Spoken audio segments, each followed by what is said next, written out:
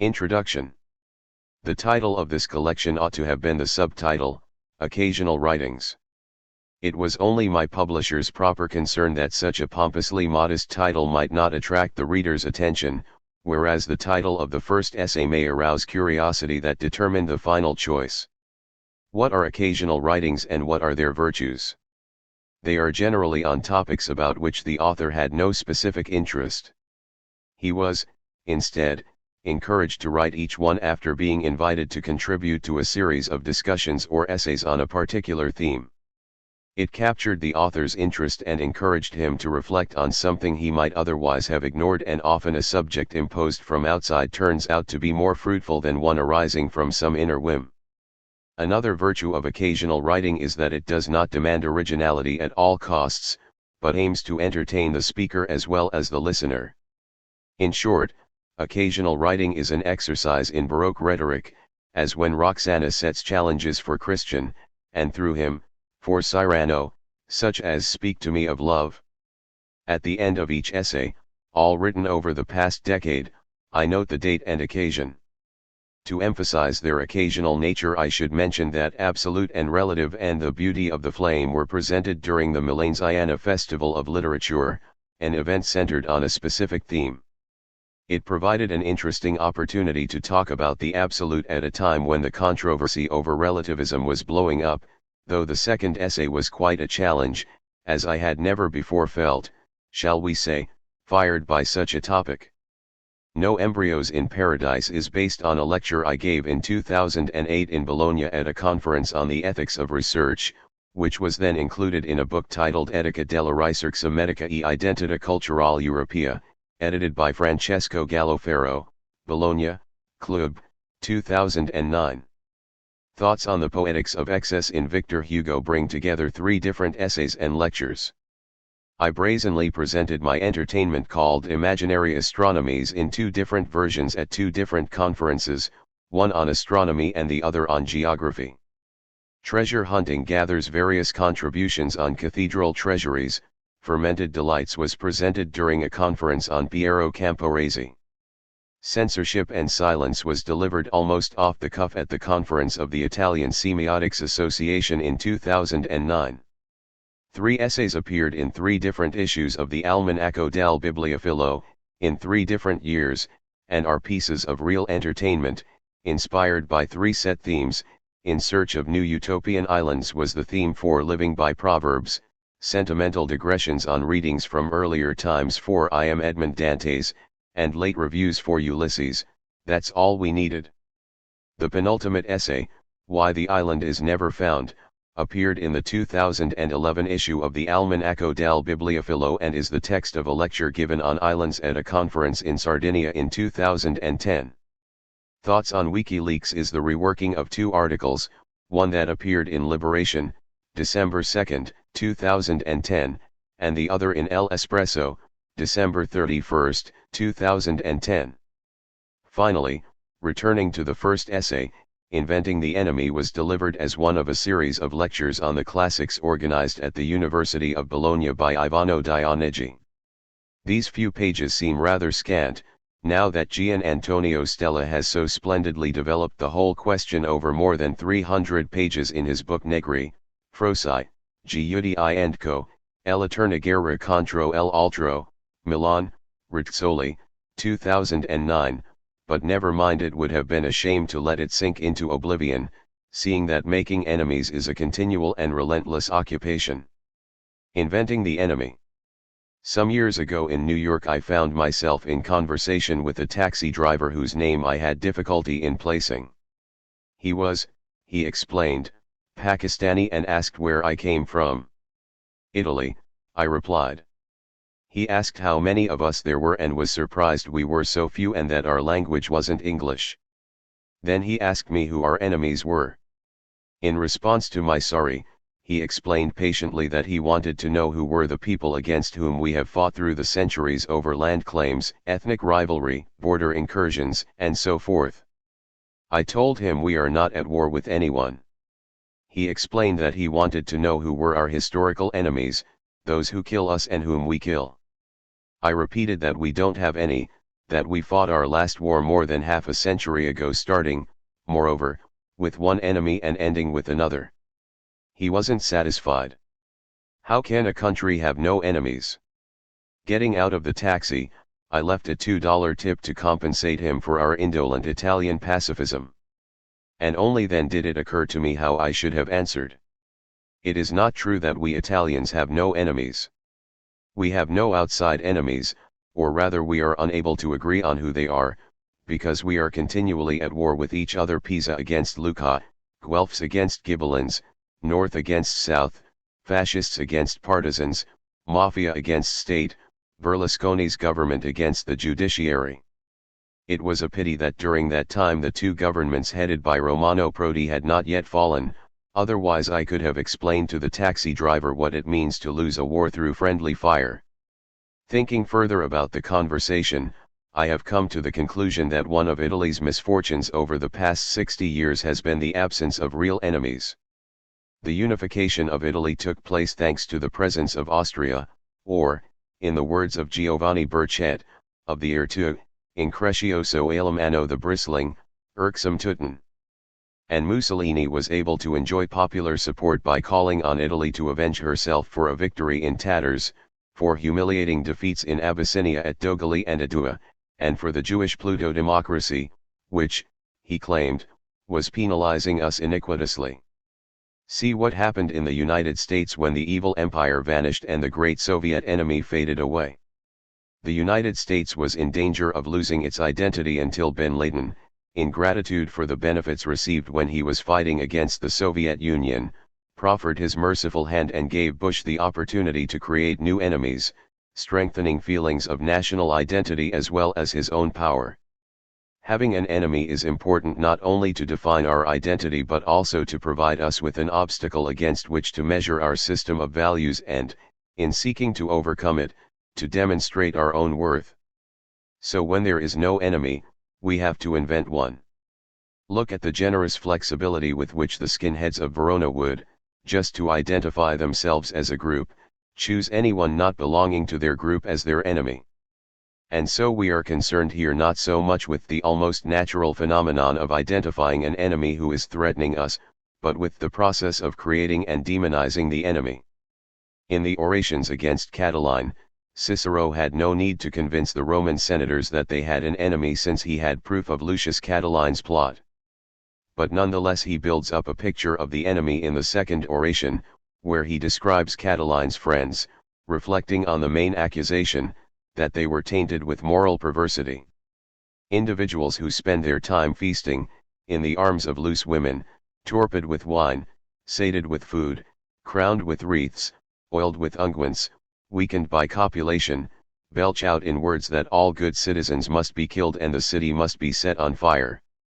You have them under your very eyes, not a hair out of place, smooth-faced or with a well-trimmed beard, dressed in tunics down to their ankles and with long sleeves, wrapped in veils and not togas. These youths, so witty and refined, have learned not only to love and be loved, not only to dance and sing, but also to brandish daggers and administer poisons. Oration 2, sections 1 to 10. Cicero's moralism was much the same as St. Augustine's, who condemned pagans because, unlike Christians, they attended circuses, theaters, and amphitheaters, and celebrated orgiastic feasts. Enemies are different from us and observe customs that are not our own. The epitome of difference is the foreigner.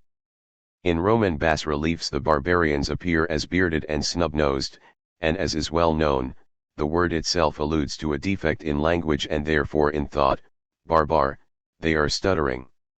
From the very beginning, however, the people who become our enemies often are not those who directly threaten us, as would have been the case with the barbarians, but those whom someone has an interest in portraying as a true threat even when they aren't. Rather than a real threat highlighting the ways in which these enemies are different from us, the difference itself becomes a symbol of what we find threatening. See what Tacitus has to say about the Jews: all things that are sacred for us are profane for them, and what is impure for us is lawful for them, which brings to mind how the English dismiss the French as frog-eaters or how the Germans condemn the Italians for excessive use of garlic. The Jews are strange because they abstain from eating pork, do not put yeast in bread, rest on the seventh day, marry only among themselves, are circumcised not, of course, for hygienic or religious reasons but to show they are different from others, bury their dead, and do not venerate our Caesars. Having demonstrated how certain real customs are different, circumcision, Sabbath rest, the writer can further emphasize his point by adding legendary customs to the picture. They make sacred images of a donkey and despise their parents, children, brothers, their country, and the gods. Pliny the Younger can find no particular allegations against the Christians, since he has to admit they are not involved in committing crimes. In fact, their actions are virtuous. Nonetheless, he sends them to their death because they do not sacrifice to the emperor, and this stubbornness in refusing something so obvious and natural establishes their difference. Then, as contact between peoples becomes more complex, a new form of enemy arises. He is not just the person who remains outside and exhibits his strangeness from a distance, but is also the person within. Among us today we would call him the foreign immigrant who behaves differently in some way or speaks our language badly. He appears in Juvenal's satire as the cunning, swindling, brazen, lecherous Greek, capable of debauching even his friend's grandmother. The Negro, due to the color of his skin, is a stranger wherever he goes. The entry for Negro in the first American Encyclopedia, published by Thomas Dobson in 1798, states, "In the complexion of Negroes we meet with various shades, but they likewise differ far from other men in all the features of their face. Round cheeks, high cheekbones, a forehead somewhat elevated, a short, broad, flat nose, thick lips, small ears, ugliness, and irregularity of shape, characterize their external appearance. The Negro women have the loins greatly depressed, and very large buttocks, which gives the back the shape of a saddle. Vices the most notorious seem to be the portion of this unhappy race: idleness, treachery, revenge, cruelty, impudence, stealing, lying, profanity, debauchery, nastiness, and intemperance, are said to have extinguished the principles of natural law, and to have silenced the reproofs of conscience. They are strangers to every sentiment of compassion, and are an awful example of the corruption of man when left to himself. The Negro is ugly. The enemy must be ugly because beauty is identified with good, kalakagathaya, and one of the fundamental characteristics of beauty has always been what the Middle Ages called integritas, in other words, having all that is required to be an average representative of a species. By this standard those humans missing a limb or an eye, or having lower than average stature or inhuman color were considered ugly. That is why the giant one-eyed Polyphemus and the dwarf mime immediately provide us with a model for identifying the enemy. Priscus of Panion in the 5th century describes Attila the Hun as small in stature, with a broad chest and large head, small eyes, a thin graying beard, a flat nose, and a crucial feature, a swarthy complexion. But it is curious how Attila's face is similar to the physiognomy of the devil, as Rodolphus Glaber described him more than 5 centuries later: gaunt face, deep black eyes, forehead furrowed with wrinkles, flat nose, protruding mouth, swollen lips, thin narrow chin, goatish beard, hairy pointed ears, straight disheveled hair, canine teeth, elongated skull. He was also of modest stature, with a slender neck, protruding chest, and humped back. Histories, Book 5, Part 3. When Liutprand of Cremona is sent by Emperor Otto I as envoy to Byzantium in 968 and encounters a hitherto unknown civilization, he finds the Byzantine emperor devoid of integritas. I came before Nicephorus, a monstrous being, a pygmy with an enormous head, whose small eyes gave him the appearance of a mole, with an ugly short broad thick graying beard, a neck as long as a finger. The color of an Ethiopian, whom you wouldn't want to bump into in the middle of the night, fat belly, thin loins, thighs too long for his small stature, short legs, flat feet, and dressed in a fetid, threadbare peasant's garment faded with use. Relatio de Legatione Constantinopolitana. Fetid. The enemy invariably stinks, as the French psychologist Edgar Barillon wrote at the beginning of the First World War, 1915, in La Politique de la race allemande. In this volume he demonstrated that the average German produced more and fouler-smelling fecal material than did the Frenchman. If the Byzantine stank, so too did the Saracen. In Navigatorium in Terrae Sancti, Arabiae, et Egypti Peregrinationum, the 15th century monk Felix Fabry notes that the Saracens exude a certain horrible stench, for which they perform continual ablutions of various sorts, and since we do not smell, they do not care if we bathe together with them. But they are not so indulgent with the Jews, who smell even more. Thus the stinking Saracens are pleased to find themselves in the company of those like us who do not smell. For Giuseppe Giusti, it was the Austrians who stank. Arriving at the Basilica of Sant Ambrogio in Milan, he recorded these impressions. I enter, and find it full of soldiers.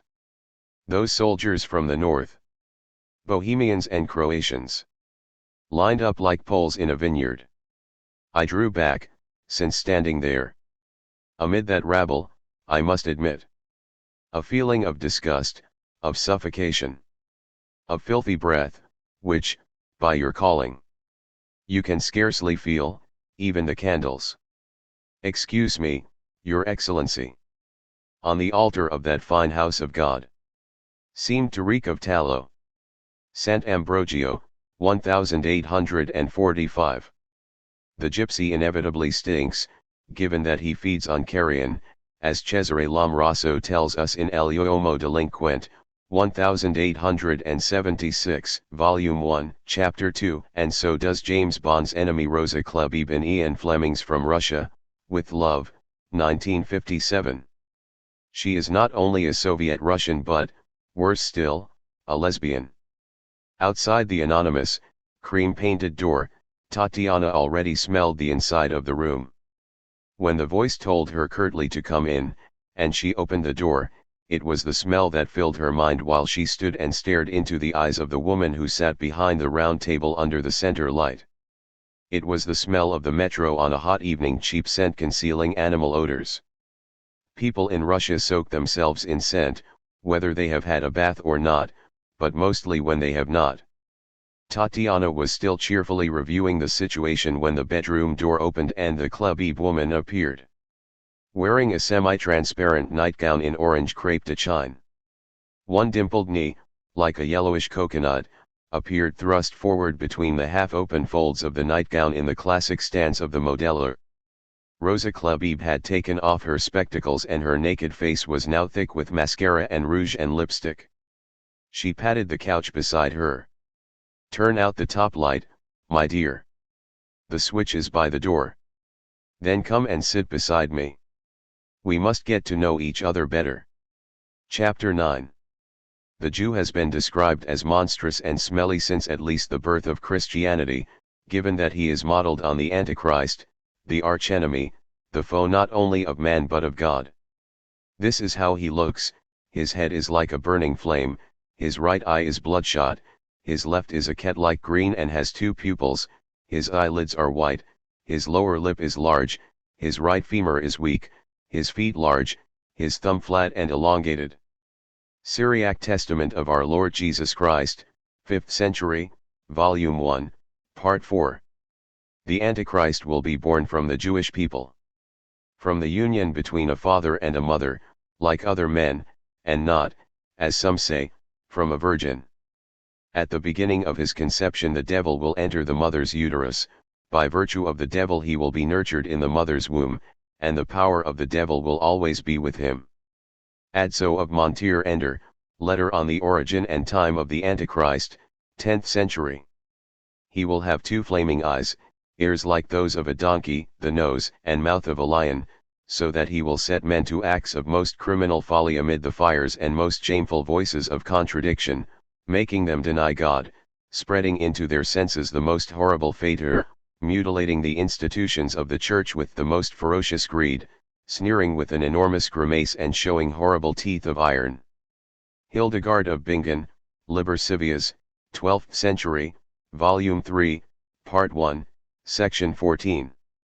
If the Antichrist comes from the Jewish people, his model must inevitably reflect the image of the Jew, whether in terms of popular anti-Semitism, theological anti-Semitism, or the bourgeois anti-Semitism of the 18th and 19th centuries. Let us start with his face. They generally have a bluish face, hooked nose, deep-set eyes, protruding chin, and strongly pronounced constrictor muscles around the lips. Jews are also prone to diseases which indicate a corruption of the blood, such as leprosy in the past and now scurvy, which is akin to it, scrofula, bleeding. It is said that Jews always have bad breath. Others attribute these effects to the frequent use of strong-smelling vegetables such as onion and garlic. Yet others say it is goose meat, to which they are very partial, that makes them dark and melancholic, given that this food is thickly coated with sticky sugar. Baptiste Henri Grégoire, Essai sur la régénération physique, morale, et politique des Juifs, 1788. Later, the composer Richard Wagner was to complicate the picture with his considerations of voice and manner. There is something foreign about the outward aspect of the Jew that makes this nationality supremely repugnant. Instinctively we wish to have nothing in common with a man who looks like that. It is impossible to imagine the representation of an antique or modern stage character by a Jew, be it as hero or lover, without feeling instinctively that there is something incongruous, indeed ridiculous, in such a performance. But what repels us above all else is the particular tone with which the Jew speaks. Our ears are particularly offended by the shrill, sibilant, strident sounds of this idiom. The Jew uses words and constructs his phrases in a way quite contrary to the spirit of our national language. When we listen to him, our attention dwells involuntarily on how he speaks rather than on what he says. This point is of the greatest importance in explaining the expression produced by the musical works of the Jews. Listening to a Jew talking, we are inevitably offended by the fact of finding his discourse devoid of all truly human expression. It is natural that the inherent aridness of the Jewish character which we find so distasteful finds its greatest expression in song, which is the liveliest, most authentic manifestation of individual feeling. We might recognize the Jew's artistic aptitude for any other art except that of song, which nature herself seems to have denied him. Judaism in music, 1850. Hitler proceeds with a greater delicacy, bordering almost on envy. In regard to young people, clothes should take their place in the service of education. If the beauty of the body were not completely forced into the background today through our stupid manner of dressing, it would not be possible for thousands of our girls to be led astray by Jewish mongrels, with their repulsive crooked waddle. Mein Kampf, 1925, translated by James Murphy. From facial appearance to customs, this brings us to the Jewish enemy who kills young children and drinks their blood. He appears very early, for example, in Chaucer's Canterbury Tales, where there is a story, much like that of Saint Simonino of Trento, of a young boy seized while passing through the Jewish quarter while singing O Alma Redemptoris Mater. His throat is slashed and his body thrown into a pit. The Jew who kills young children and drinks their blood has a very complex genealogy. The same model existed earlier in Christianity, in the creation of the enemy within the heretic. A single example is enough. In the evening, when we light the lamps and commemorate the Passion, they take young girls initiated into their secret rites to a particular house, they snuff out their lamps as they wish no one to witness the inchenches about to take place, and give vent to their licentious practices on whomever it might be, even upon sister or daughter. Indeed, they believe they are pleasing the demons by violating the divine laws that forbid union with those of the same blood. Once the ritual is over, they return home and wait for 9 months to pass. When the time comes for the godless children to be born of a godless seed, they assemble once again in the same place. 3 days after the birth, they seize the wretched children from their mothers, cut their tender limbs with a sharp blade, fill cups with the blood that spurts forth, burn the newborns while they are still breathing by throwing them on a pyre. Then they mix blood and ash in cups to obtain a horrible concoction with which they contaminate food and drink, secretly, like someone poisoning mead. Such is their communion. Michel Sello, De Operatione Daemonum, 11th century. The enemy is sometimes seen as different and ugly because he belongs to a lower class.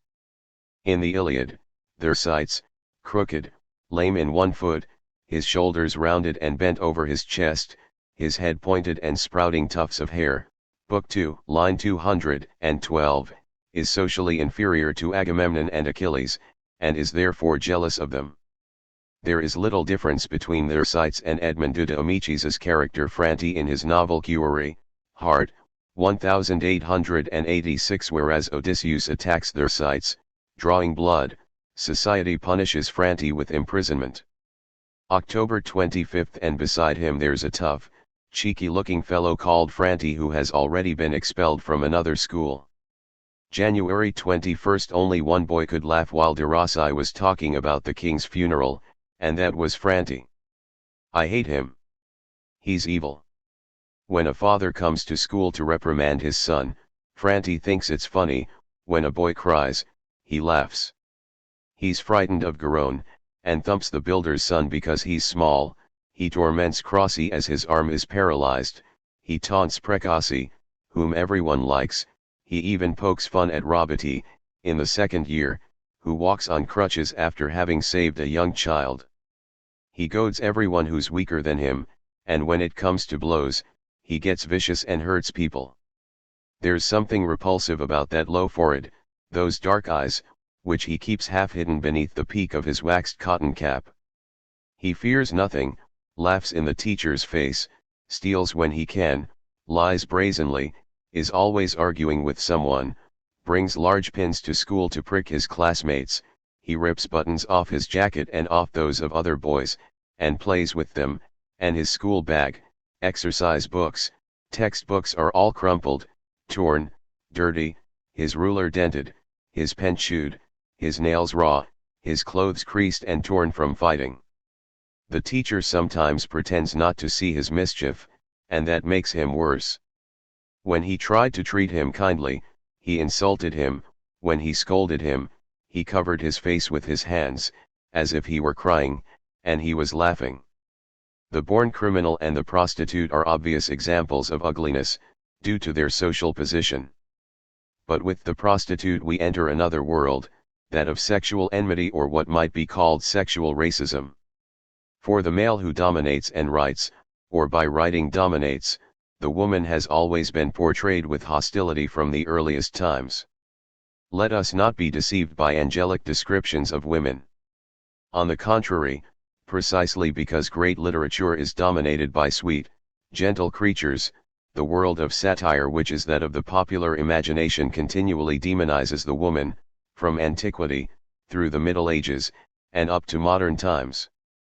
From antiquity, I will limit myself to one example from Martial, you, Vetistula, who have outlived 300 consuls. You have but 3 hairs and 4 teeth, and have the chest of a grasshopper, the legs and color of an ant. You walk about with a forehead more wrinkled than your gown, and breasts like cobwebs. Your eyesight is like that of owls in the morning, and you smell like he-goats. Your buttocks are like those of a withered duck's bottom. Only the funeral torch can penetrate this vagina. Epigrams, Book 3, number 93. And who could be the author of this passage? The female is an imperfect animal, stirred by 1,000 passions that are disagreeable and loathsome even to think about, let alone to discuss.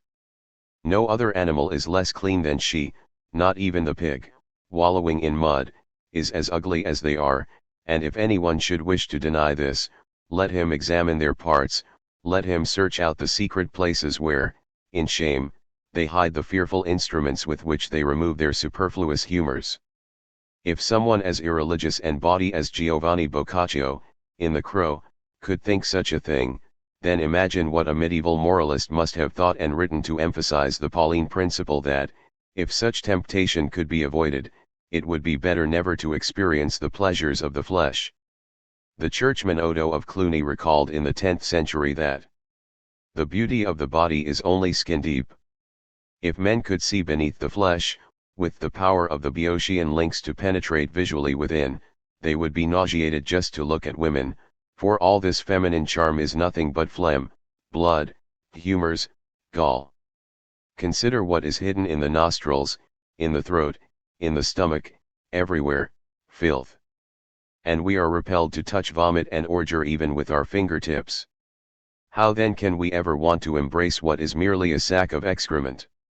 Colations, Book 3, Chapter 133, Kernel 556 and 648.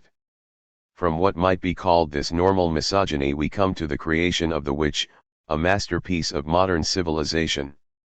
The witch was certainly also known in classical antiquity, and I will mention only the witches in Apuleius's Golden Ass, and in Horace.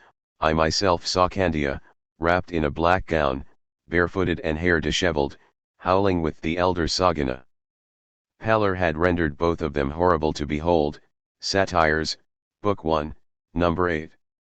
But in antiquity, as in the Middle Ages, witches and wizards were generally linked to popular beliefs and were thought to represent fairly infrequent instances of possession.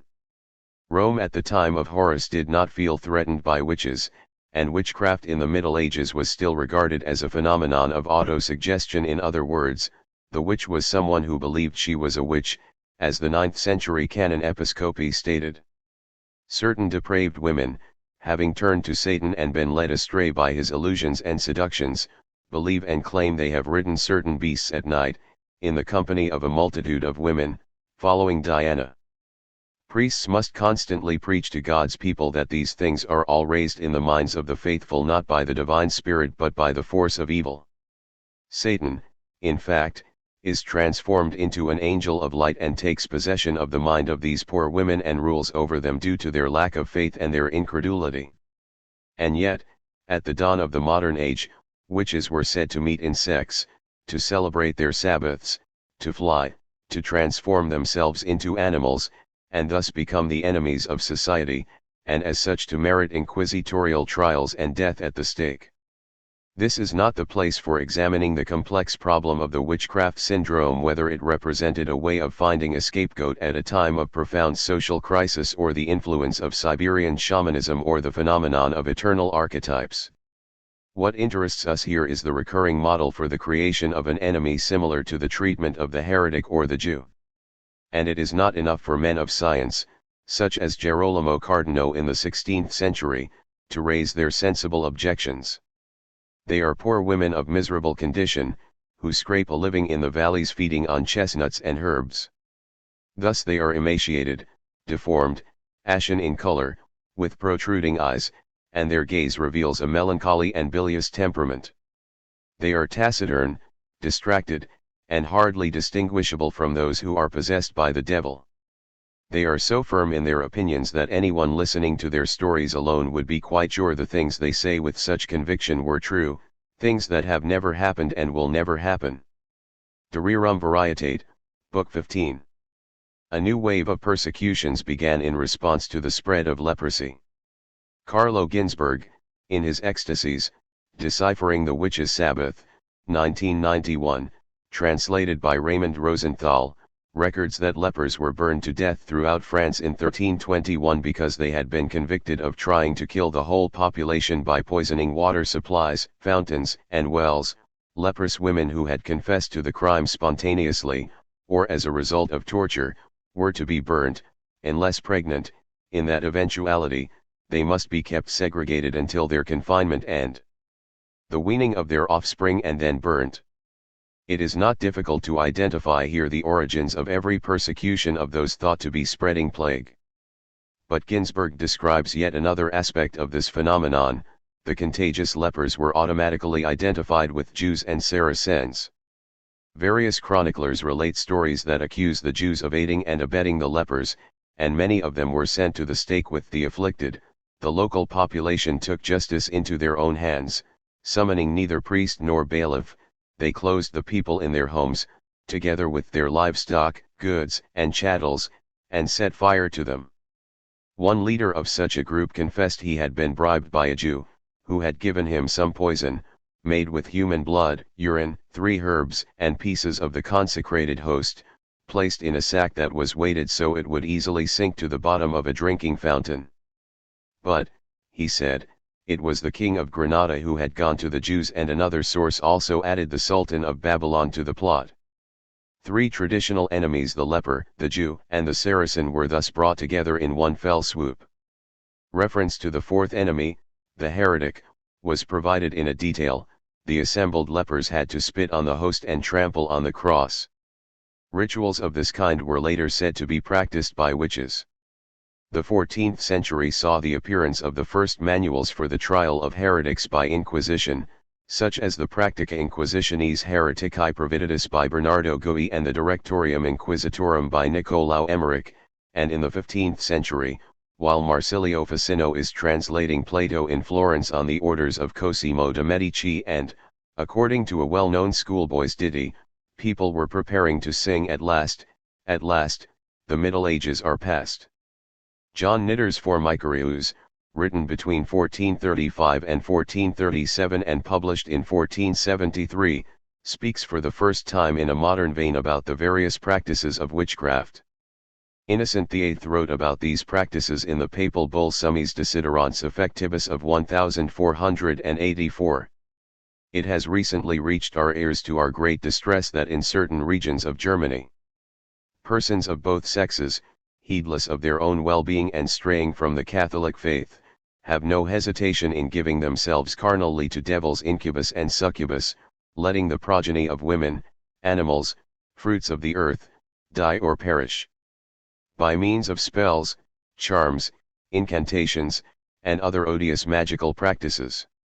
Seeking, as our office requires of us, by way of appropriate remedies, to prevent the scourge of heretical depravity from spreading its poison to the detriment of innocent people, the aforementioned inquisitors Sprenger and Kramer are permitted to exercise the inquisitorial office in those lands.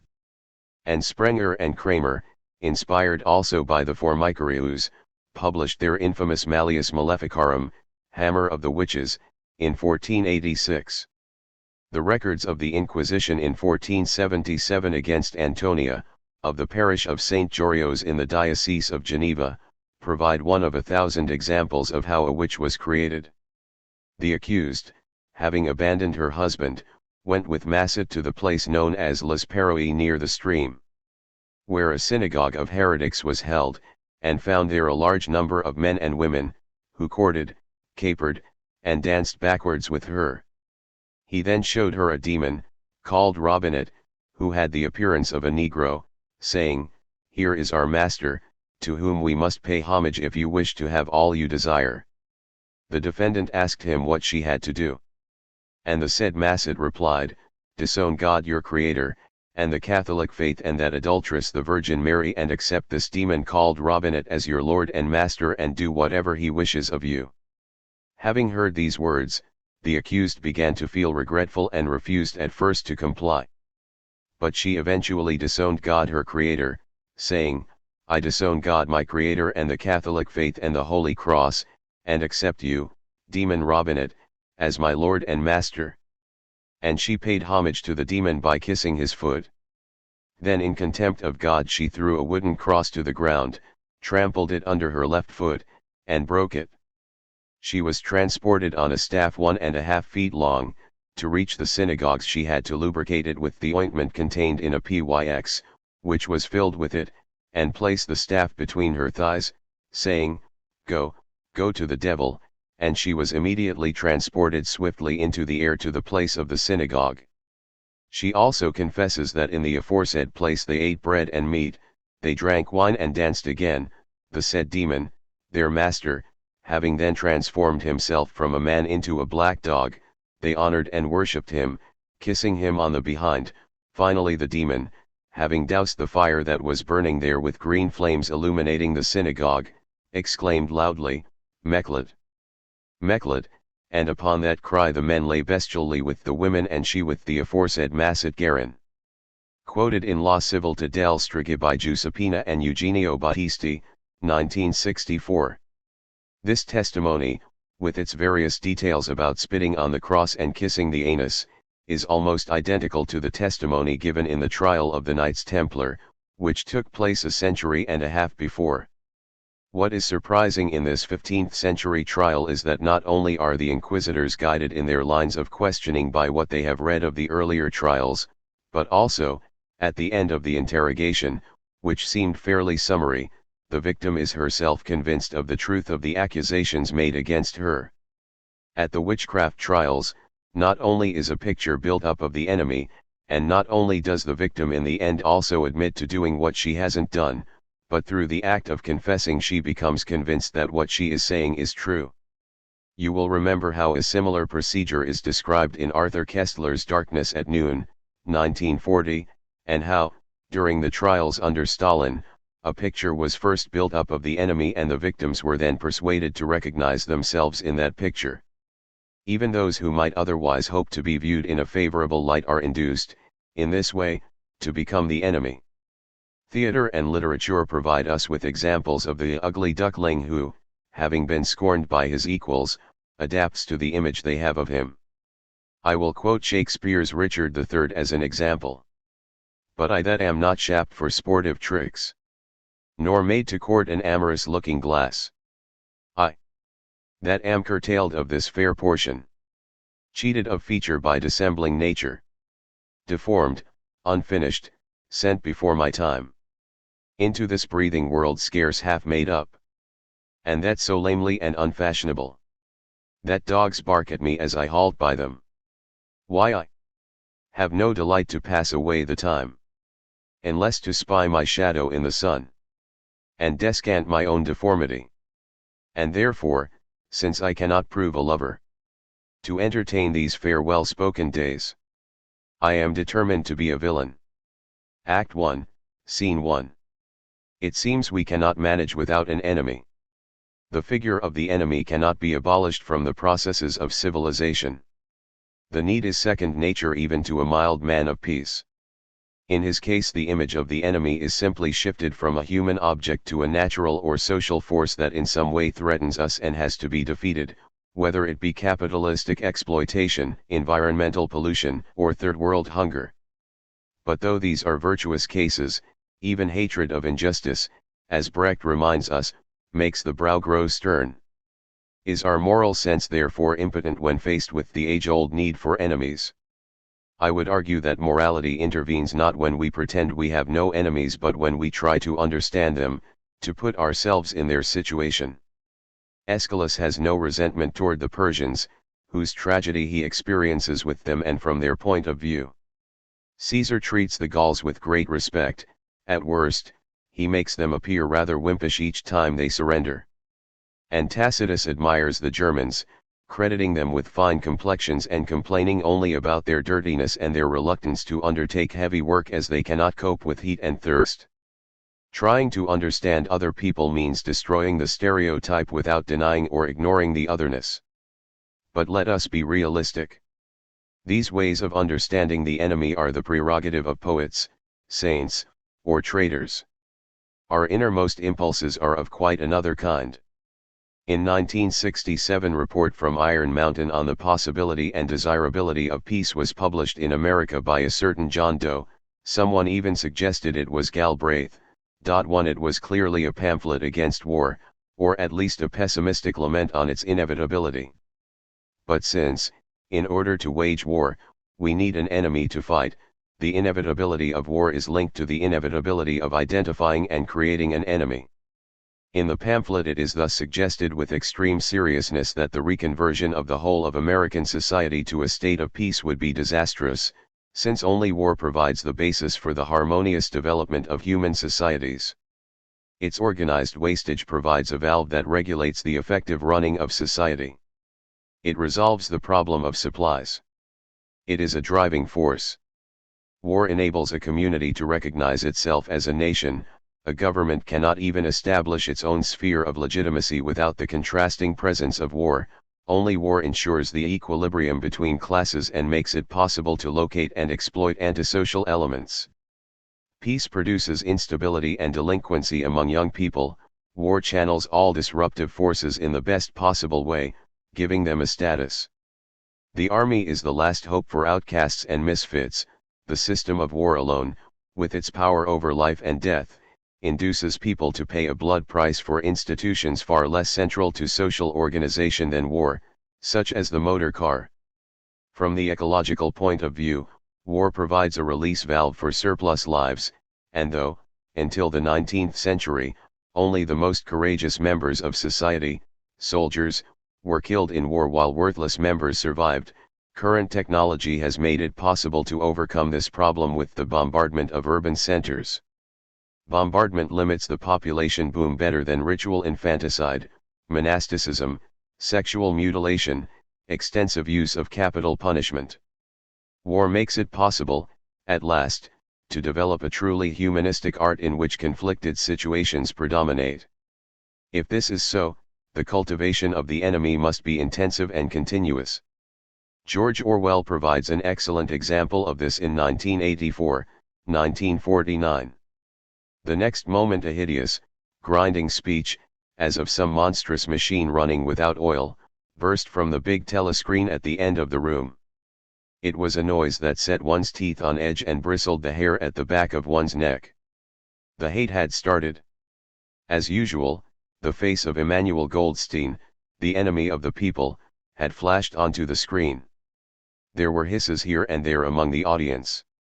The little sandy-haired woman gave a squeak of mingled fear and disgust. Goldstein was the renegade and backslider who once, long ago, had been one of the leading figures of the party.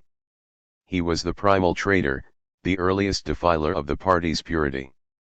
All subsequent crimes against the party, all treacheries, acts of sabotage, heresies, deviations, sprang directly out of his teaching. Somewhere or other he was still alive and hatching his conspiracies. Winston's diaphragm was constricted. He could never see the face of Goldstein without a painful mixture of emotions.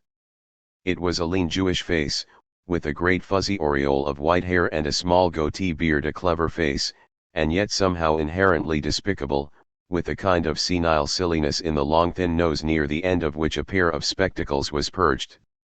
It resembled the face of a sheep, and the voice, too, had a sheep-like quality. Goldstein was delivering his usual venomous attack upon the doctrines of the party. He was demanding the immediate conclusion of peace with Eurasia, he was advocating freedom of speech, freedom of the press, freedom of assembly, freedom of thought, he was crying hysterically that the revolution had been betrayed. Before the hate had proceeded for 30 seconds, uncontrollable exclamations of rage were breaking out from half the people in the room. In its second minute the hate rose to a frenzy. People were leaping up and down in their places and shouting at the tops of their voices in an effort to drown the maddening bleating voice that came from the screen. The little sandy-haired woman had turned bright pink, and her mouth was opening and shutting like that of a landed fish. The dark-haired girl behind Winston had begun crying out swine. Swine. Swine, and suddenly she picked up a heavy Newspeak dictionary and flung it at the screen. It struck Goldstein's nose and bounced off, the voice continued inexorably. In a lucid moment Winston found that he was shouting with the others and kicking his heel violently against the rung of his chair. The horrible thing about the 2 minutes hate was not that one was obliged to act a part, but that it was impossible to avoid joining in. A hideous ecstasy of fear and vindictiveness, a desire to kill, to torture, to smash faces in with a sledgehammer, seemed to flow through the whole group of people like an electric current, turning one even against one's will into a grimacing, screaming lunatic. Part 1, Chapter 1. We do not have to reach the excesses of 1984 to recognize ourselves as beings who need an enemy. We are witnessing the fear that can be caused by new influxes of migrants. In Italy today, Romanians are being portrayed as the enemy by extending to a whole ethnic culture the characteristics of a few of its marginalized members, thus providing an ideal scapegoat for a society that, caught up in change including ethnic change, is no longer able to recognize itself. Sartre provides the most pessimistic vision in this respect in No Exit. We can recognize ourselves only in the presence of an other, and on this the rules of coexistence and submission are based. But it is more likely that we find this other intolerable because to some degree he is not us. In this way, by reducing him to an enemy, we create our hell on earth. When Sartre locks up three people who have died, who didn't know each other in life, in a hotel bedroom, one of them realizes the terrible truth: wait. You'll see how simple it is. Childishly simple. Obviously there aren't any physical torments. You agree, don't you? And yet, we're in hell. And no one else will come here. We'll stay in this room, the three of us, forever and ever. In short, there's someone absent here, the official torturer. It's obvious what they're after: an economy of manpower. Each of us will act as torturer of the two others, translated by Stuart Gilbert. Lecture given at Bologna University on May 15, 2008, as part of a series of evenings on the classics, published in Elogio della Politica, edited by Ivano Dionigi, Milan, Ver, 2009. Absolute and relative.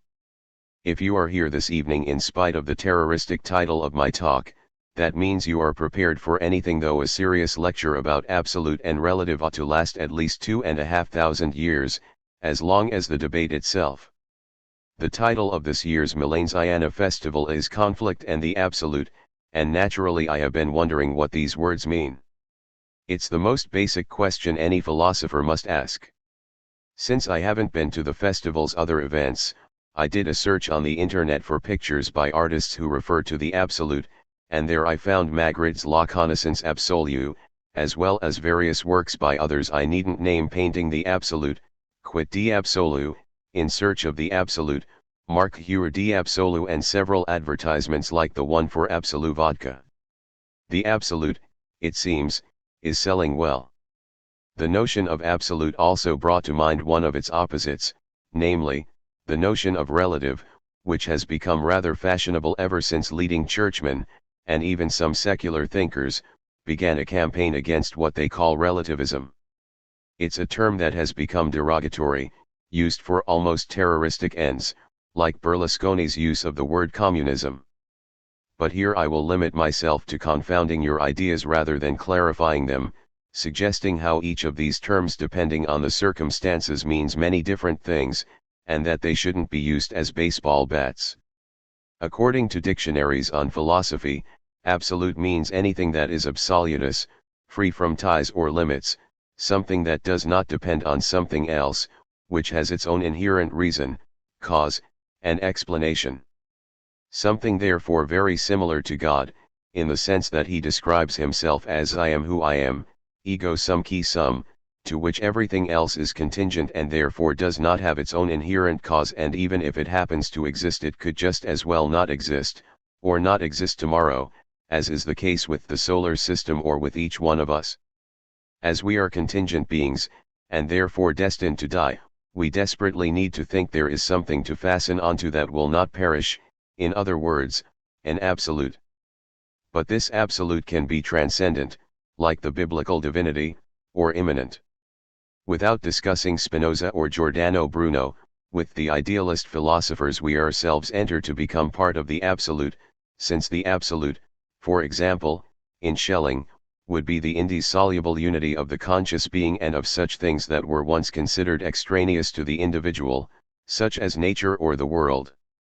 In the absolute we identify with God, we are part of something that is not yet fully complete, a process, a development, infinite growth, and infinite self-definition. But if this is how things are, we can never define or know the absolute since we are part of it, and trying to understand it would be like Baron Munchausen pulling himself out of the swamp by his own hair. The alternative, then, is to think of the absolute as something that we are not, and that is elsewhere, not dependent on us, like the God of Aristotle, who thinks of himself as thinking, and who, according to Joyce in A Portrait of the Artist as a Young Man, remains within or behind or beyond or above his handiwork, invisible, refined out of existence, indifferent, paring his fingernails. Back in the 15th century, in fact, Nicholas of Cusa in Didacta Ignorantia wrote, Deus est absolutus. But since God is absolute, said Nicholas, he can never fully be reached. The relationship between our knowledge and God is the same as that between a polygon and the circumference into which it is drawn, As the sides of the polygon gradually increase, it comes closer and closer to the circumference, but the polygon and the circumference will never be the same. God, said Nicholas, is like a circle whose center is everywhere and whose circumference is nowhere. Is it possible to imagine a circle with its center everywhere and no circumference? Obviously not. And yet we can describe it, which is what I am doing now, and each of you understand that I'm talking about something to do with geometry, except that it is geometrically impossible and unimaginable. There is therefore a difference between whether or not we can imagine a thing and whether we can nevertheless name it, give it some meaning. What does it mean to use a word and give it a meaning? It means many things. A. To have instructions for recognizing such an object or situation or event. For example, the meaning of the word dog or stumble includes a series of descriptions, also in the form of images, for recognizing a dog and distinguishing it from a cat, and differentiating a stumble from a jump. B. To have a definition or classification. Definitions and classifications are given to a dog but also to events or situations such as voluntary manslaughter, as opposed to involuntary manslaughter. C. To know about other properties, facts, or encyclopedic details of a given entity. For example, I know that dogs are faithful and good for hunting or guarding. I know that a conviction for voluntary manslaughter can lead to a particular sentence of imprisonment, and so forth. D.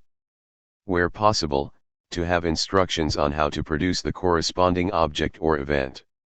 I know what vase means since I know how a vase is produced even though I am not a potter, and the same is true for terms like decapitation or sulfuric acid. Whereas for a word like brain, I know meanings A and B, and some of the properties in C, but I do not know how to produce one. A magnificent case in which I know properties A, B, C, and D is offered by C.S. Peirce, who defines lithium as follows. If you look into a textbook of chemistry for a definition of lithium, you may be told that it is that element whose atomic weight is 7 very nearly.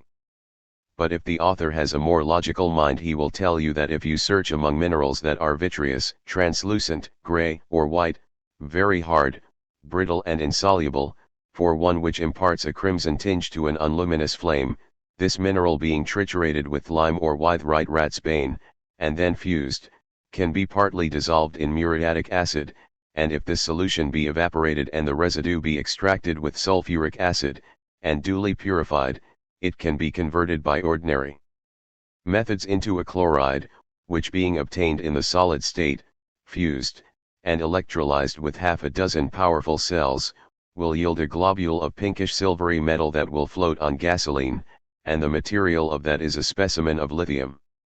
The peculiarity of this definition, or rather this precept that is more serviceable than a definition, is that it tells you what the word lithium denotes by prescribing what you are to do in order to gain a perceptual acquaintance with the object of the word. Collected Papers, Volume 2, Paragraph 330. This is a good example of a complete and satisfactory representation of the meaning of a term. But other expressions have a hazy and imprecise meaning and lesser degrees of clarity. For example, even the expression the highest even number has a meaning, since we know it would have to have the property of being divisible by 2, and we would therefore be able to distinguish it from the highest odd number, and we also have a vague instruction on how to generate it, in the sense that we can imagine counting higher and higher numbers, separating odd from even. Except that we realize we will never get there, as in a dream wherein we think we can grasp hold of something without ever managing to do so. But an expression like a circle whose center is everywhere and whose circumference is nowhere doesn't suggest any rule for producing a corresponding object. Not only does it fail to support any definition, but it frustrates every effort to imagine one, apart from making us feel dizzy. An expression like absolute has a definition that is, all in all, tautological. A thing is absolute when it is not contingent, it is contingent when it is not absolute, but it does not suggest descriptions, definitions, and classifications. We cannot think of any instructions for producing anything corresponding to it, nor do we know any of its properties, except to suppose that it has everything, and it is probably what Saint Anselm of Canterbury described as id cujus nihil magis cogitare. Possit, something beyond which nothing greater can be thought, which brings to mind the saying attributed to the pianist Arthur Rubinstein, "Do I believe in God? No, what I believe in is something much greater." What we can imagine at most in trying to conceive of God is the classic night in which all cows are black. It is certainly possible not only to name but also to represent visually what we cannot conceive. But these images do not represent the unimaginable, they simply invite us to try to picture something unimaginable, and then frustrate our expectation. What we experience in trying to understand them is that very sense of impotence expressed by Dante in the last canto of Paradise, number 33, lines 82 to 96, translated by Mark Musa, when he wants to describe to us what he saw at the moment when he fixed his gaze on the divinity, but all he can say is that he cannot tell us, and resorts to the intriguing metaphor of a book with an infinite number of pages. O grace abounding and allowing me to dare to fix my gaze on the eternal light. So deep my vision was consumed in it. I saw how it contains within its depths all things bound in a single book by love, of which creation is the scattered leaves. How substance, accident, and their relation were fused in such a way that what I now describe is but a glimmer of that light. I know I saw the universal form, the fusion of all things, for I can feel, while speaking now, my heart leap up in joy.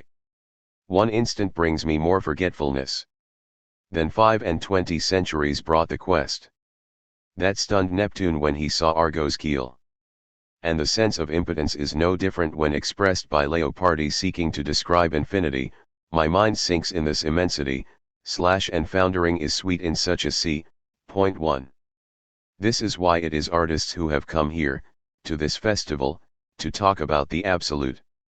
Pseudo-Dionysius the Areopagite wrote that, since the Divine One is so distant from us that he can be neither understood nor reached, he must be spoken of through metaphors and allusions, but above all, as an indication of the paucity of our language, through negative symbols, contrasting expressions, and they extol it also with names of the most remote things, sweet-smelling ointment, cornerstone, and they also clothe it in the form of a wild beast, attaching to it the characteristics of a lion and a panther, and saying that it will be like a leopard and an angry bear. Celestial Hierarchy, Chapter 2. Certain naive philosophers have suggested that poets alone can describe being or the absolute, but in fact they express only the indefinite. The poet Mallarmé spent his life trying to express an Orphic explanation of the earth, I say, a flower, and out of the oblivion where my voice relegates all context, insofar as something other than known calyxes is musically raised, an idea itself and gentle, the absence of all fragrance, Christ de Ver, 1895. This passage, in truth, is untranslatable. It tells us only that a word is chosen, alone in the white space that surrounds it, and it inevitably unleashes the totality of the non-said, but in the form of an absence. In fact, to name an object, this means suppressing 3/4 of the enjoyment of the poem, which involves working it out little by little, to suggest, that is the dream.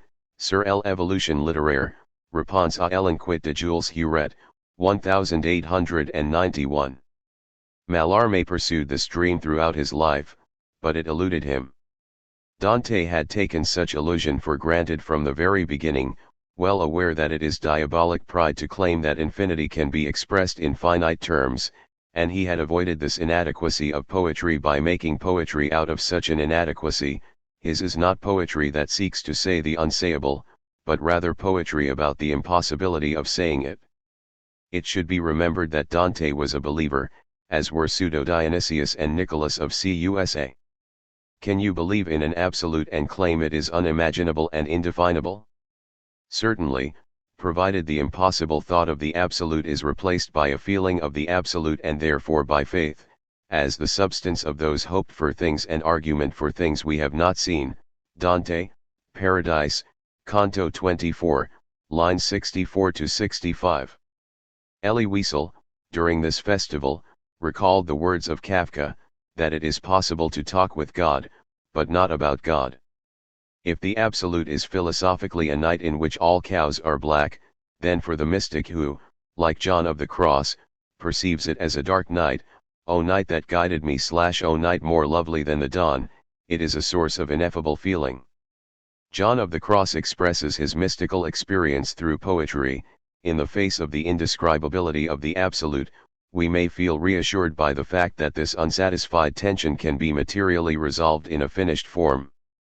This enabled Keats, in his Ode on a Grecian Urn, to see beauty as a substitute for the experience of the Absolute. Beauty is truth, truth beauty, that is all / ye know on earth, and all ye need to know. And that is fine for those who have decided to follow an aesthetic religion. But John of the Cross would have told us that it was only his mystical experience of the Absolute that assured him of the only possible truth. This has led many men of faith to the conviction that those philosophers who reject the possibility of knowing the Absolute are automatically rejecting every criterion of truth, or by rejecting such a thing as an absolute criterion of truth, they are rejecting the possibility of experiencing the Absolute. But it is one thing to say that a philosophy rejects the possibility of knowing the Absolute, and another thing to say that it rejects every criterion of truth, even that relating to the contingent world. Are truth and experience of the Absolute then so inseparable? Confidence that something is true is fundamentally important for the survival of human beings. If we were unable to consider that what others tell us is either true or false, society would not be possible. We wouldn't even be able to exclude the possibility that a box with aspirin written on it didn't in fact contain strychnine. A specular theory of truth is that it is adequatio reiet intellectus, as if our mind were a mirror that, provided it works properly and is not distorted or misted, must truly reflect things as they are. It is a theory supported, for example, by Thomas Aquinas, but also by Lenin in Materialism and Empirio-Criticism, 1909, and since Aquinas could not have been a Leninist, it ought to follow that Lenin was a neo-Thomist without, of course, realizing it. In reality, other than in states of ecstasy, we are obliged to say what our mind reflects. Nevertheless, we define as true, or false, not the things themselves but the assertions we make about how things are. Alfred Tarski's famous definition says that the statement snow is white is true if, and only if, snow is white.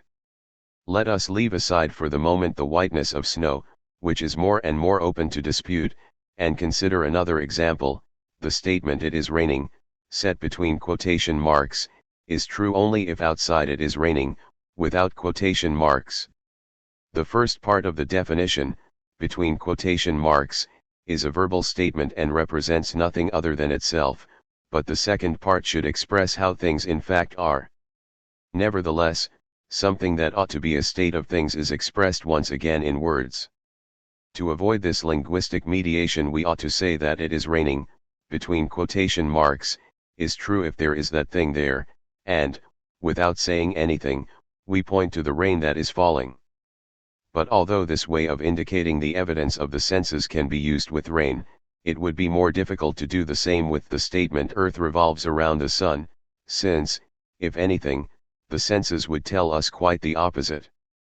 To establish whether the statement corresponds to a particular set of circumstances, it is necessary to have interpreted the word rain and to have formed a definition of it. It needs to have been established that, a. To talk of rain, it is not enough to feel drops of water falling from above, as there could be someone watering flowers on a balcony above. b. The drops must be of a certain consistency, otherwise we would talk of mist or frost. c. The sensation must be continuous, otherwise we would say it was trying to rain but had come to nothing, and so forth. Having decided this, we have to pass on to an empirical test, which in the case of rain can be done by anyone. All we have to do is hold out our hand and trust our senses. But in the case of the statement "Earth revolves around the sun," the ways for testing it are more complex. What meaning does the word "true" have for each of the following statements? I have a stomachache. Last night I dreamed that Mother Teresa appeared to me. Tomorrow it will certainly rain. The world will end in 2536. There is life after death. Statements 1 and 2 express a subjective fact, but the stomachache is a clear and irrepressible sensation, whereas when I recall a dream I had last night, I may not be sure the memory is accurate. What is more, the two statements cannot be directly verified by other people.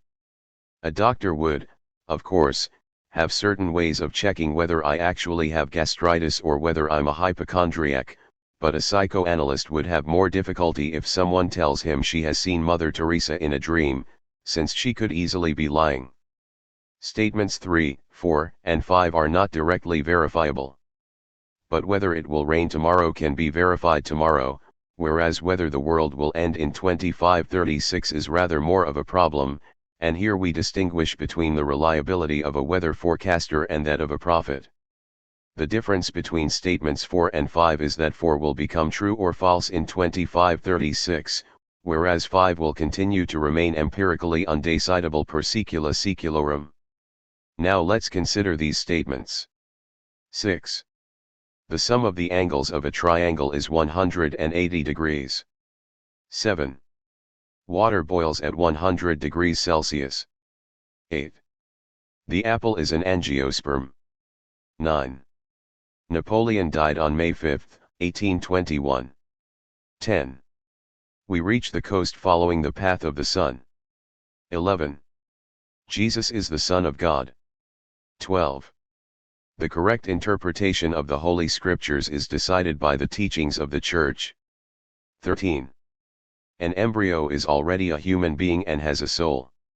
Some of these statements are true or false according to the rules we have stipulated.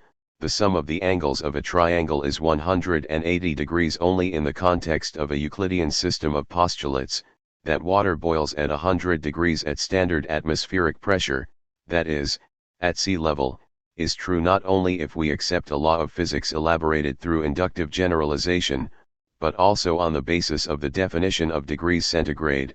An apple is an angiosperm only on the basis of certain rules of botanical classification. Some require us to trust facts ascertained by others before us. We believe it is true that Napoleon died on May 5, 1821, because we accept what the history books tell us, but we must always recognize the possibility that an unpublished document discovered tomorrow in the British Naval Archives might show that he died on another date. Sometimes for utilitarian reasons we adopt an idea as true that we know to be false. For example, to find our way in the desert, we behave as if it were true that the sun moves from east to west. As for statements of a religious nature, we shall not say they are undecidable. If the evidence of the Gospels is accepted as historical, the proof of the divinity of Christ would be accepted as such by a Protestant. But this would not be so for the teachings of the Catholic Church. The statement regarding embryos having a soul depends entirely on stipulating the meanings of expressions such as life, human, and soul. Thomas Aquinas, for example, see the essay No Embryos in Paradise, claimed that, like animals, they had only a sensitive soul and therefore were not yet human beings equipped with a rational soul, and would not participate in the resurrection of the flesh. Today he would be accused of heresy, but at that very civilized time they made him a saint. It is therefore a matter of deciding each time which criteria for truth we are using. It is on the very recognition of various degrees of verifiability or acceptability of a truth that our sense of tolerance is based. I may be obliged, from a scientific and educational point of view, to fail a student who claims that water boils at 90 degrees, like the right angle as was apparently once suggested in an exam, but even a Christian ought to accept that for some people there is no other God than Allah and Muhammad is his prophet, as we likewise ask Muslims to do for Christians concerning Christian doctrine. And yet, in light of recent controversies, it seems that this distinction between different criteria of truth, typical of modern thought and in particular of logical scientific thought, produces a relativism that is seen as a historical malaise of contemporary culture, which rejects all idea of truth. But what do anti-relativists mean by relativism? Some encyclopedias of philosophy tell us there is a cognitive relativism, by which objects can be known only under conditions determined by human faculties.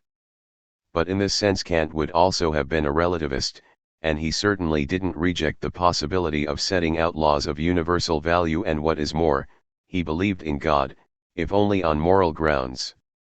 Yet in another philosophical encyclopedia we find that relativism means every idea that does not admit absolute principles in the field of knowledge and action. But it is a different matter to reject absolute principles in the sphere of knowledge or the sphere of action. There are people who are prepared to assert that the statement pedophilia is evil is a truth relative only to a particular system of values, seeing that it was or is accepted or tolerated in certain cultures, but who are nevertheless prepared to assert that the Pythagorean theorem must be valid for all times and all cultures. No one could seriously include Einstein's theory of relativity under the label of relativism. To say that a measurement depends on the conditions of movement of the observer is regarded as a valid principle for every human being in every time and place. Relativism, as a philosophical doctrine as such, came into existence with 19th-century positivism, together with the claim that the absolute is unknowable and, at most, is a movable limit of ongoing scientific research. But no positivist has ever claimed it is not possible to arrive at scientific truths that are objectively verifiable and valid for all.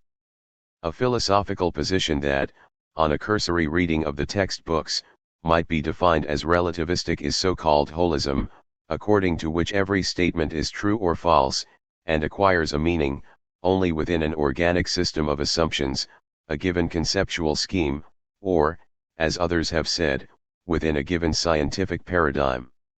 A holist claims, rightly, that the notion of space has a different meaning in the Aristotelian system than it does in the Newtonian system, so that the two systems are incommensurable, and that one scientific system is as valid as the other to the extent to which it succeeds in explaining a series of phenomena. But the holists are the first to tell us there are systems that cannot actually explain a series of phenomena, and that some are far better because they succeed better than the others in doing so.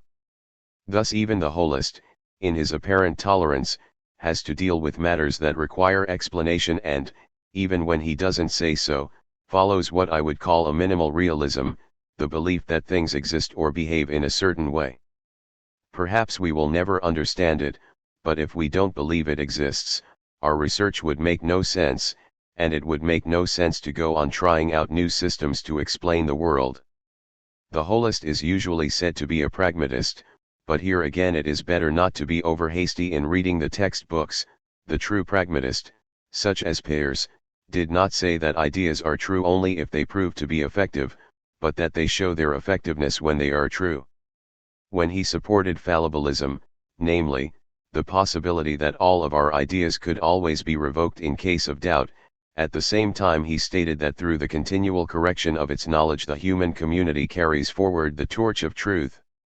What gives rise to a suspicion of relativism in these theories is the fact that the various systems are incommensurable. Certainly the Ptolemaic system is incommensurable with the Copernican system, and only in the first do the notions of epicycle and deferent assume a precise meaning.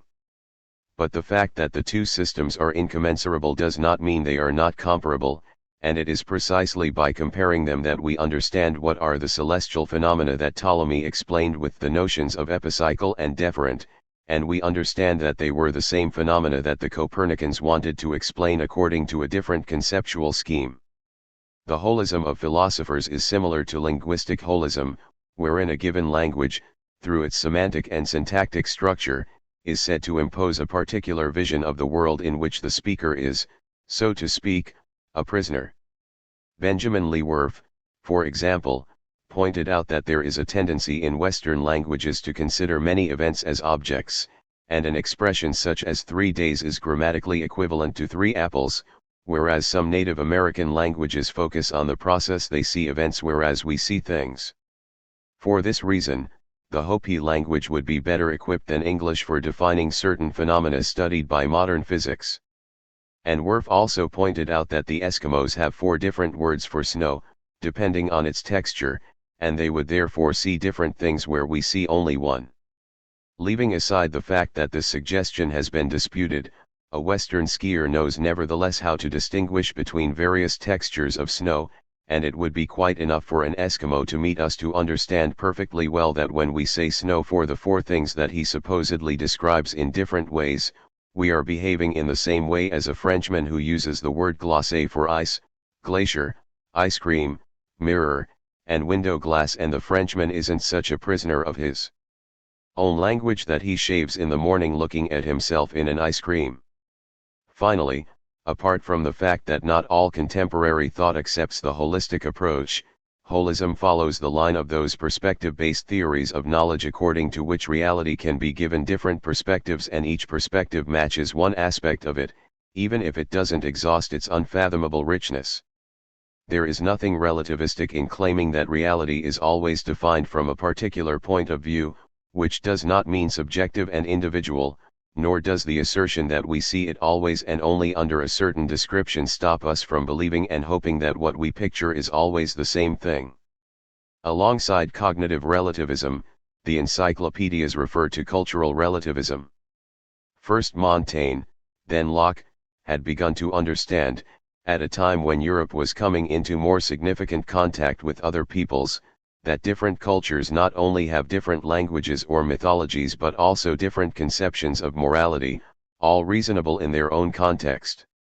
It seems indisputable that certain primitive people in the forests of New Guinea, even today, regard cannibalism as legitimate and commendable, while an Englishman would not, and it seems similarly indisputable that certain countries treat adulterous women in a manner different from ours.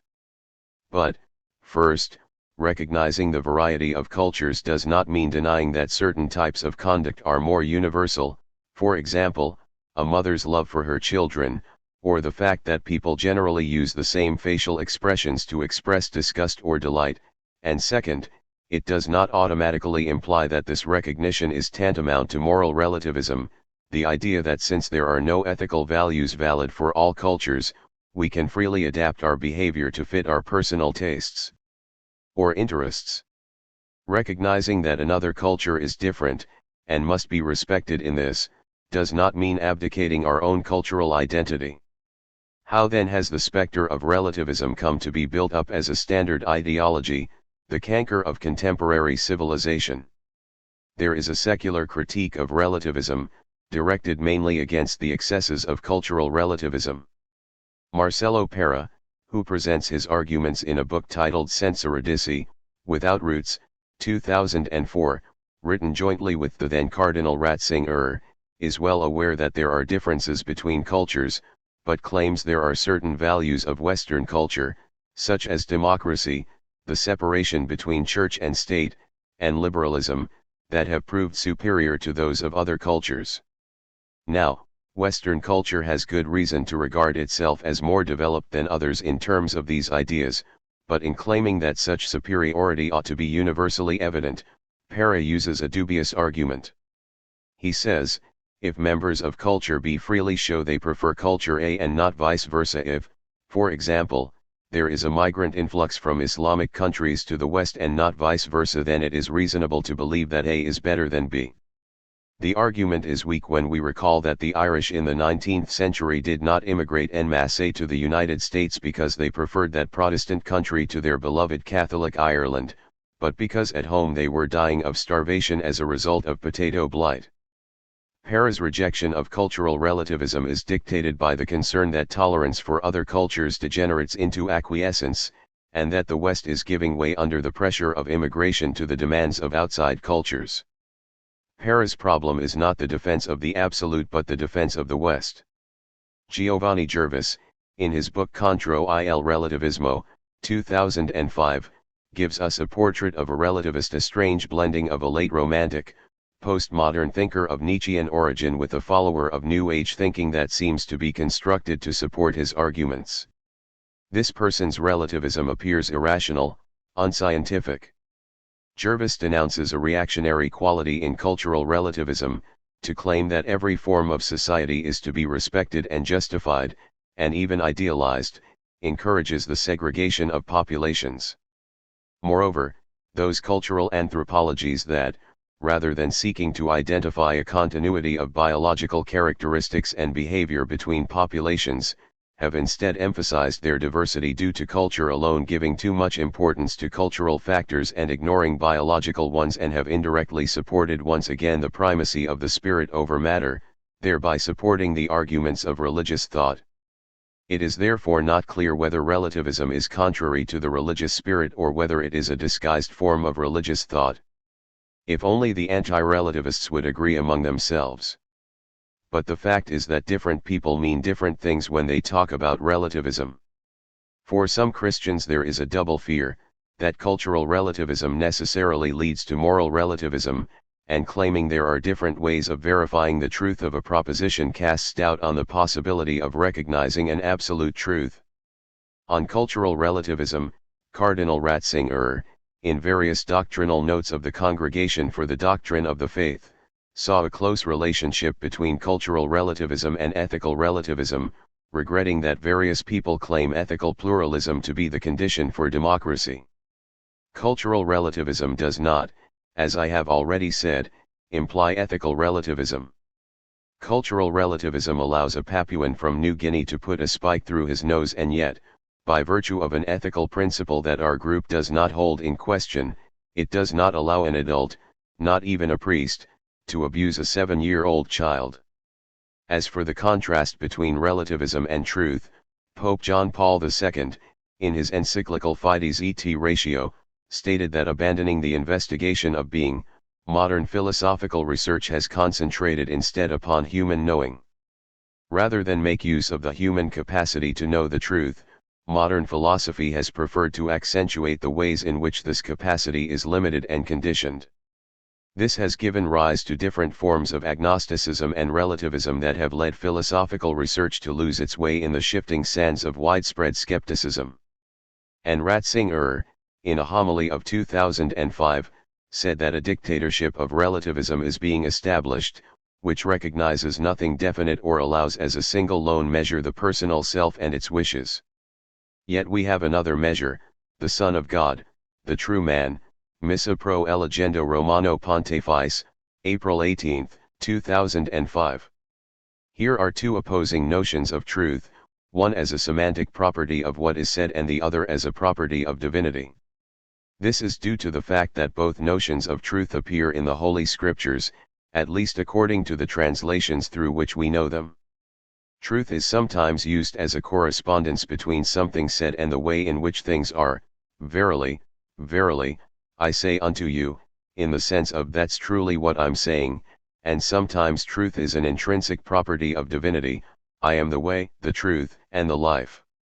This led many fathers of the Church to positions that Ratzinger would now define as relativistic, since they said it was not important to worry about whether a given statement on the world corresponded to the way in which things were, provided it focused attention on the only truth worthy of such a name, the message of salvation.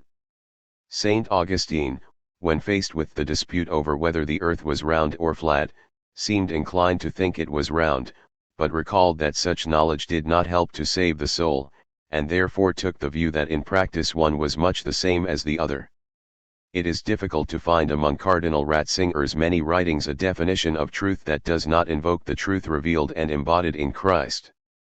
But if the truth of faith is truth revealed, why contrast it with the truth of philosophers and scientists, which is a concept of another sort, with other purposes and character? It would be enough to follow Thomas Aquinas, who, in De Aeternitate Mundi, knowing perfectly well that to support Averroes's view about the eternity of the world was a terrible heresy, accepted through faith that the world was created, but admitted that from the cosmological point of view it could not be rationally demonstrated either that it was created or that it was eternal. For Ratzinger, however, in his contribution to a book entitled Il Monoteismo, 2002, the essence of all modern philosophical and scientific thought is as follows. Truth as such, so it is thought, cannot be known, but we can gradually advance only by small steps of establishing what is true and false. There is a growing tendency to replace the concept of truth with that of consensus. But this means that man becomes detached from the truth and thus also from the distinction between good and evil, submitting completely to the principle of the majority. Man plans and builds the world without preset criteria and thus necessarily exceeds the concept of human dignity, so that even human rights become problematic. In such a conception of reason and rationality there is no space left for the concept of God. This extrapolation, which passes from a prudent concept of scientific truth as an object of continual investigation and correction, to a declaration of the destruction of all human dignity, is unsustainable. That is, unsustainable unless all modern thought is identified with this line of reasoning. There are no facts but only interpretations, which leads to the declaration that existence has no basis and therefore that God is dead, and finally that if there is no God, then anything is possible.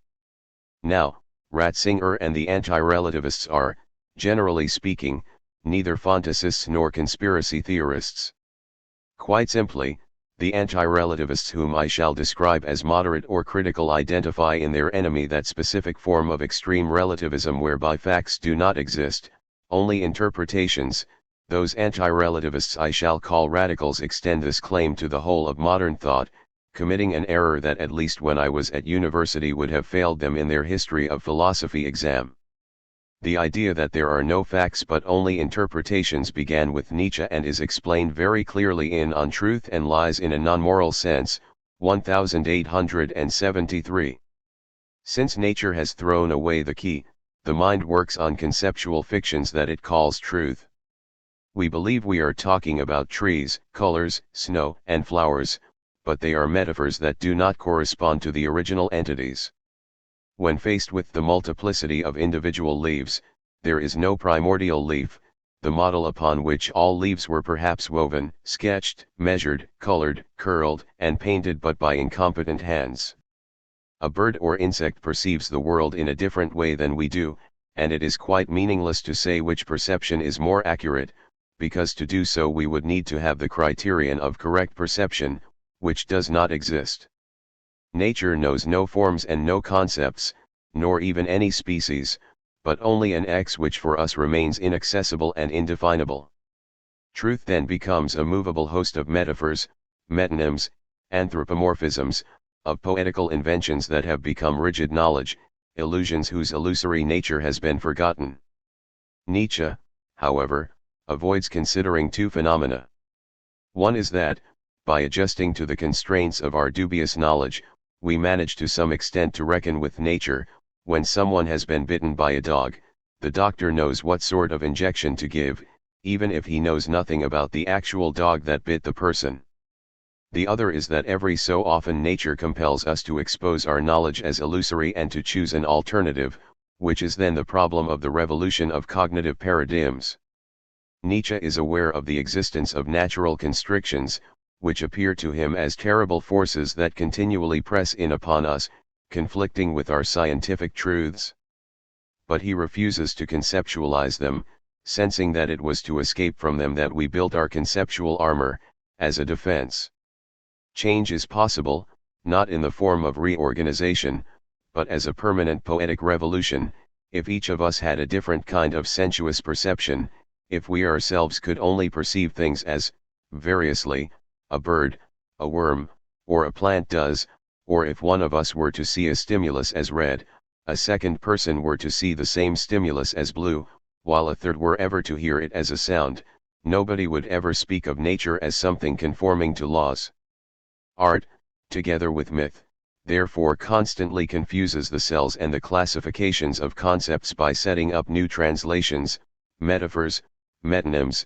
It constantly manifests the desire to shape the given world of the waking human being in ways which are just as multiform, irregular, inconsequential, incoherent, charming and ever new, as things are in the world of dreams.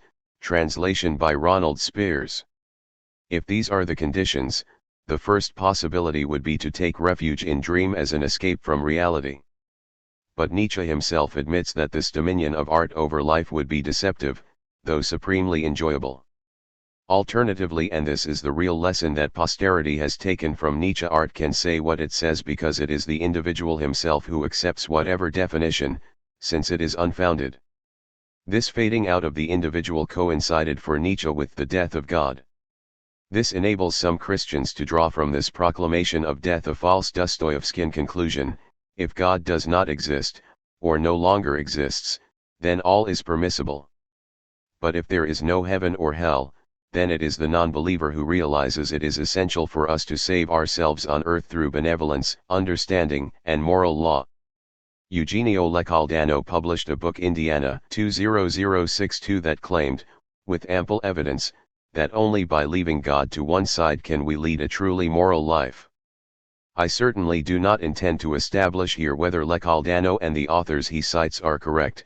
I wish only to point out that there are those who claim that the absence of God does not eliminate the ethical problem, and Cardinal Martini was well aware of this when he established a teaching post in Milan for non-believers.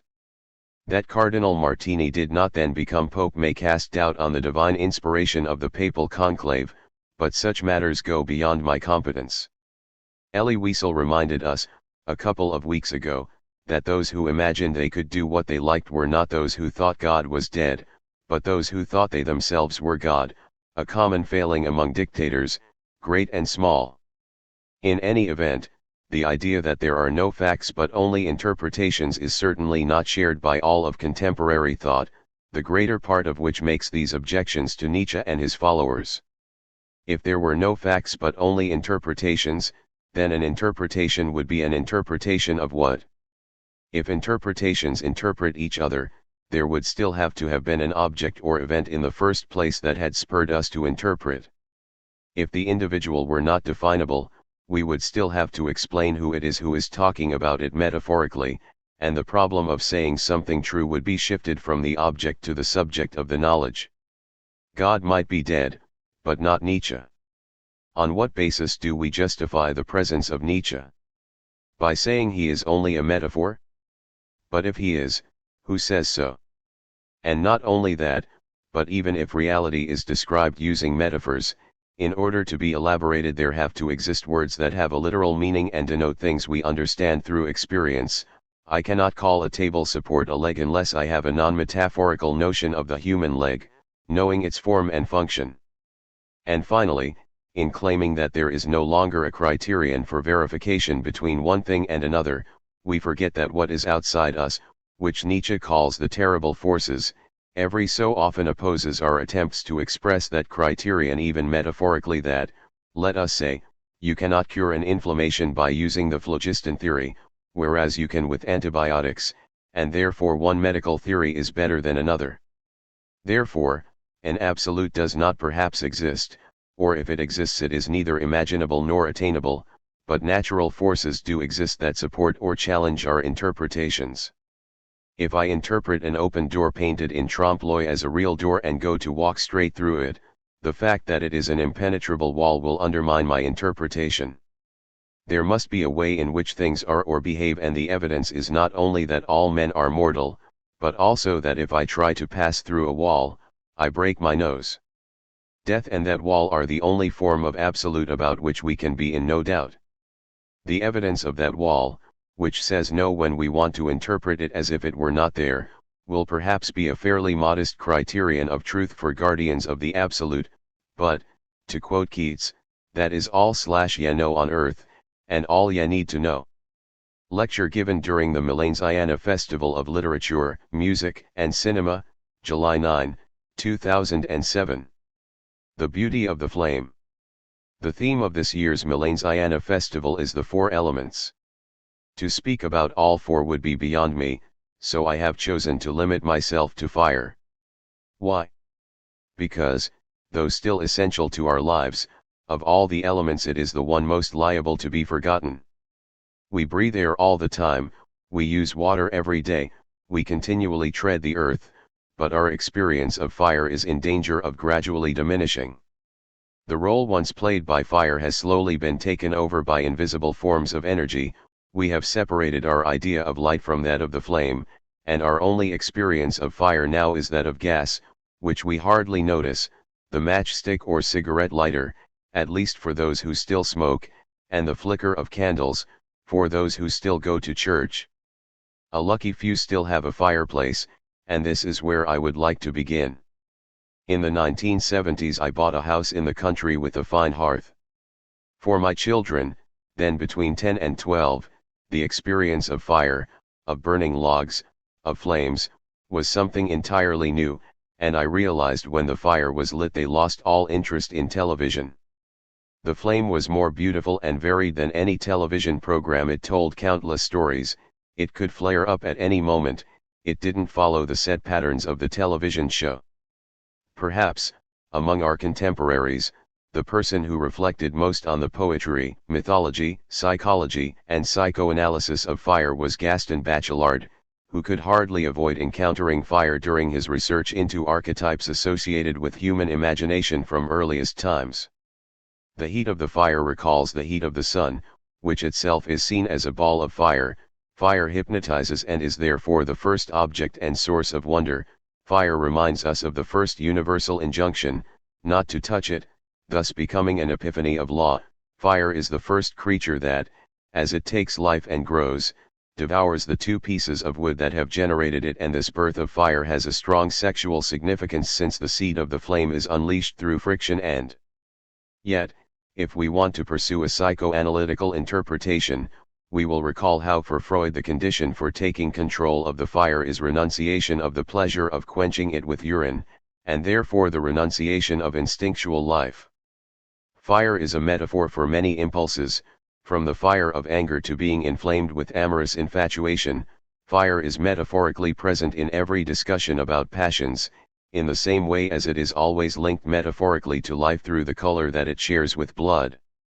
Fire as heat governs that maceration of food matter that is digestion and shares with the feeding process the fact that, to stay alive, it must be continually fueled.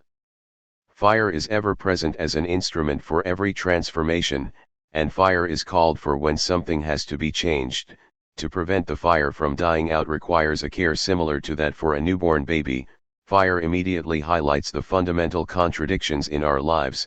It is the element that brings life and the element that brings death, destruction, and suffering. It is the symbol of purity and purification but also of filth, since it produces ash as its excrement. Fire can be a light too strong to look at, like the sun. But properly harnessed, as in the light of a candle, it flickers and casts shadows, accompanying our night vigils, during which a solitary flame takes hold of our imagination, with its rays that spread out into darkness, and the candle symbolizes a source of life and, at the same time, a sun that dies away. Fire is born from matter, to be transformed into an ever lighter and airier substance, from the red or bluish flame at its base to the white flame at its peak, until it vanishes in smoke. In that sense the nature of fire is ascendant, it reminds us of transcendence, and yet, perhaps because we learn that it lives at the heart of the earth, from which it bursts forth only when volcanoes erupt, it is a symbol of infernal depth. It is life, but it also dies down and is continually fragile. And to conclude my consideration of Bachelard, I'd like to quote this passage from Psychoanalysis of Fire, 1964. From the notched teeth of the chimney hook there hung the black cauldron. The three-legged cooking pot projected over the hot embers. Puffing up her cheeks to blow into the steel tube, my grandmother would rekindle the sleeping flames. Everything would be cooking at the same time, the potatoes for the pigs, the choice potatoes for the family. For me there would be a fresh egg cooking in the ashes. The intensity of the fire cannot be measured by an hourglass. The egg was ready when a drop of water, perhaps of saliva, evaporated on its shell. I was surprised, then, to learn that Papin watched over his cooking pot using the same methods as my grandmother. Before the egg I had to eat bread soup. But on the days when I was on my good behavior, they would bring out the waffle iron. Rectangular in form, it would crush down the fire of thorns burning red as the spikes of gladioli. And soon the gaffra, or waffle, would be pressed against my pinafore, warmer to the fingers than to the lips. Yes, then indeed I was eating fire, eating its gold, its odor, and even its crackling while the burning gaffra was crunching under my teeth. And it is always like that, through a kind of extra pleasure like a dessert, that the fire shows itself a friend of man. Translated by Alan C. M. Ross. Fire is therefore very many things. As well as a physical phenomenon, it becomes a symbol, and like all symbols is ambiguous, polysemous, evoking different meanings according to the circumstances. This evening, therefore, I will not be attempting a psychoanalysis of fire but instead a rough and ready semiotic exploration, searching out the various meanings it has acquired for all of us who are warmed by it and sometimes die by it. Fire as a divine element. Seeing that our first experience of fire happens indirectly, through the light of the sun, and directly, through the untamable forces of lightning and uncontrollable fires, it was obvious that fire had to be associated from the very beginning with divinity, and in all the primitive religions we find some form of fire cult, from worship of the rising sun to keeping in the inner sanctum of the temple the sacred fire that must never burn out. In the Bible, fire is always an epiphanic image of the divine. Elijah would be taken away on a chariot of fire, the just would triumph in radiant fire, so let all thine enemies perish, O Lord, but let them that love him be as the sun when he goeth forth in his might, Judges 5:31, and they that be wise shall shine as the brightness of the firmament, and they that turn many to righteousness as the stars forever and ever, Daniel 12:3, and in the time of their visitation they shall shine, and run to and fro like sparks among the stubble, Wisdom 3:7, whereas the fathers of the church spoke of Christ as lampas, Lucifer, lumen, lux, orines, sol iasticii, sol novus, stella. The first philosophers thought of fire as a cosmic principle. For Heraclitus, according to Aristotle, fire was the arche, the origin of all things, and in certain fragments it seems that Heraclitus did actually hold this view. He is thought to have claimed that the universe regenerates itself in every era through fire, that there is a mutual exchange of all things with fire, and of fire with all things, like the exchange of goods for gold and gold for goods. And, according to Diogenes Laertius, he is said to have claimed that everything is formed from fire and returns to fire, that all things, through condensation and rarefaction, are mutations of fire, which through condensation transforms itself into humidity, humidity consolidates into earth, earth in turn liquefies into water, and water produces luminous evaporations that fuel new fire. But alas, we know that Heraclitus was by definition obscure, that the Lord whose oracle is at Delphi neither reveals nor conceals, but gives a sign, and many take the view that the references to fire were only a metaphor to explain the extreme changeability of everything. In other words, panta rei, everything flows movably and changeably, and not only, I paraphrase, do we never bathe twice in the same river, but things never burn twice in the same flame. We find perhaps the most beautiful identification of fire with the divine in the work of Plotinus. Fire is a manifestation of the divine because, paradoxically, the one from which everything emanates, and about which nothing can be said, does not move and is not consumed in an act of creation. And this primal object can be conceived only as if it were an irradiation, like a brilliant light encircling the sun and ceaselessly generated from it, while the sun remains just the same as it was, unchanging, 5th Ennead, Tractate 1, Section 6. And if things are created from an irradiation, nothing can be more beautiful on earth than fire, which is the very figure of divine irradiation. The beauty of a color, which is something simple, is created from a form that dominates the obscurity of matter and from the presence in the color of an incorporeal light, which is its formal reason. For this reason, fire is beautiful in itself more than any other thing, because of its intangibility of form. Of all bodies it is the lightest, to the point of being almost intangible. It always remains pure because it does not contain within itself the other elements that make up matter, whereas all other elements contain fire within themselves. They, in fact, can be heated, whereas fire cannot be cooled. Fire alone, by its nature, contains colors, other things receive their form and color from it, and when they distance themselves from the firelight they lose their beauty. The pages of Pseudo-Dionysius the Areopagite, 5th to 6th centuries, which influenced the whole of medieval aesthetics, show a strong Neoplatonic influence. This can be seen in celestial hierarchy. I believe, then, that fire manifests what is most divine in the celestial minds, for the holy authors often describe the superessential and formless essence which has no form at all with the symbol of fire, since it has many aspects of the divine character, if such can be said, insofar as it can be found in visible things. In fact, the sensitive fire is found, so to speak, in all things and passes through all things without mingling with them, and is separate from everything and at the same time, being all luminous, remains, as it were, hidden, unknown in its essential nature until it is placed before a material toward which it can demonstrate its own action. It cannot be taken hold of, nor seen, but it takes hold of everything. Chapter 15. Medieval perceptions of beauty are dominated by concepts of clarity and luminosity, as well as proportion. Cinema and video games encourage us to think of the Middle Ages as a succession of dark centuries, not only metaphorically but also in terms of nocturnal colors and dark shadows. Nothing could be more wrong. People in the Middle Ages certainly lived in dark spaces, forests, castle corridors, small rooms faintly lit by their fireplaces, but apart from the fact that they were people who went to sleep early and were more accustomed to the day than the night, of which the Romantics would be so fond, the Middle Ages was a time of bright hues. It was a period that identified beauty with light and color, as well as with proportion, and this color was always elementary, a symphony of reds, blues, gold, silver, white, and green, without subtleties and halftones.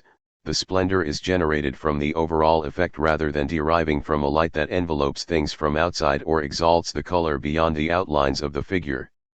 In medieval miniatures the light seems to emanate from the objects. In medieval poetry the sense of radiant color is always present, the grass is green, blood is red, milk pure white, and a pretty woman, in the words of Guido Ghinezzoli, has a face of snow colored in carmine, not to forget, later on, Petrarch's clear, fresh, sweet waters. Fire animates the visions of mystics, in particular the writings of Hildegard of Bingen. See, for example, Liber Civius. I saw a dazzling light and in it a human form, the color of sapphire, which was all ablaze with bright gentle fire, and that splendorous light spread throughout the whole bright fire, and this fire was bright with that splendorous light, and that light was dazzling and that fire bright with the whole human form, producing a single glow of matchless virtue and power.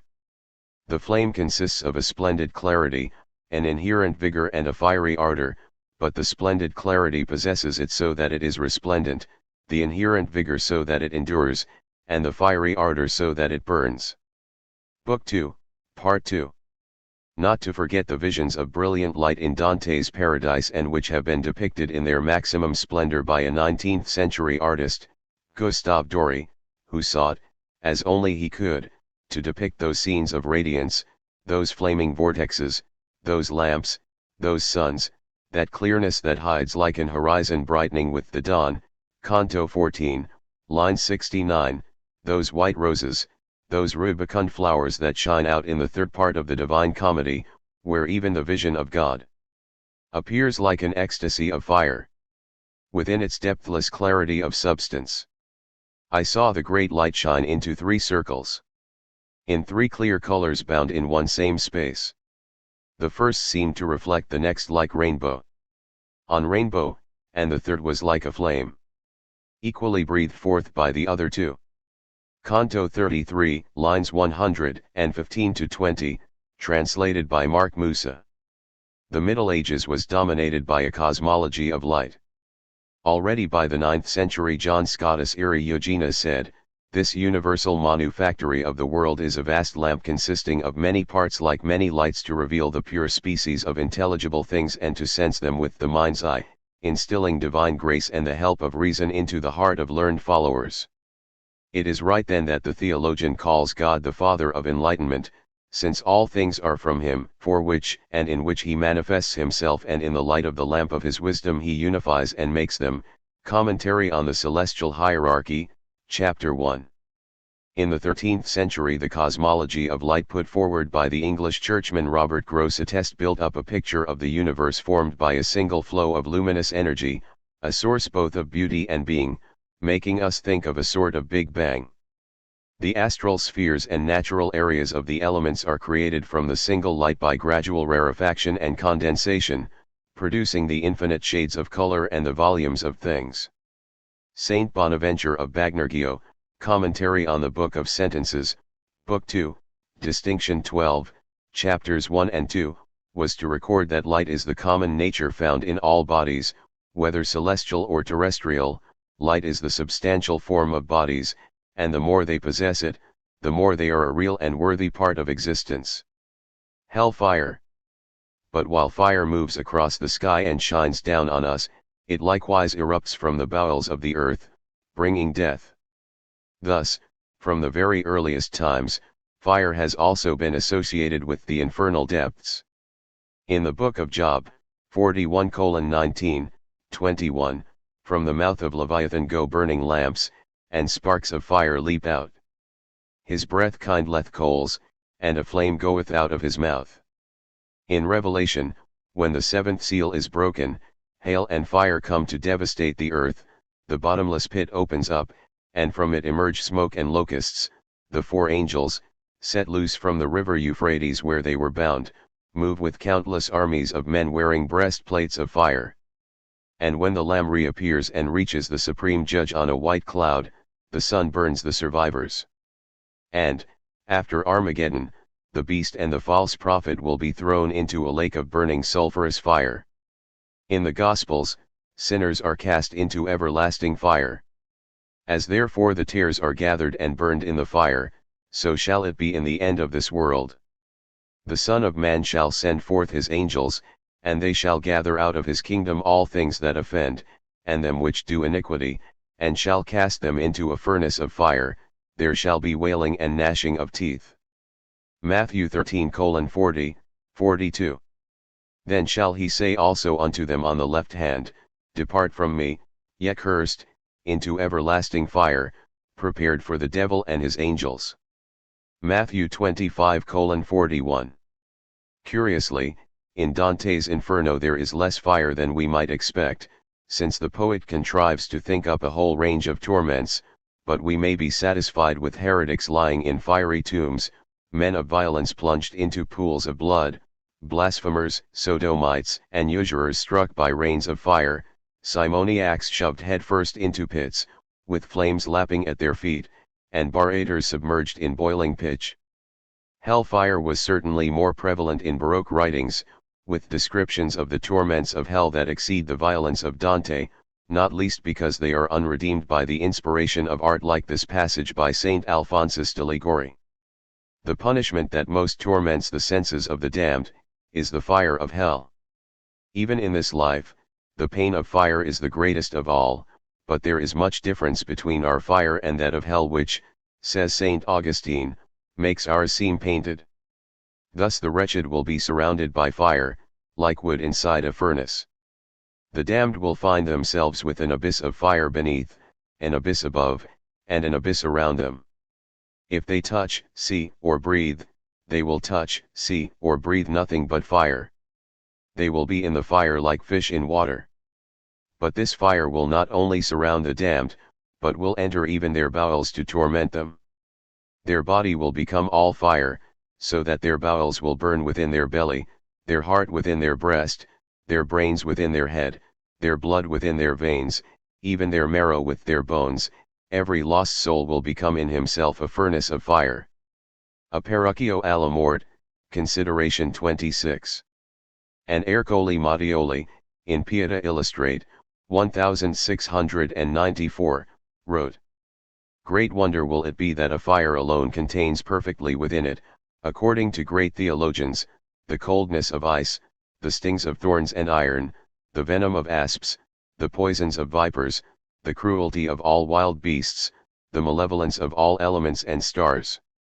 Yet greater wonder, et super virtutum ignis, will be that such fire, though one species alone, can make distinction in tormenting those who sin most, being called by Tertullian sapiens ignis, and by Eusebius of Emissa ignis arbiter, since, having to match, according to the greatness and diversity of supplicants, the greatness and diversity of their sins. The fire, almost as if it were endowed with reason and full knowledge, to distinguish between sinner and sinner, shall make its rigors felt with more or less severity. And so we arrive at the last secret of Fatima by Sister Lucia, ex shepherdess. The secret consists of 3 distinct parts, 2 of which I am now going to reveal. The first part is the vision of hell. Our Lady showed us a great sea of fire, which seemed to be underground. Plunged in this fire were demons and souls in human form, like transparent burning embers, all blackened or burnished bronze, floating about in the conflagration, now raised into the air by the flames that issued from within themselves together with great clouds of smoke, now falling back on every side like sparks in a huge fire, without weight or equilibrium, and amid shrieks and groans of pain and despair, which horrified us and made us tremble with fear. The demons could be distinguished by their terrifying and repulsive likeness to frightful and unknown animals, all black and transparent. Congregation for the Doctrine of the Faith, The Message of Fatima, June 26, 2000. Alchemical fire. Halfway between holy fire and hell fire is fire as an alchemical operator. Fire and crucible seem to be essential in alchemical practice, which seeks to operate on a raw material so as to obtain from it, through a series of manipulations, the philosopher's stone. This is capable of projection, transmuting base metals into gold. The manipulations of the raw material take place through 3 stages, distinguished by the color the material gradually assumes, the black work, the white work, and the red work. The black work involves a heating, and therefore the use of fire, and decomposition of the matter. The white work is a process of sublimation or distillation, and the red work is the final stage. Red is the color of the sun, which often symbolizes gold, and vice versa. The hermetical furnace, the athanure, is an essential instrument, but alembics, vessels, and mortars are also used, each with their symbolic names, such as the philosophical egg, maternal womb, wedding chamber, pelican, sphere, sepulchre, and so forth. The essential substances are sulfur, mercury, and salt. But the procedures are never clear, since the language of alchemists is based on 3 principles. As the object of the art is highly secret and not to be divulged, the secret of secrets, no expression ever says what it seems to say, no symbolic interpretation will ever be definitive, because the secret will always be elsewhere. Poor fool! Can you be so naive as to believe we are openly teaching you the greatest and most important of secrets? I assure you that anyone who wants to explain what the Hermetic philosophers write according to their ordinary and literal meaning will find himself caught up in the twists and turns of a labyrinth from which he cannot escape, and won't have Ariadne's thread to guide him out of it. Arte Fuse. When it seems that ordinary substances such as gold, silver, or mercury are being spoken of, other substances are in fact being described, philosophers' gold or mercury, which have nothing at all to do with them. While no description is ever what it seems, everything always relates to the same secret. As the Turba Philosophorum states, know that we are all in agreement, whatever we say. One person clarifies what the other has concealed, and he who really searches will find everything. When does fire intervene in the alchemical process? If alchemical fire can be compared with the fire that precedes digestion or gestation, it ought to intervene during the course of the black work, when heat, acting over and against radical, metallic, viscous, oily humidity, produces the nigredo. If we can accept a text like the Dictionnaire Mytho-Hermetic by Dom Pernety, Paris, Delalane, 1787, we read that when heat acts on these matters, they are changed first into powder, and oily and gluey water, which rises as a vapor to the top of the vase, then descends again in dew or rain, to the bottom, where it becomes almost as an oily black broth. This is why it has been called sublimation and volatilization, ascension and descension. The water then, coagulating more and more, becomes like black tar, which has caused it to be named fetid and stinking earth, also because it emits a musty odor of sepulchres and tombs. La Clef de l'Oeuvre, pages 155-56. But statements can also be found in the textbooks to the effect that the terms distillation, sublimation, calcination, or digestion, or the terms firing, reverberation, dissolution, descent, and coagulation, are none other than the same operation, carried out in a single vessel, in other words, a firing of the substance. Thus, concludes Pernety, this operation must be regarded as unique, but expressed in different terms, and it will be understood that all the following expressions signify the same thing: distill by alembic, separate the soul from the body, burn, calcinate, unite the elements, convert them, change one into the other, corrupt, melt, engender, conceive, bring into the world, exhaust, moisten, wash with fire, beat with the hammer, blacken, putrefy, rubefy, dissolve, sublimate, grind, reduce to powder, crush in the mortar, pulverize on marble, and many other similar expressions all mean simply to cook in the same way, until dark red. Care must therefore be taken not to remove the vase from the fire, because if the material cools down, all is lost.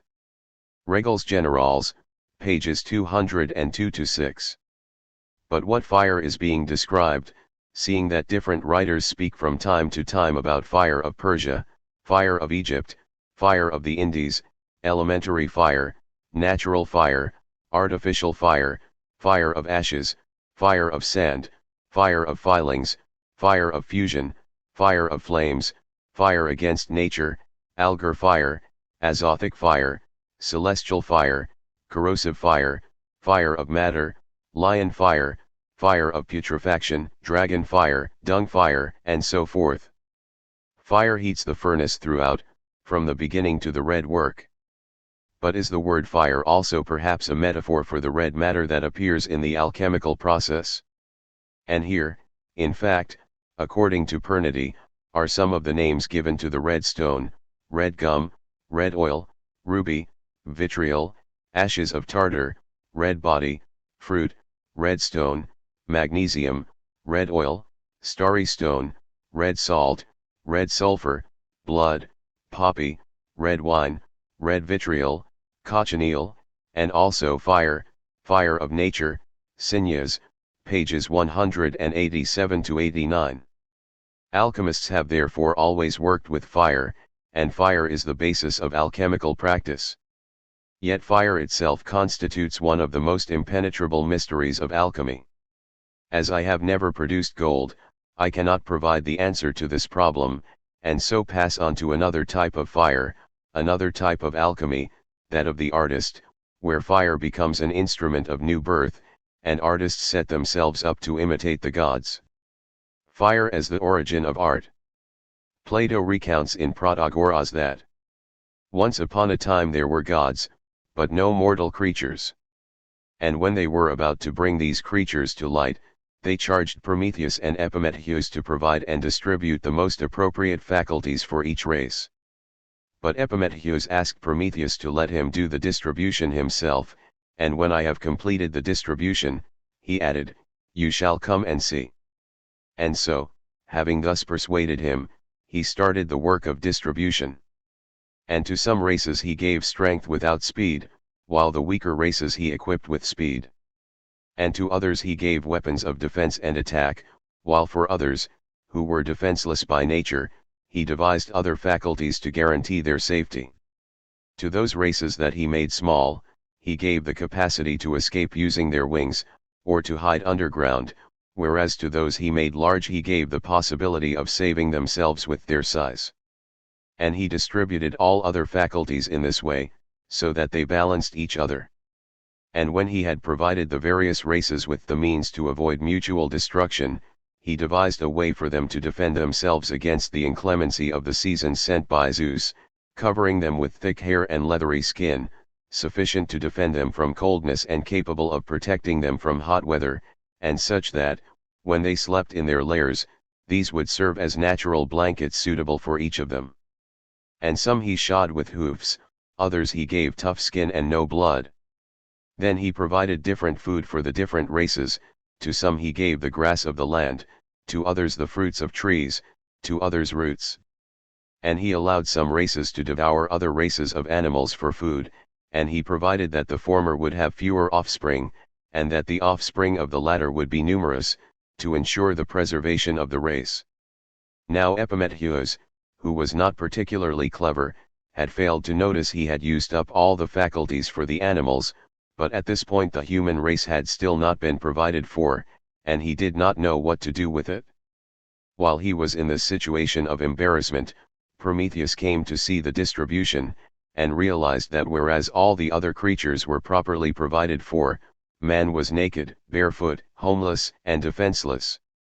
So Prometheus, in this embarrassing situation, not knowing what salvation to devise for man, stole technical wisdom and fire from Hephaestus and Athena, since without fire it was impossible to acquire and use that wisdom, and he gave it to man. Sections 320c, 321d. With the conquest of fire, the arts are born, at least in the Greek sense, of technical skills and thus the dominion of man over nature. What a shame that Plato had not read Levi Strauss, and had not also told us that the discovery of fire marked the beginning of cooked food, but cooking is, after all, an art and was therefore included under the Platonic notion of techne. Benvenuto Cellini gives an excellent description of how much fire has to do with the arts in his life, recounting how he fused his Perseus, covering him in a clay mold, and then, with a slow fire, removed the wax from it, which came out through the many vents that I had made, for the more there are, the better do the molds fill. And when I had finished removing the wax, I made a funnel around my Perseus, that is to say around the said mold, of bricks, interlacing one above the other, and I left many spaces through which the fire could the better emerge. Then I began to arrange the wood carefully, and I kept up the fire for 2 days and 2 nights continuously, to such purpose that when all the wax had been extracted, and the said mold was afterwards well baked, I immediately began to dig the ditch wherein to bury my mold, with all those skillful methods that this fine art directs us. And holding it very carefully upright, in such a fashion that it hung exactly in the middle of the ditch, I caused it to descend very gently as far as the bottom of the furnace. When I saw it was thoroughly firm, as well as that method of filling it in, together with the placing of those conduit pipes properly in their places, I turned to my furnace, which I had made them fill with many lumps of copper and other pieces of bronze. And having piled the one upon the top of the other after the fashion that our profession indicates to us, that is to say raised up, so as to make a way for the flames of the fire, whereby the said metal derives its heat quicker, and by it melts and becomes reduced to liquid, I then happily told them to set light to the said furnace. And laying on those pieces of pine wood, which from the greasiness of that resin that the pine exudes, and from the fact that my little furnace was so well built, it acted so well that the workshop took fire, and we were afraid lest the roof should fall upon us. From the other side toward the kitchen garden the heaven projected upon me so much water and wind that it cooled my furnace. Combating this for several hours under these perverse conditions, employing so much more effort than my strong vigor of constitution could possibly sustain, there sprang upon me a sudden fever, the greatest that can possibly be imagined in the world, by reason of which I was forced to take to my bed. Book 2, Section 75. And so, after so much planning, accompanied by accidental fire, artificial fire, and bodily fever, his statue took form. But if fire is a divine element, then man, at the same time, in learning how to make fire, appropriates a power that until then had been reserved for the gods, and so even the fire he lights in the temple is the effect of an act of pride. The Greek civilization immediately gives this connotation of pride to the conquest of fire, and it is curious how all the celebrations of Prometheus, not only in Greek tragedy but also later in art, emphasize not so much the gift of fire as the punishment that follows it. Fire as an epiphanic experience. When the artist accepts and recognizes with pride and with hubris that he resembles the gods, and sees art as a substitute for divine creation, then decadent sensibility opens the way for likening aesthetic experience to fire, and fire to epiphany. The concept of epiphany, if not the term, first appears with Walter Pater in the conclusion to his essay on the Renaissance. It is no surprise that the famous conclusion opens with a quote from Heraclitus. Reality is a sum of forces and elements that arise and gradually fall away, and only superficial experience makes us see them as solid and fixed in an importunate presence, but when reflection begins to act upon those objects they are dissipated under its influence, their cohesive force seems suspended like a trick of magic.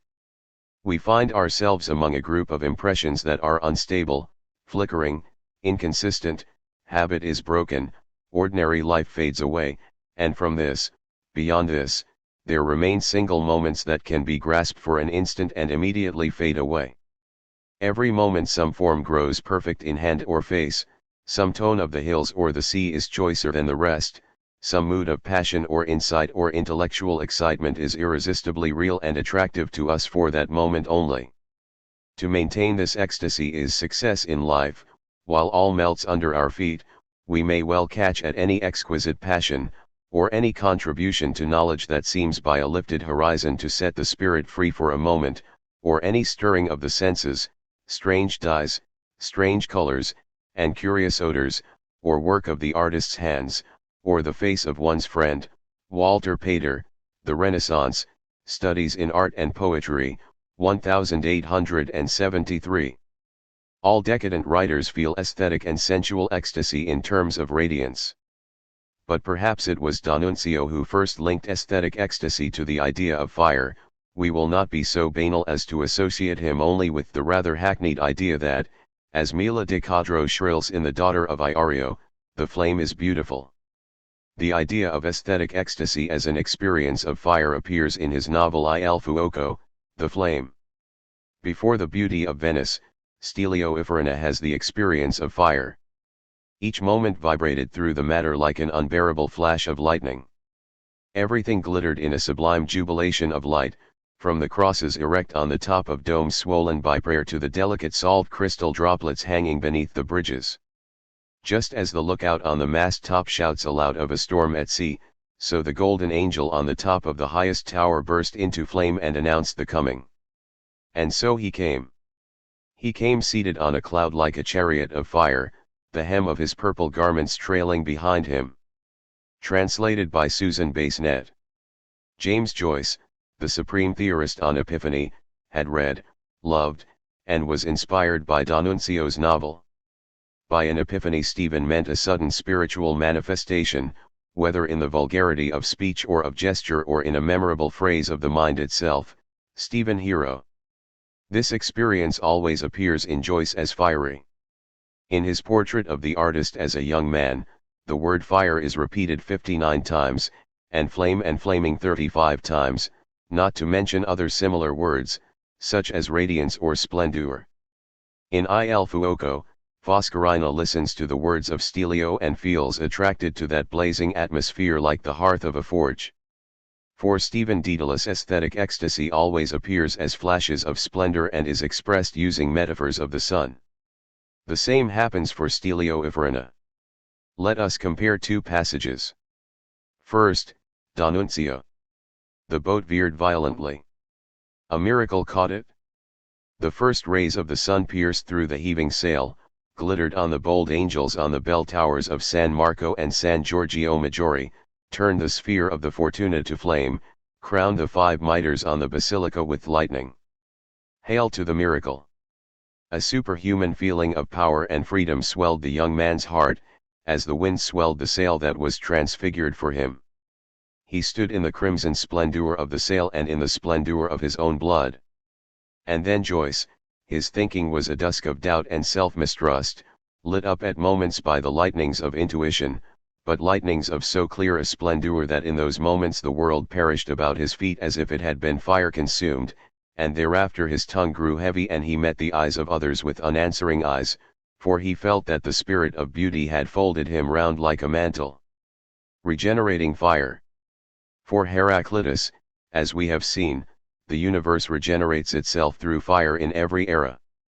Empedocles was, it seems, on more familiar terms with fire. It was to gain divinity, or to persuade his followers that he was divine, that he threw himself, at least according to some, into Mount Etna. This final purification, this choice of annihilation in fire, has fascinated poets from all periods. Suffice it to recall Holderlin. Have you not seen? They are recurring. The lovely times of my entire life again today. And something greater still is yet to come. Then upward, son, upward to the very peak of ancient holy Etna, that is where we'll go. For gods have greater presence on the heights. With my own eyes this very day I shall survey the streams and islands and the sea. And may the sunlight, hovering golden over all these waters, deign to bless me in departure. The splendid youthful light of day, which in my youth I loved. Then all about us both eternal stars will scintillate in silence as the glowing magma surges from volcanic depths. And tenderly to all impelling spirit of the ether will arrive and touch us. Oh, then. The Death of Empedocles, translated by David Farrell Krell. Between Heraclitus and Empedocles, then, there is another aspect of fire not only as creator but at the same time as destroyer and regenerator. The Stoics talked about ekpyrosis as the great conflagration, or fire and end of the world, through which everything, being derived from fire, returns to fire at the end of its evolutionary cycle.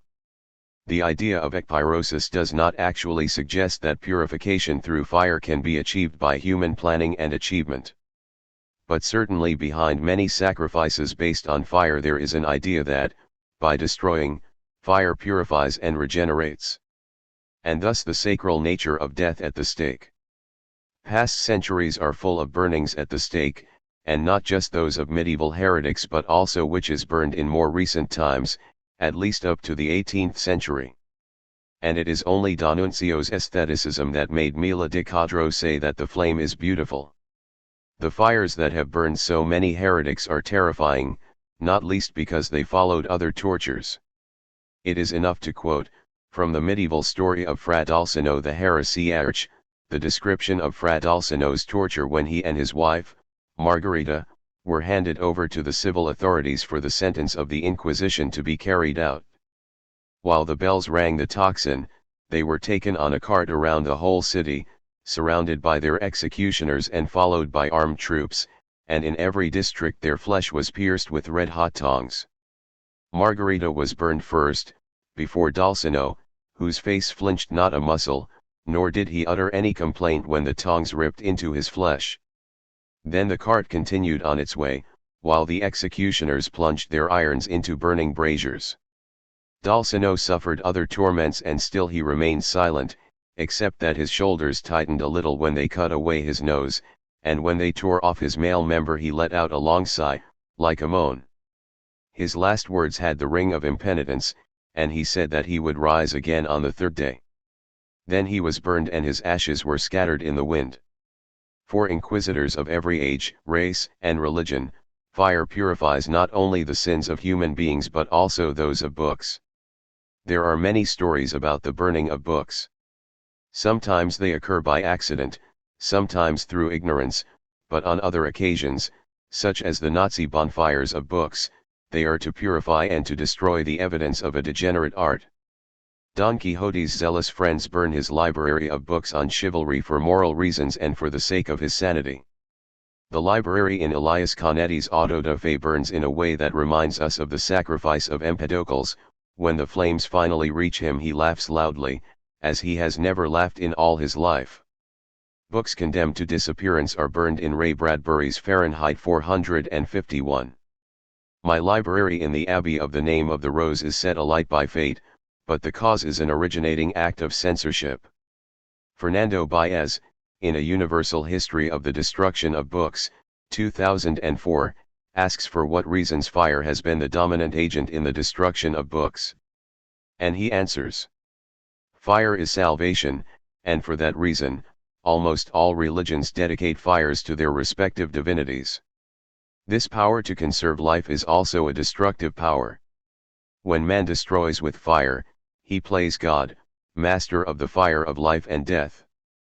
And in this way he identifies with a purifying solar cult and with the great myth of destruction that almost always takes place through fire. The reason for using fire is obvious: it reduces the spirit of a work to matter. Translated by Alfred MacAdam. Ekpyrosis today. Fire is the destroyer in every time of war, from the fabulous and fabled Greek fire of the Byzantines, a military secret if ever there was one, and on this point I'd like to recall Luigi Malerba's fine novel Il Fuoco Greco, to the chance discovery of gunpowder by Bertold Swartz, who died as a result, in a personal and punitive ekpyrosis. Fire is punishment for traitors in war, and fire is the command for every firing squad, as if the origin of life is being invoked to hasten the end.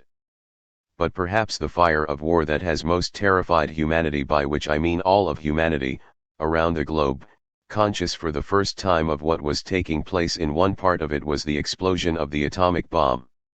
One of the pilots who dropped the bomb on Nagasaki wrote, "All of a sudden the light of 1,000 suns lit up the cabin. I was forced to close my eyes for 2 seconds, despite my sunglasses."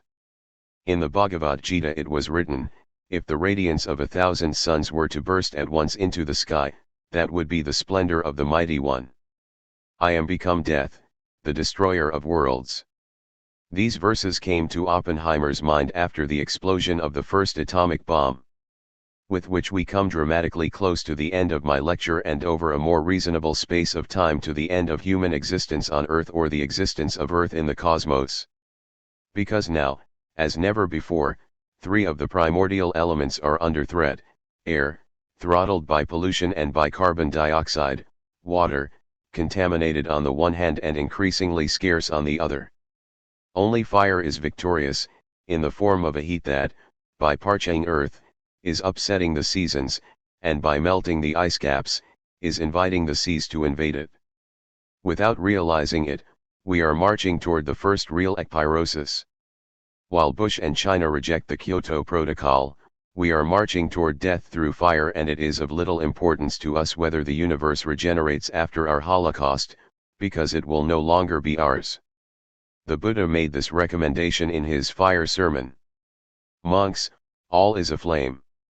What is aflame? The eye is aflame, O monks, forms and colors are aflame, visual awareness is aflame, visual contact is aflame, and whatever sensation arises depending on the contact of the eye with its projections, whether perceived as pleasant, unpleasant, or neutral, that too is aflame. Aflame with what? Aflame with the fire of attachment. Aflame, I tell you, because of birth, aging, and death, because of pain, sorrow, anguish, despair. The ear is aflame, sounds are aflame. The nose is aflame, aromas are aflame. Taste, O monks, is aflame, flavors are aflame. Touch, O monks, is aflame.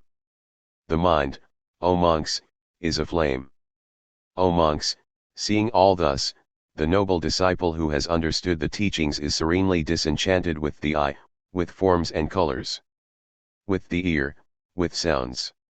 He is serenely disenchanted with aromas, with anything arising depending on the contact of the tongue with its objects, whether perceived as pleasant, unpleasant, or neutral. But humanity has been unable to relinquish, even in part, its attachment to its own aromas, tastes, sounds, and tactile pleasures, and to relinquish producing fire through friction. Perhaps it should have left the production of fire to the gods, who would have given it to us only once in a while, in the form of a thunderbolt.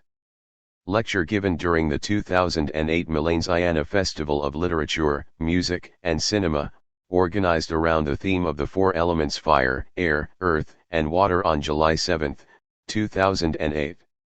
Treasure hunting. Treasure hunting is a fascinating pursuit.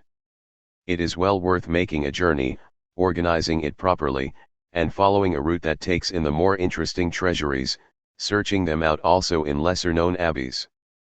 There may no longer be any point going to Saint Denis, on the outskirts of Paris, where in the 12th century the great Abbot Suger, an avid collector of jewelry, pearls, ivory, gold candelabra, and figured altar pieces, had turned his collection of precious objects into a kind of religion and mystical philosophy. Sadly, the collection of reliquaries and sacred vessels, the robes worn by kings at their coronations, the funeral crowns of Louis XVI and Marie Antoinette, and the panel of the Adoration of the Shepherds presented by the Sun King have all gone, though some of the finest pieces are still to be found in the Louvre. A visit to St. Vitus's Cathedral in Prague, however, should not be missed. Here are the skulls of St. Adalbert and St. Wenceslas, the sword of St. Stephen, a fragment of the cross, the tablecloth from the Last Supper, a tooth of St. Margaret, a fragment of the tibia of St. Vitalis, a rib of St. Sophia, the chin of St. Eoban, Moses' staff, and Our Lady's robe. St. Joseph's engagement ring was listed in the catalogue of the fabulous but now dispersed treasury of the Duc de Berry, but it is apparently at Notre Dame in Paris. And on display in the imperial treasury in Vienna are a piece of the manger from Bethlehem, St. Stephen's purse, the lance that struck Jesus' flank, a nail from the cross, Charlemagne's sword, one of St. John the Baptist's teeth, a bone from the arm of St. Anne, the apostles' chains, a piece of St. John the Evangelist's clothing, and another fragment of the tablecloth from the Last Supper. But however interested we might be in treasures, those closest to home are the ones we are least likely to know. I reckon, for example, that few people who live in Milan, not to mention tourists, have ever visited the treasury at Milan Cathedral. There you can admire the cover of the Book of the Gospels belonging to Archbishop Aribert, 11th century, with beautiful cloisonné enamel plagues and gold filigree, inset with precious stones. Searching out precious stones and their various qualities is one of the favorite pursuits of enthusiasts. It is not just a matter of looking for diamonds, rubies, or emeralds, but also for those so often mentioned in the Holy Scriptures, such as opal, chrysoprase, beryl, agate, jasper, or sardonyx. If you're clever, you will be able to distinguish between real and false stones. There is a large silver Baroque statue of St. Charles Borromeo in the Milan Cathedral treasury whose whole breastplate and cross are covered with glistening gems, since those who had commissioned it regarded silver as a poor material. And some, according to the catalogue, are real while others are just colored crystal. But leaving aside mercantile considerations, we have to admire above all what the makers of these objects wanted to achieve, an overall effect of amazing richness, not least because most of the precious materials are genuine, and the shop window of the finest Paris jeweler, in comparison to any treasury side cabinet, is worth little more than a stall in a flea market. I suggest you then have a look at the larynx of St. Charles Borromeo, but take a closer look at the pax of Pope Pius IV, a small shrine with 2 gold and lapis lazuli columns that frame in gold the deposition in the Holy Sepulchre. Above it is a golden cross with 13 diamonds on a disc of banded onyx, while the small pediment is decorated with gold, agate, lapis lazuli, and rubies. Going back further in time, to the period of St. Ambrose, there is an embossed silver chest for relics of the apostles, with magnificent bas-reliefs.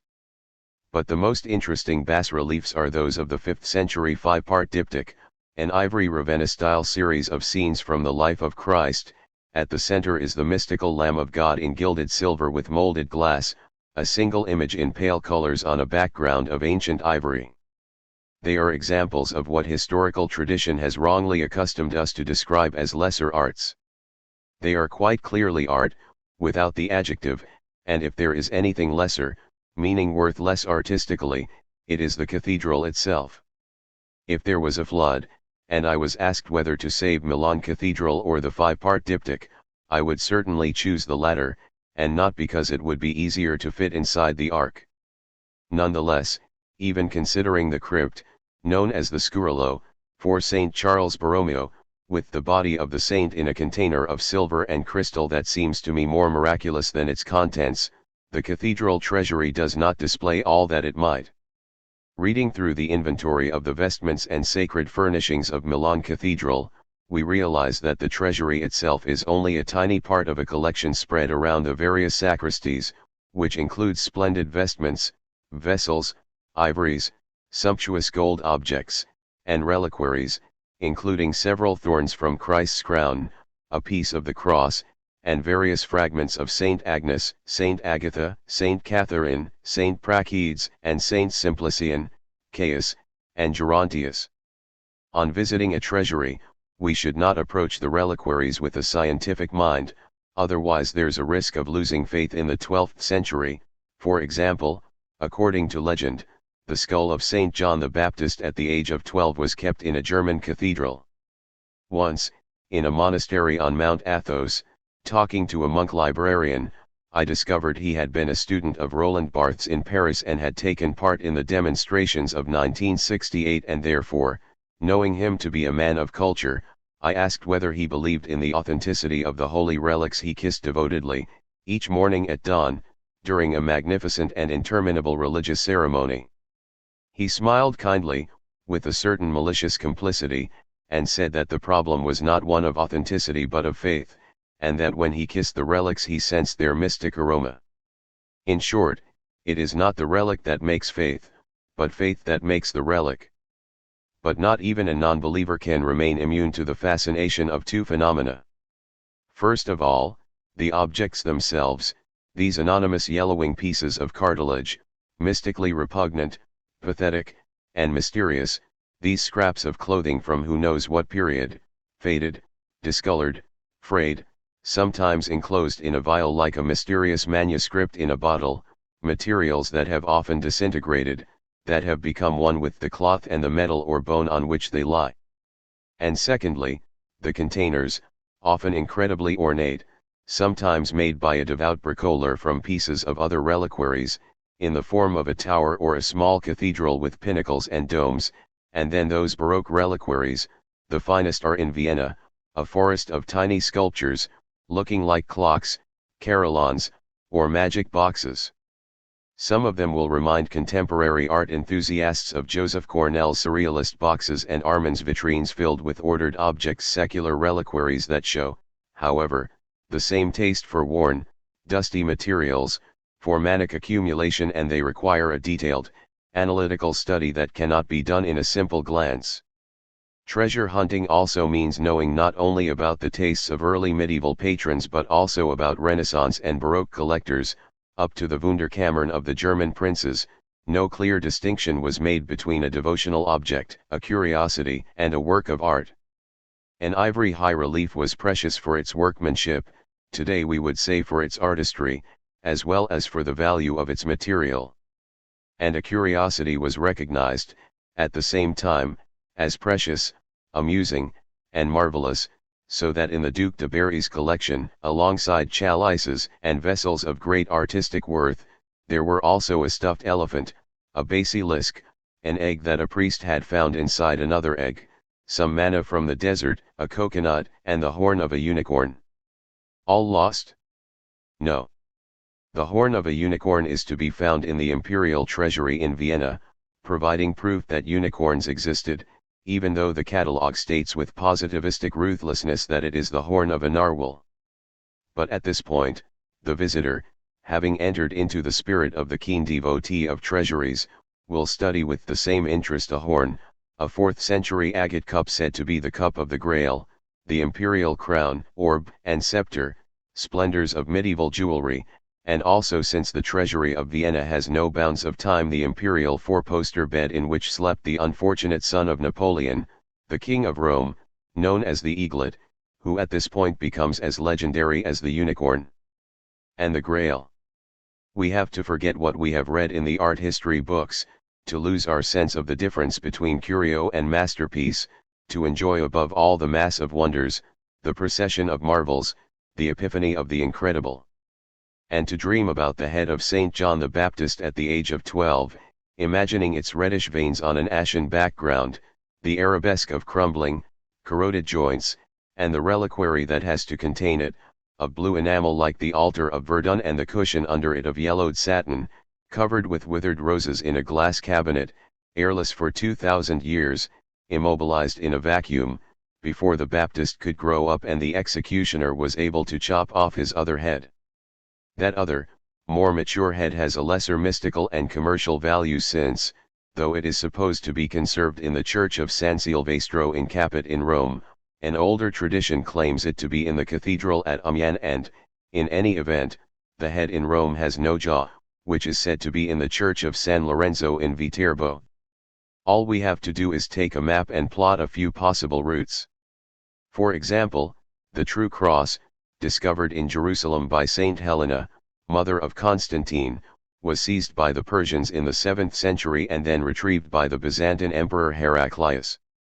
It was carried by the Crusaders in 1187 onto the battlefield at Hattin to ensure their victory over Saladin, but the battle, as we know, ended in their defeat and all trace of the cross was lost forever. Numerous fragments, however, had been taken over previous centuries and are still conserved in many churches.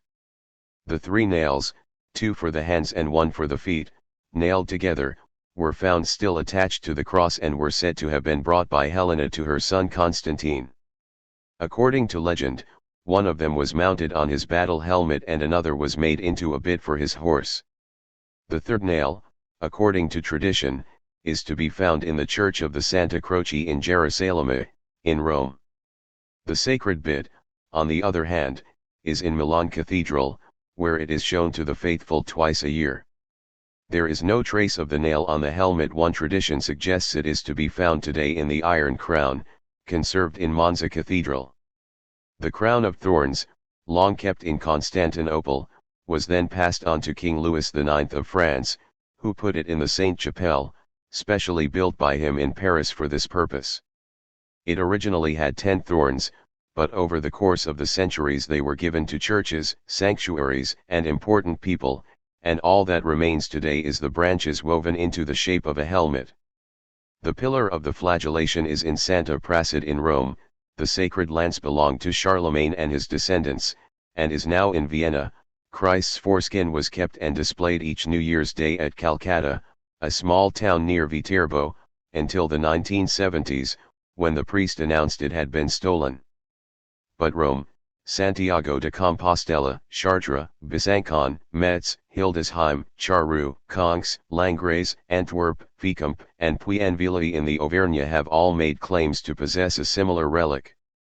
The blood that poured from Christ's side was, according to tradition, collected by Longinus, the soldier who had pierced him with the lance. He is said to have taken it to Mantua. The ampoule supposed to contain the blood is kept in the city's cathedral. Other blood attributed to Jesus is kept in a cylindrical reliquary that can be seen in the Basilica of the Holy Blood, Heilig Bloed Basilique, at Bruges in Belgium. The sacred crib is at Santa Maria Maggiore, Rome, the sacred shroud in Turin, the linen napkin used by Christ to wash the feet of the apostles at the Church of St. John Lateran in Rome, but also at Aix in Germany. Indeed, the latter napkin is said to bear the footprint of Judas. The swaddling clothes of the infant Jesus are at Aachen. The house of Mary, where the Annunciation took place, was transported through the air by angels from Nazareth to Loreto. Many churches hold what is claimed to be the hair of Mary. One hair, for example, is at Messina, or her milk. The sacred girdle of Our Lady is at Prato. Saint Joseph's wedding ring is at Perugia Cathedral. The engagement rings of Joseph and Mary are at Notre Dame in Paris.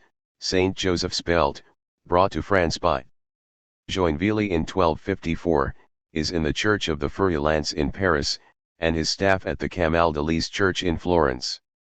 There are also fragments of the staff in the churches of Santa Cecilia in Rome, Sant' Anastasia in Rome, and San Domenico and San Giuseppe del Mercato in Bologna.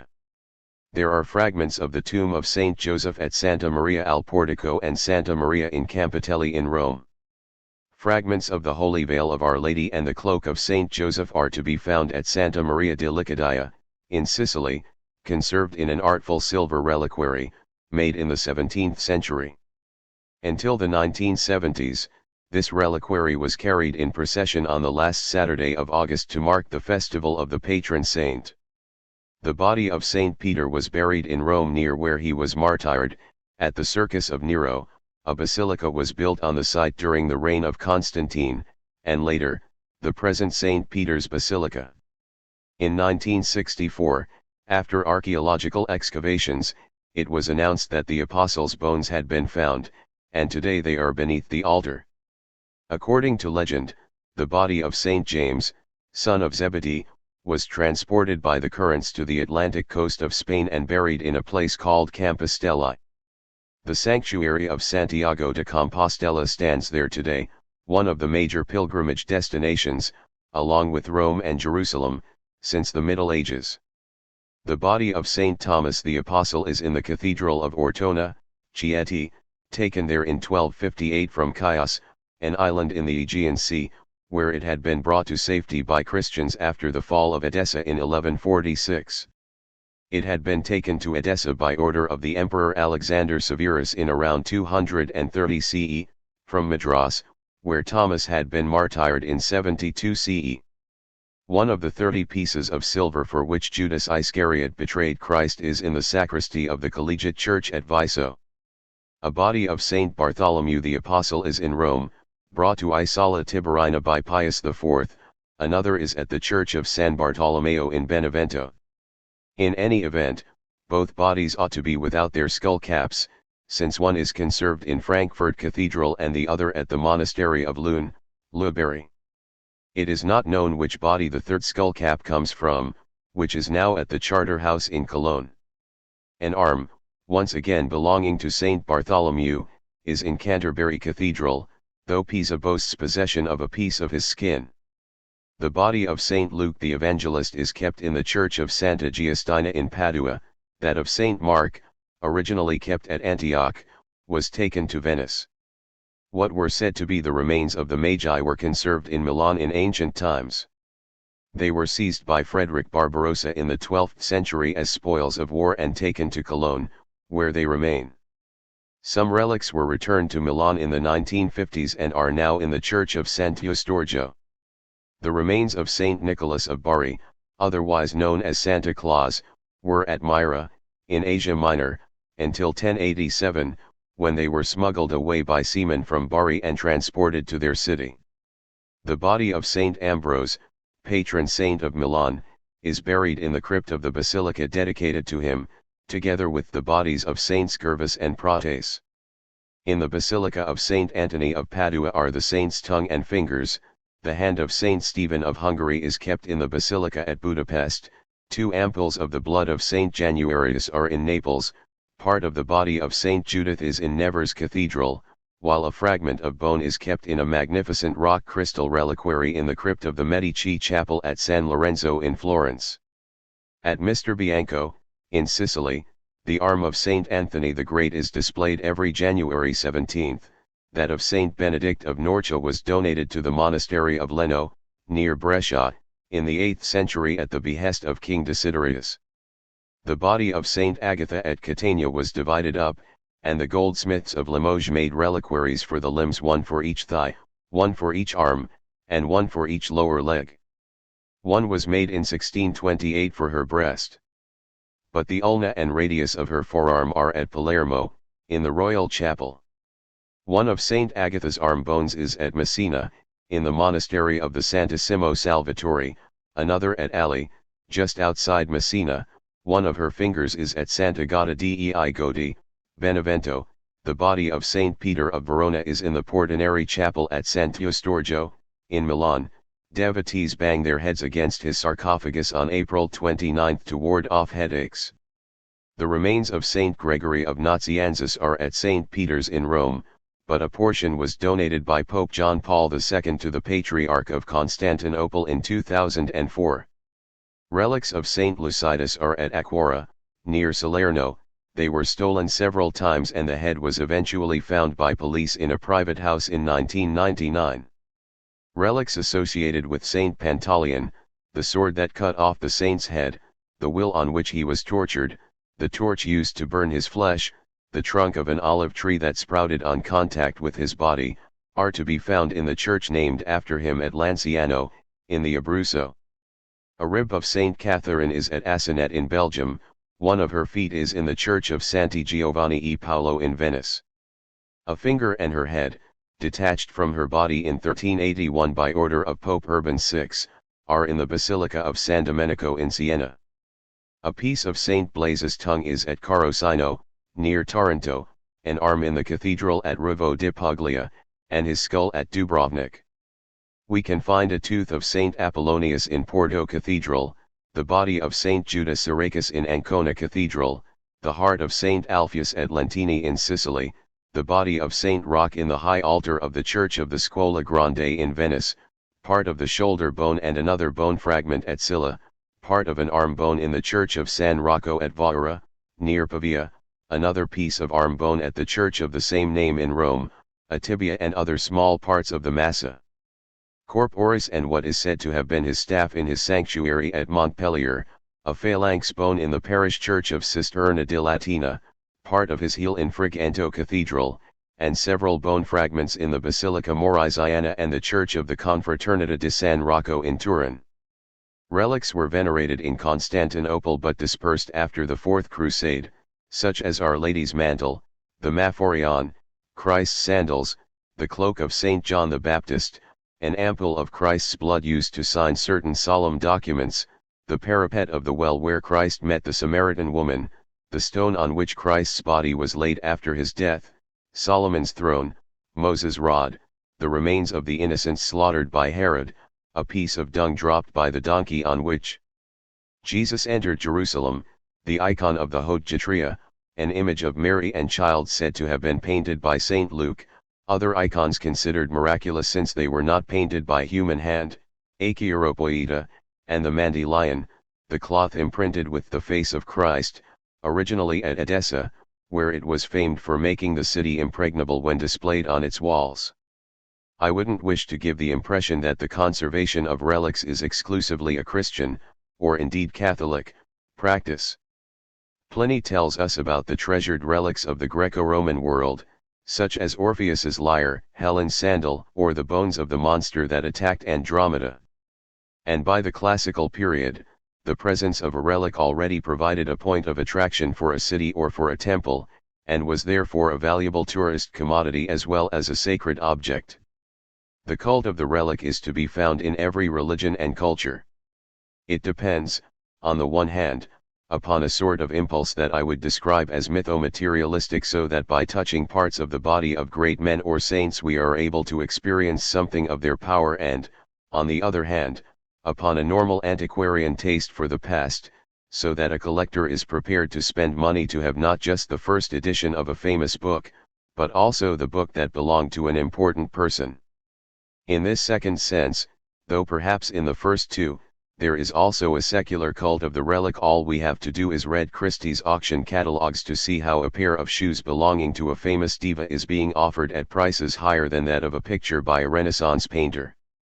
These kinds of memorabilia can be the actual gloves of Jacqueline Kennedy or those simply worn by Rita Hayworth for the filming of Gilda. In that respect, I have seen tourists in Nashville, Tennessee, going to admire Elvis Presley's Cadillac, which by the way wasn't the only one, since he changed them every 6 months. The most famous relic of all times is, of course, the Holy Grail, but I wouldn't advise anyone to set out in search of that, or those, since past experiences haven't been too encouraging in any event. It has been scientifically proven that 2,000 years aren't long enough. An earlier Italian version, titled Ender per Tesori, appeared in Milano, Mirabelli, Miracoli, Mystery, edited by Roberta Cordoni, Milan, Celep, 2011. A second expanded version, in Attesa di una semiotica dei tesori, was published in Testure, Scritti seriosi e schizzi scherzici per Omar Calabrese by Stefano Giacoviello and others, Siena, Prodagon, 2009. Fermented Delights. My relations with Piero Camporese were always very friendly and cordial, marked by a mutual esteem, or at least I hope they were, to the point where I plundered choice quotes from him for my novels The Name of the Rose and The Island of the Day Before, and he asked me to write a preface for the English edition of his book on blood. But we always tended to meet in academic circles, at university course committees, in faculty corridors, or perhaps in the porticoed streets of Bologna, and I never got to know him in any private setting or to visit his library. So far as I know, Camporese was a gourmet. He enjoyed good food, and I'm told he was a good cook, no surprise for a writer who dedicated so many pages not just to the pains but also the pleasures of the body, to milk, sauces, and dressings. Nor should we expect anything else from someone who once declared, in a newspaper interview in August 1985, that, after having studied Petrarch, the Baroque, Alfieri, and Romanticism, his discovery of Pellegrino Artici toward the end of the 1960s had been devastating. But my knowledge about Camporesi's passion for food is only bookish. I have dined with him only in the pages of his books. I am therefore qualified to celebrate Camporesi the gourmet simply as an avid reader of his work. He wrote about squalor, bodily waste, and putrefaction, and at the same time about his lusts and ecstasies. But he did so by delving with his scalpel into the bodies of books, by which I mean into books describing bodies, and like a latter-day Mondino de Liozzi he went about dissecting not corpses stolen from cemeteries, but books unearthed from the musty depths of libraries where they had often languished forgotten, concealing their delights, in the way that the character de Essence in Joris Karl Huysmans's Auribours went about rediscovering in neglected early medieval chronicles the stammering grace, the often exquisite clumsiness of the monks, stirring the poetical leftovers of antiquity into a pious stew. Verbs of refined sweetness, substantive smelling of incense, and strange adjectives crudely fashioned out of gold in the delightful barbaric style of Gothic jewellery, translated by Robert Baldrick. Of course, if Camporesi had wanted literature in which to lick his lips while savoring excessive intemperate and obsolescent words, he could have turned to such classics of linguistic corruption as that Italian forerunner of Joyce, Hypnerotomachia Polyphili, or the macaronic macaroni of Teofilo Falengo, or if he had wanted to gorge himself on modernity, Carlo Emilio Gatta. Instead he went off in search of unknown texts, or books that were familiar in other respects.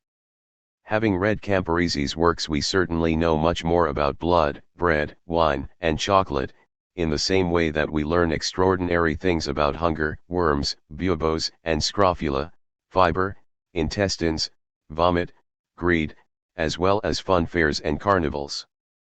But I would venture to suggest that these explorations would be fascinating even if the phenomena he writes about had never actually taken place, even if Camporesi had been telling us about bodies and bodily nourishment of aliens from Venus, somewhere too far away to arouse any sense of attraction or disgust.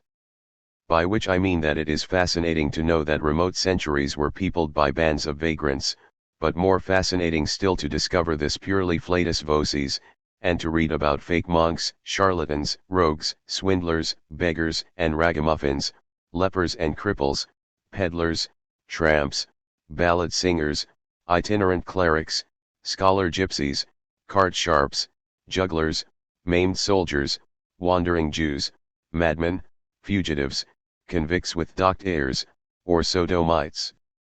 It is not pharmaceutics but lexicography or linguistic history that we are most aware of when reading his descriptions of poppy syrups, ointments, unguents, baths, inhalants, powders, tinctures, spongia somnifer soaked in opium juices, henbane, hemlock, mandrake. We open the Anatomy of the Senses, 1994, at the first chapter, The Cursed Cheese. We know that cheese, though it comes from a pure and sweet liquid, milk, is more appetizing the more it tastes of putrefaction, and reminds us of molds and those body odors we usually try to get rid of with foot baths and bidets, and this is well known not only to the glutton but especially to the gourmet. Yet I doubt whether Camporesi would have been able to write 28 pages on the iniquities of cheese by simply sniffing Gorgonzola and Stilton, or letting the taste of Formaggio di Fossa, Reblochon, Roquefort, or Vacron linger on his tongue. He had to go off exploring forgotten pages of Campanella's De Sensoriarum et Magia, or, worse still, retrieving from the 17th century, that most neglected period, Il Mercato del Maraviglie di Natura by Niccolo Serpetro, the Physica Subterranea by Joachim Beecher, De Casi Iniquitia by Johann Peter Lodicaius, and Intorno ai Latticini by Paolo Boccone, thus superimposing on the actual aroma of cheese this even ranker and more putrid collage of quotations.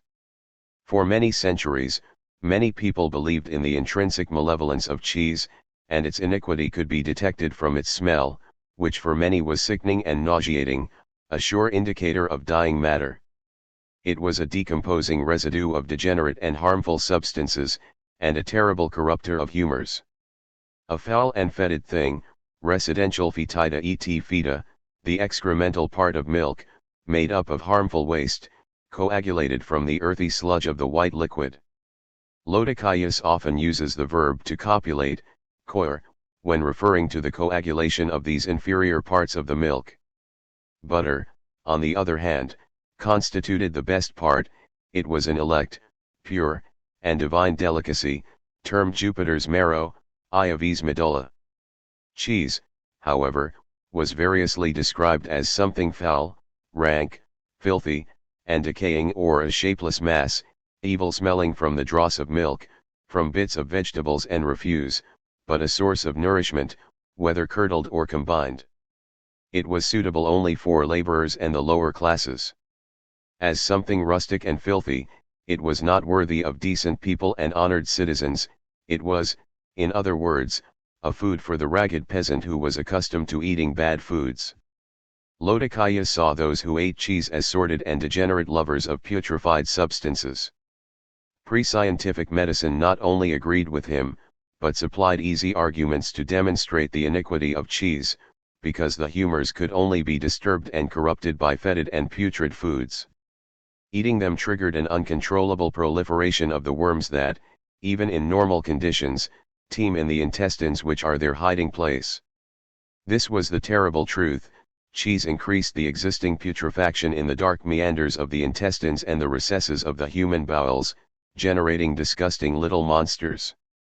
Lodicaius argued that the propagation of thousands of vile little animals must occur in human intestines, just as the putrefaction spontaneously created, cow dung released an abundance of cockroaches, grubs, wasps, and drones, and the dew generated butterflies, ants, locusts, and cicadas. This process was uncontrolled and astounding in that it did not require copulation and the fertilization of eggs. He could not see how the lower abdomen filled with human manure could possibly avoid fermenting the same profusion of perplexing little animals which were a scourge to humanity. Why could not the same thing occur, given that earthworms and tapeworms all draw their origin from phlegmatic, dense, and rough matter? Translated by Alan Cameron. And similarly his exploration of forgotten writings did not end at De Spiritu Ardent ex Lact Bubulo by the 18th century Nicolaus Osireskowski, which tells us how the Tartars got drunk on fermented milk. Only Camporese, among the few devotees who have read La Vita della Venerabile Madre Maria Margherita Alacoque of 1784, about the saint who first saw the Sacred Heart of Jesus, could have extracted from her biography the shocking information that this mystic saint, though ready for any mortification of the senses, could not overcome her disgust for cheese, to the extent that she was tempted to abandon monastic life so as avoid being forced by her vow of obedience to eat that horrible yet humble food, before succeeding in making the supreme sacrifice. Which prompts Camporese's comment that the unbelievable conflict led the saint to the verge of suicidal desperation as her tormented soul struggled over a piece of cheese. Now, I have to say, the story existed and exists in that saint's biography, but heaven only knows how any human being could have had the idea of searching about among those most saintly pages for some lines on cheese. Perhaps Camporese never ate cheese, a suggestion I make only out of a love of paradox, but he certainly had a voracious appetite for pages and pages of countless books that had ended up goodness knows where, and this was his heavenly and guilty camembert. If this suggestion might appear excessive, see how Camporese can describe an execrable, or at least execrated, food such as cheese with the same ease that he talks about culinary delights that make our mouths water, or about the practices of penitence that would cause any sensitive soul to feel sick. And when discussing Prince Raimondo di Sangro, rather than going off, like everyone else, on an exploration of his mummified monstrosities and chilling displays of nerves, muscles, and veins laid bare, instead he examines his Archimboldian fancy for counterfeiting food, so that, being quite excessively self-indulgent in all things, on certain days he ordered an entire dinner to be prepared using nothing but vegetables, on other days nothing but fruit, on yet others nothing but sweet and honeyed dishes, and sometimes dishes all made from milk. He had skilled buffet experts so highly trained in the art of manipulating sweetmeats and dairy products that he could produce marvelous imitations, with milk and honey, of all the dishes the cooks normally make with meat, fish, and many other sorts of animals. They also knew how to counterfeit every kind of fruit in 1,000 different ways. Exotic Brew, 1994, translated by Christopher Woodall. But likewise, in the same spirit, here he is reading Sebastiano Pauli and his Prediquere Semeli, Lenten sermons, making our hair stand on end while he relishes certain pious recommendations when it comes to a peaceful death. As soon as this well-constituted and well-organized body is closed in its coffin, it changes color and becomes yellow and sallow, but it is a pallor and sallowness that nauseate and incite fear. It then blackens from the head to the feet, and it is covered by a somber and dismal color like spent coal. Then it starts to swell in a strange manner across the face, chest, and stomach, and a fetid and greasy mold starts to grow on this sickening swelling, a filthy indication of imminent corruption. Very soon the yellow and swollen stomach starts to rip here an eruption and there a tear, and out of these there flows a slow lava of decaying material and foulness in which bits of that black and rotting flesh are floating. Here half a maggot-infested eye is carried on a wave, there a cleft lip is putrid and corrupt, and further on there lies a bundle of livid and lacerated bowels. A great quantity of small flies, worms, and other disgusting little animals is generated by this greasy mire, and they swarm and infest the corrupted blood, attach themselves to decomposing flesh, and devour it. One part of these worms rises from the chest, and another from the nostrils, with I don't know what filth and mucus. Still others, covered by putrid matter, enter and leave by the mouth, and the more satiated come and go, and gurgle continuously down in the throat. The anatomy of the senses. Is there a difference between describing a Trimalchian dinner in a land of plenty, bringing to mind Dario Fo, in Mr. O'Buffo, who froths with pleasure over food he is only dreaming about, or taking delight before the horrid spectacle of the damned in the Lenten sermons of Romolo Marcelli and the descriptions in Padre Saneri's sermon on the spectacle of the lower realm of the damned, who endure the greatest punishment by seeing the Almighty laugh at their suffering. And yet when they raise their eyes and turn to the great God who lit the fire, they see that he now appears like Nero to them, not because of his injustice but because of his severity. Not only does he not wish to console them, or pity them, but what is more he claps his hands together, and with incredible pleasure, he laughs at them. Imagine in what frenzy they are driven, and into what a rage. We are burning and God laughs. O most cruel God! We let ourselves be deluded by the man who told us that our greatest torment would have been the sight of God's scornful face. God's laughing face, he should have said, God's laughing face. The Fear of Hell, 1990, translated by Lucinda Biot.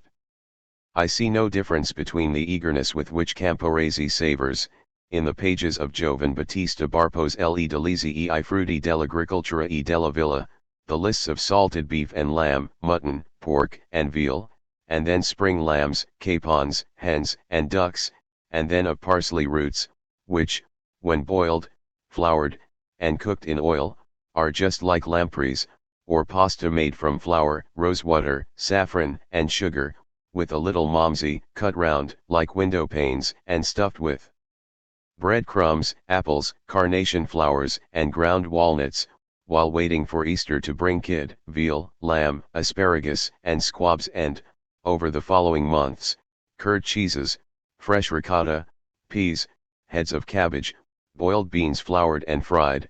The anatomy of the senses, between such lists of things dedicated to the palate and other lists dedicated, even though they refer to people, only to the ear, an ear whose eustachian tubes are as voraciously greedy as any throat. Examples of those lists of villains are found in the Speculum Seritanorum and other works on villainy, card sharps, cheats, rascals, villains, wastrels, ne'er-do-wells, tricksters, fraudsters, pimps, fagins, abortionists, sellers of miraculous waters, quacks, paupers vericundi, prayer vendors, fathers begging with their children, fake saffron vendors, rogues who cheat other rogues, relic sellers, flower beggars, gropers, baptized Jews, fake priests, shivering jimmies, bread beggars, rogues, feigning madness from tarantula bites, holy image bearers, fake miracle workers, usurers, fake paralytics, dealers, street singers, epileptics, false weepers, charlatans, and so on, il libro dei vagabondi. Or not very politically correct lists of the defects of women, taken from the pages of Poetic Dicery ovvero Vaesime Descrizioni by Tommaso Carafa, which might seem to describe the edible virtues of some extremely rare wild animal.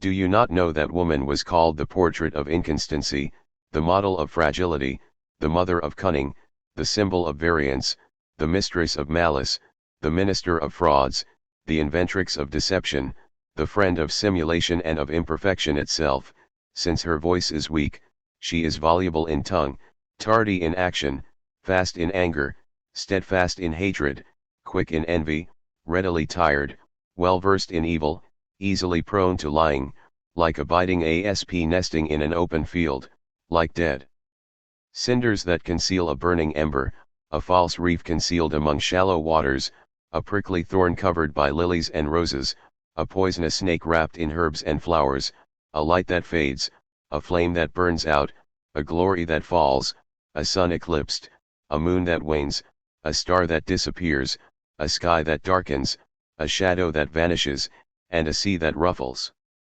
I Balsami di Venera, 1989.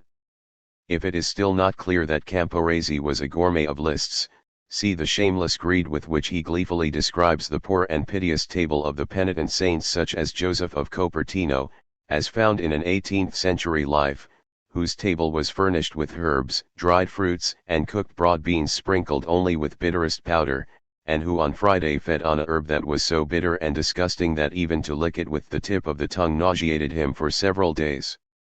Or the description in the life of Carlo Girolamo Severelli of Faenza, servant of God, who sprinkled his bread with ashes, which he secretly carried around with him for the purpose, and dipped it into the water used for washing dishes, and sometimes put it to soak in verminous water. Thus, quite rightly, such was the manner and number of his self-inflictions and abstinences that his appearance was completely transformed, his countenance was pallid and his bones were barely covered by his bloodless skin, so much had he wasted away, a few meager hairs sprouted from his chin and his frame was bent and transfigured, so that he had become bare like a skeleton, a living image of penitence. He suffered as a consequence most grievously of languidness, fainting, swooning, and a death-like pallor, so extreme that on journeys he was sometimes obliged to stop and he would sink to the ground to recover some little strength in his flagging limbs, or to relieve the pains of a hernia and other ills, for which he refused to seek any remedy. The Incorruptible Flesh, 1988, translated by Tanya Croft Murray. If we were to read all of Camporese's books, one after the other, though they should be savored in small doses, trying to build up a picture of what he is describing, we might become sated and form the suspicion there isn't much difference between an urge to swim in cream and to swim in excrement, so that his work might serve as a gospel or a Koran for the characters in Ferreri's film La Grande Bouffe, at the end of which ingurgitation and evacuation go hand in hand. This would be true if we assumed that Camporese is talking only of things, rather than realizing that he is talking first and foremost about words. The words paradise and inferno, after all, are part of one and the same poem. Camporese certainly wanted to be a cultural anthropologist, or historian of everyday life, though he performed this task by probing among long-forgotten works, and in doing so he recounted the vicissitudes of past centuries in relation to the body and food.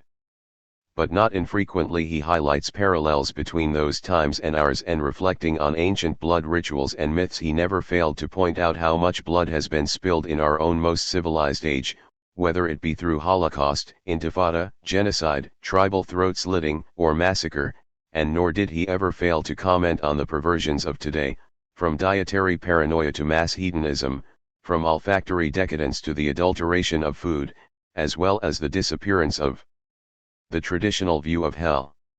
He looked back almost nostalgically upon less fastidious and more honest times when you could smell the blood that was spilled, when masochistic mystics kissed leprous ulcers, and excrement was sniffed as part of the sensual panorama of everyday life.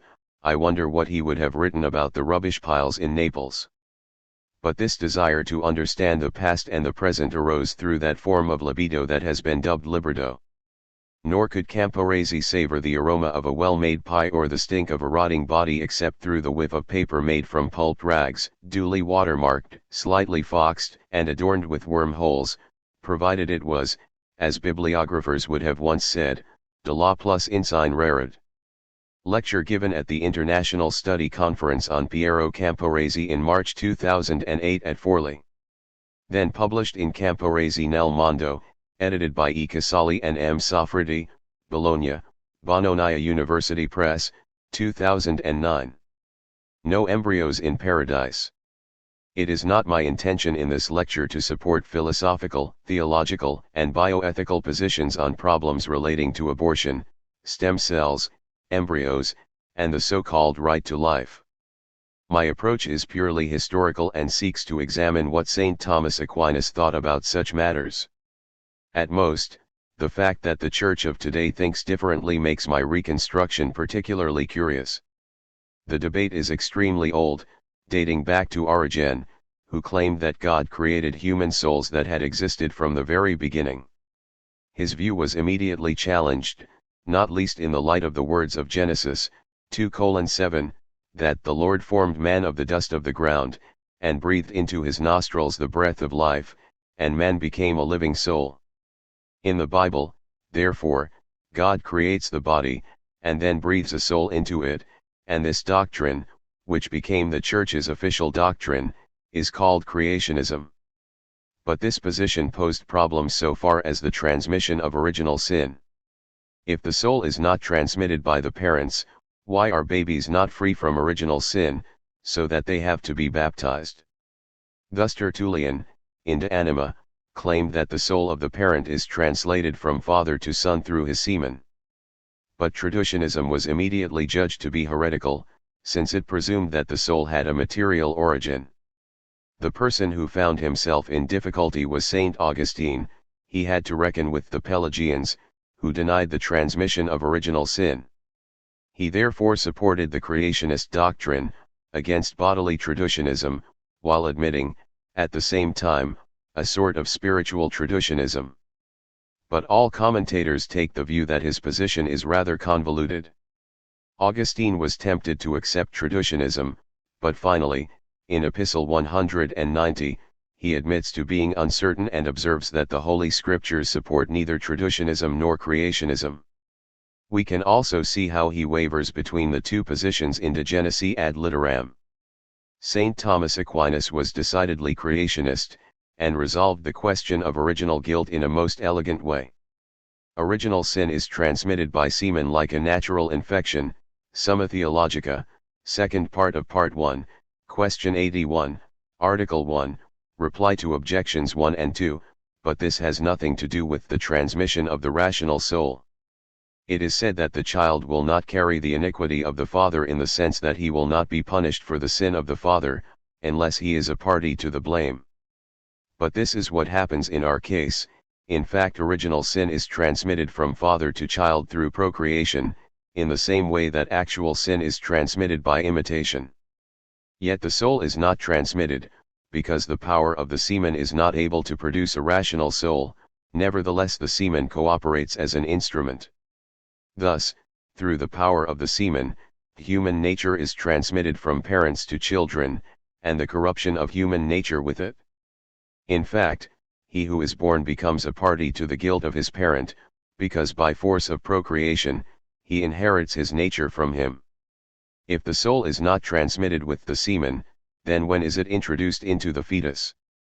Remember that, according to Thomas, plants have a vegetative soul, which in animals is supplanted by the sensitive soul, whereas in human beings these two functions are supplanted by the rational soul, which is what produces intelligent man and what, moreover, makes a person, insofar as the person was, by ancient tradition, an individual substance of a rational nature.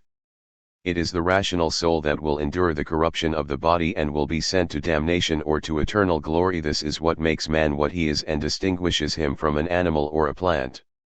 Thomas has a very biological view about the formation of the fetus. God introduces the soul only when the fetus acquires, stage by stage, first a vegetative soul and then a sensitive soul. Only at that point, in a body already formed, is the rational soul created. Summa, Part 1, Question 90. Therefore the embryo has only a sensitive soul. Summa, Part 1, Question 76, Article 3. The philosopher teaches that the embryo is first animal and then man. But this cannot be so, if the essence of the sensitive soul and the intellective soul are identical, since an animal is so made from its sensitive soul, man however is so constituted by that intellective soul. The essence of the sensitive soul and the intellective soul is therefore not the same. We must therefore conclude that in man there exists one soul, which is sensitive, intellective, and vegetative. This can be easily explained if we consider the differences of species and forms. For we observe that the species and forms differ from one another according to various grades of perfection. Thus in the order of nature animate beings are more perfect than inanimate beings, animals more than plants, men more than beasts, and in each of these kinds there are various grades. For this reason Aristotle compares the various animals to geometrical figures, one of which contains another, so that, for example, the pentagon contains and transcends the rectangle. In a similar way, the intellective soul contains virtually all that belongs to the sensitive soul of animals and the vegetative soul of plants. Therefore, in the same way that the surface of the pentagon is not a rectangle because it has one figure different to that of the rectangle, so that the figure of the rectangle being contained in the pentagon would be superfluous, likewise Socrates is not a man by one soul and animal by another, but he is both man and animal by the same soul. The embryo has first of all a soul that is merely sensitive, and when eliminated, it is supplanted by a more perfect soul, which is both sensitive and intellective. In the Summa, Part 1, Question 118, Article 1, Reply to Objection 4, it is said that the sensitive soul is transmitted with the semen. In perfect animals, generated by coitus, the active force, according to the philosopher, is in the semen of the male, but the fetal matter is provided by the female. This vegetative soul exists in this material from the very beginning, not at a later instance but in the initial act, like the sensitive soul exists in one who sleeps. But when it begins to attract nourishment, then it actually operates. This matter is therefore transmuted by the power enclosed in the semen of the male, until it becomes the sensitive soul, not in the sense that the power present in the semen passes to become the sensitive soul, because in such a case the generator and the generated would be the same thing, and the process would be more like nourishment and growth than generation, as the philosopher observes. But when, by the power of the active principle in the semen, the sensitive soul is produced in the principal structure of the generated being, then the sensitive soul of the offspring begins to work toward the perfection of its own body, through the acts of nutrition and development. The active power of the semen ceases to exist as soon as the semen is dissolved and the spirit enclosed within it has vanished. Nor is there anything strange in this fact, because this force is not a principal agent, but instrumental, and the movement of the instrument ceases once the effect is produced in the being. And in the Summa, Part 1, Question 118, Article 2, Reply, Thomas denies that the power of the semen can produce the intellective element, and therefore that a soul exists at the moment of conception. Since the intellective soul is an immaterial substance, it cannot be caused through procreation, but only through creation by God. Anyone admitting that the intellective soul is transmitted by semen would also have to admit that it does not exist alone and, as a result, that it is corrupted upon the corruption of the body. In the same question, ad secundum, Thomas also denies that to the vegetative soul, present at the beginning, there is added another, namely, the sensitive soul, and after this another still, that is, the intellective soul. In this way man would have three souls, so that one would be in the power of another. And he denies that the same soul, which at the beginning was merely vegetative, then develops, by action of the power of the semen, until it also becomes sensitive, and finally develops until it becomes an intellective soul, not just by the active power of the semen, but through the power of a superior agent, namely God, who would come from outside to illuminate it. But this does not hold. First, because no substantial form is susceptible of more or less, but the addition of greater perfection changes the species, just as the addition of unity changes the species of number. Now it is not possible for the same identical form to belong to different species. Secondly, because it would follow from this that the generation of an animal would be a continuous movement, proceeding from the imperfect to the perfect, as happens in alteration. Thirdly, because the generation of a man or an animal would no longer be generation in the strict sense, because their subject would already be taking place. For if the vegetative soul is in the matter of offspring from the beginning, and is subsequently gradually brought to a state of perfection, this would involve an addition of further perfection without destruction of the preceding perfection. And this is contrary to the concept of generation in the strict sense. Fourthly, because that which is caused by God is either something subsistent, and thus it must needs be essentially distinct from the pre-existing form, which was non-subsistent, and we shall then come back to the opinion of those who held the existence of several souls in the body. Or else it would not be subsistent, but a perfection of the pre-existing soul, and then the intellective soul would perish with the body, and this is unacceptable. We must therefore say that, when a more perfect form supervenes, the previous form is corrupted, since the generation of one being always implies the corruption of another being, both in men and in animals, and this occurs in such a way that the subsequent form has all the perfections of the previous form, and something more. In this way, through various generations and corruptions, we arrive at the ultimate substantial form, both in man as well as in other animals. And this can also be seen in animals generated from putrefaction. We must conclude therefore that the intellective soul is created by God at the end of human generation, with the disappearance of the pre-existing forms, and that this soul is both sensitive and nutritive. The rational soul, at the moment in which it is created, therefore formats, so to speak, the two souls vegetative and sensitive and recharges them as an integral part of the rational soul. In the Summa contra Gentiles, Book 2, Part 89, Reply to Argument 11, it is repeated that there is an order, a grading in the generative process, due to intermediate forms in which the fetus is equipped from the beginning until its final form 1. At what point in the formation of the fetus is it infused with that intellective soul that makes it a human person in all respects? Traditional doctrine was very cautious on this point, and it was generally said to be 40 days. Thomas says only that the soul is created when the body of the fetus is ready to receive it. In the Summa, Part 3, Question 33, Article 2, Thomas asks whether Christ's soul was created at the same time as his body. Note that, since Christ's conception did not take place through the transfer of semen but through the grace of the Holy Spirit, it should not be surprising if in such a case God had created the fetus and the rational soul at the same time. But even Christ, as man and God, must follow human laws. The beginning of the infusion of the soul may be considered in two ways. First, in regard to the disposition of the body. In this sense the soul of Christ, like the soul of other men, was infused when his body was formed. Secondly, in relation to time alone. And thus, because Christ's body was perfectly formed in a shorter space of time than that of other men, so he also received his soul before them. But the problem here is not so much when a fetus becomes a human being, but whether the embryo is already a human being. And Thomas is very clear on this point, as we have seen. And even though the supplement to the Summa is not written by him but probably by his disciple Reginald of Piperno, it is interesting to read question 80, Article 4.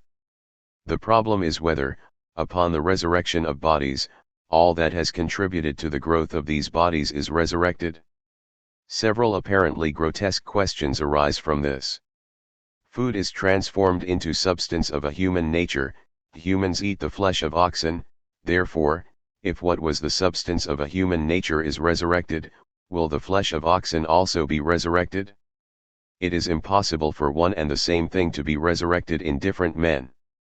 And yet it is possible for something to have belonged in substance to different men, as in the case of the cannibal who eats human flesh, which is transformed into his own substance. Who then is resurrected? The eater or the one who is eaten? Question 80 is answered in a complex and tortuous manner and seems not to side with any of the various opinions. But what interests us is that at the end of the discussion it is said that natural beings are what they are, not in terms of matter, but in their form. Therefore, if the matter that first had the form of beef is then resurrected in man in the form of human flesh, it will certainly not do so as the flesh of an ox but as that of a human being. Otherwise it would mean that the mud from which Adam's body was created would also be resurrected. As for the question of cannibalism, according to one view, the flesh eaten never truly becomes part of the human nature of the person eating it, but remains that of the person who has been eaten. Such flesh will therefore be resurrected in the latter and not in the former. But the specific point that interests us is that, according to this question, embryos will not take part in the resurrection of the flesh unless they have first been animated by the rational soul. Now it would be infantile to ask Thomas to absolve those who carry out an abortion within a given period of time, and probably he didn't even think of the moral implications of his reasoning, which today we would describe as being purely scientific. It is curious, however, that the Church, which is always quoting the teachings of Thomas Aquinas, has decided on this point to distance itself tacitly from his position. Something similar has happened with the theory of evolution, with which the Church came to terms a long time ago. It was sufficient to interpret the 6 days of the creation figuratively, as the Fathers of the Church have always done, and in this way there are no biblical objections to an evolutionary view. Indeed, the book of Genesis is an extremely Darwinian text because it tells us that the creation took place in stages from the least complex to the most complex, from mineral to vegetable, animal, and human. In the beginning God created the heaven and the earth. And God said, "Let there be light," and there was light. And God saw the light, that it was good, and God divided the light from the darkness. And God called the light day, and the darkness he called night. And God made the firmament, and divided the waters which were under the firmament from the waters which were above the firmament. And God said, "Let the waters under the heaven be gathered together unto one place, and let the dry land appear," and it was so. And God called the dry land earth, and the gathering together of the waters called he seas. And God said, "Let the earth bring forth grass, the herb yielding seed, and the fruit tree yielding fruit after his kind." And God made 2 great lights, the greater light to rule the day, and the lesser light to rule the night. He made the stars also. And God said, "Let the waters bring forth abundantly the moving creature that hath life, and fowl that may fly above the earth in the open firmament of heaven." And God created great whales, and every living creature that moveth, which the waters brought forth abundantly. And God said, "Let the earth bring forth the living creature after his kind, cattle, and creeping thing, and beast of the earth after his kind." And God said, "Let us make man in our image, after our likeness." And the Lord God formed man of the dust of the ground, and breathed into his nostrils the breath of life, and man became a living soul. Genesis 1:1, 27 and 2:7. The choice of a battle against evolution and in defense of life, back as far as the embryo, seems rather more in line with the positions of Protestant fundamentalism. But, as I have said, this lecture was not intended to enter into present disputes but only to explain the thinking of Thomas Aquinas, with which the Church of Rome can do as it pleases. I therefore propose to stop here, leaving these documents for the consideration of my listeners.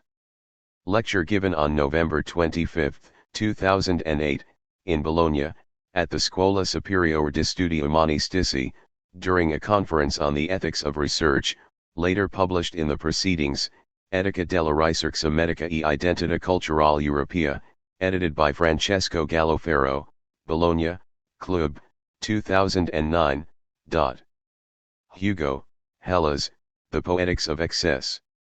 Discussions about Victor Hugo usually start with a comment by Gide who, when asked who was the greatest French poet, replied, "Hugo, Hellas." Hugo, alas. Anyone wanting to hit harder might go on to quote Cocteau, Victor Hugo was a madman who believed he was Victor Hugo too. Gide's lament meant many things, but now tends to be read as meaning that Hugo, and perhaps, in particular, Hugo the narrator, is a great writer despite his innumerable defects, his bombast, his sometimes insufferable rhetoric. Cocteau's quip, however, is not quite correct. Victor Hugo was not a madman who believed he was Victor Hugo. Victor Hugo simply believed he was God, or at least his official interpreter. In Hugo there is always an excess in the description of earthly events, and an indomitable desire to see them always from God's point of view. The taste for excess leads him to descriptions that become interminable lists, to the creation of characters whose psychological workings are always regarded as unsustainable, rough-hewn, but whose passions are taken to such levels of paroxysm as to become memorable, a sign of the forces that move history. His desire to be God enables him to see the great forces that move human history, above and beyond the events in which his heroes are involved, and if it is not God then it is fate, a destiny that is sometimes presented as providence and sometimes as an almost Hegelian plan that dominates and directs the desires of individuals. The taste for excess explains why one could mistake Hugo for the Almighty, a personality who, by definition, is larger than life, who convulses the abyss to create heaven and earth, unleashes universal floods, plunges sinners into the fiery bowels of Gehenna, and so forth. A little moderation, please, and also justifies the plaintive lament from Gide, who evidently identified art with Apollonian poise and not with Dionysian frenzy. I am perfectly aware of my passion for Hugo. Elsewhere I have praised his sublime excess, and excess can turn even bad writing and banality into a Wagnerian tempest. To explain the fascination of a film like Casablanca, I have noted that while a single cliché is kitsch, shamelessly letting fly 100 clichés makes an epic, and I have noted how The Count of Monte Cristo might be badly written, unlike other novels by Dumas, such as The Three Musketeers, and may be rambling and verbose, but it is precisely because of these defects, taken beyond reasonable limits, that it reaches that Kantian vision of the sublime, and justifies the hold it has had, and still has, on millions of readers. 4. But returning to Hugo, let us look at an area typical of romantic excess, the representation of ugliness and evil. From the time of Achilles to the dawn of Romanticism, the hero was always handsome, while from their sights up until more or less the same period, the villain was always ugly, hideous, grotesque, or absurd. And when a hero is made from a villain, he becomes handsome, as with Milton's Satan. But by the time we reach the Gothic novel, the picture is reversed. Not only does the hero appear unsettling and fearsome, but the anti-hero also, in his darkness, becomes if not appealing at least interesting. Byron says of his Giaour that the glare beneath his dusky cowl was dark and unearthly, and his eye and his bitter smile aroused fear and guilt. And Anne Radcliffe, describing another dark spirit in the Italian, or, The Confessional of the Black Penitents, tells us that his appearance was striking, his limbs large and uncouth, and as he stalked away, wrapped in the black habit of his order, his features expressed something terrible and almost superhuman, while his cowl, casting a shadow over the livid paleness of his face, gave a sense of horror to his large melancholy eyes. The figure of William Beckford's Vathek was pleasing and majestic, but when angry, one of his eyes became so terrible that no person could bear to behold it, and the wretch upon whom it was fixed fell instantly backward and sometimes died. For Stevenson, Hyde was pale and dwarfish, he gave an impression of deformity without any nameable malformation, he had a displeasing smile, behaved himself with a disturbing mixture of timidity and boldness, and spoke with a husky, whispering, and somewhat broken voice, which inspired disgust, loathing, and fear. Of Heathcliff, Emily Bronte writes that his forehead was shaded with a heavy cloud, his eyes were basilisks, and his lips seemed sealed in an expression of unspeakable sadness. And here is how Eugene Sue describes the schoolmaster in Les Mystères de Paris: his face scored in all directions with deep, livid scars, his lips swollen by the corrosive action of vitriol, the cartilage of his nose cut, his nostrils replaced by two shapeless holes, his head was disproportionately large, he had long arms and short, stubby hands, with hairy fingers, and bow legs and restless, mobile eyes, flashing like those of a wild beast. But Hugo too is excessive in his descriptions of ugliness, for reasons set out in his famous preface to Cromwell, where he theorizes comprehensively on the revolution of beauty, which, in the Romantic period, is transformed into its opposite, into ugliness and deformity, or at least into the grotesque. Modern ingenuity, he says, transforms giants into dwarfs, from cyclopes gnomes are made. Contact with deformity has given modern sublimity something greater, more sublime than ancient beauty. The grotesque is the other face of the sublime, as shadow is to light. Grotesqueness is the richest resource nature can offer art. The universal beauty that antiquity solemnly gave to everything was not without its monotony, and this impression can produce tedium through repetition. Beauty is only of one kind, there are 1,000 kinds of ugliness. It is difficult to compare one sublime with another, and we need to take a rest from everything, even from beauty. The salamander makes the Ondine more attractive, the gnome makes Sisyphus more handsome. But Hugo is more radical when he is creating than when he is theorizing. Deformity is not only a form of evil that contrasts with beauty and goodness, it is, in itself, an atrocious and unsought modesty, as if God had wanted to conceal from others, under the guise of external ugliness, an inner beauty that is destined nonetheless to be lost. Hugo softens the irredeemable ugliness of the spider and the nettle. I love the spider and the nettle / because they hate us. / O passerby, forgive / that obscure plant, / that poor animal, / for their ugliness and their sting. / have pity on evil. Quasimodo, the hunchback of Notre Dame, has a tetrahedral nose and a horseshoe mouth, his left eye is obstructed by a red, bushy brow, while his right disappears under an enormous wart, his straggling teeth are broken here and there like the battlements of a fortress, a tooth protrudes from his caul-used lip like the tusk of an elephant. He has a huge head, bristling with red hair, between his shoulders an enormous hump, large feet, monstrous hands, legs so strangely aligned that they could touch each other only at the knees and, viewed from the front, resembled the crescents of two scythes joined by the handles. To contrast this repellent aspect, Hugo gives Quasimodo a sensitive soul and a great capacity to love. But he reaches the highest point with the figure of Gwynplaine, the man who laughs. Gwynplaine is not only the ugliest of all and, due to his ugliness, the unhappiest, he is also the most pure-spirited of all, capable of infinite love. And paradox of romantic ugliness, monstrous as he is, and precisely because he is monstrous, he stirs the desires of the most beautiful woman in London. For those who have forgotten the story, let us summarize it.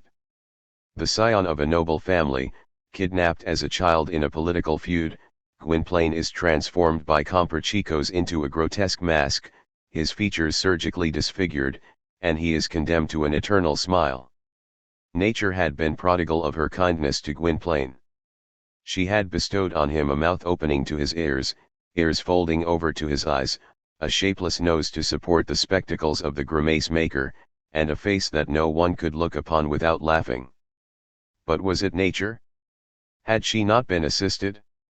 2 slits for eyes, a hiatus for a mouth, a snub protuberance with 2 holes for nostrils, a flattened face, all having for the result an appearance of laughter, it is certain that nature never produces such perfection single-handed. Such a face could never have been created by chance, it must have resulted from intention. Had Gwynplaine when a child been so worthy of attention that his face had been subjected to transmutation? Why not? Needed there a greater motive than the speculation of his future exhibition? According to all appearance, industrious manipulators of children had worked upon his face. It seemed evident that a mysterious and probably occult science, which was to surgery what alchemy was to chemistry, had chiseled his flesh, evidently at a very tender age, and manufactured his countenance with premeditation. That science, clever with the knife, skilled in obtusions and ligatures, had enlarged the mouth, cut away the lips, laid bare the gums, distended the ears, cut the cartilages, displaced the eyelids and the cheeks, enlarged the zygomatic muscle, pressed the scars and cicatrices to a level, turned back the skin over the lesions whilst the face was thus stretched, from all which resulted that powerful and profound piece of sculpture, the mask, Gwynplaine. Part 2, Book 2, Chapter 1. With this mask, Gwynplaine becomes an acrobat, highly popular with audiences. Since childhood he has been in love with Dea, a blind girl who performs with him. Gwynplaine had eyes for only one woman in the whole world, that blind creature. Dea idolized Gwynplaine. She would touch him and say, "How beautiful you are." Until two things happen. Lady Josiane, the Queen's sister, adored by all the gentlemen of the court for her beauty, sees Gwynplaine at the theatre, sends him a letter: "You are hideous, I am beautiful. You are a player, I am a duchess. I am the highest, you are the lowest. I desire you. I love you. Come." Gwynplaine grapples between his feelings of excitement and desire, and his love for Dea. Then something happens. He thinks he has been arrested. He is questioned, and brought face to face with a bandit who is dying. In short, all of a sudden he has been recognized as Lord Fairmain Clancharlie, Baron of Clancharlie and Hunkerville, Marquis of Corleone in Sicily, and an English peer, who had been kidnapped and disfigured at a tender age in a family feud. We move onward by leaps and bounds, as Gwynplaine suddenly finds himself propelled from the gutter to the stars, hardly realizing what is going on, except that at a certain point he finds himself, extravagantly dressed, in the room of a palace that, he is told, is his. It seems to him like an enchanted palace, and already the series of marvels he discovers there, alone in the resplendent desert, the succession of halls and chambers, is bewildering not only to him but to the reader. It is no coincidence that the title of the chapter is The Resemblance of a Palace to a Wood, and the description of what seems like the Louvre or the Hermitage takes up 5 or 6 pages, depending on the edition. Gwynplaine wanders, dazed, from room to room until he reaches an alcove where, on the bed, beside a tub of water made ready for a virginal bath, he sees a naked woman. Not literally naked, Hugo tells us. She is clothed. But the description of this clothed woman, especially if we see her through the eyes of Gwynplaine, who has never seen a naked woman, certainly represents one of the heights of erotic literature. At the center of this web, where one might expect a spider, Gwynplaine saw a formidable object, a woman naked. Not literally naked. She was dressed. And dressed from head to foot. The dress was a long chemise, so long that it floated over her feet, like the dresses of angels in holy pictures, but so fine that it seemed liquid.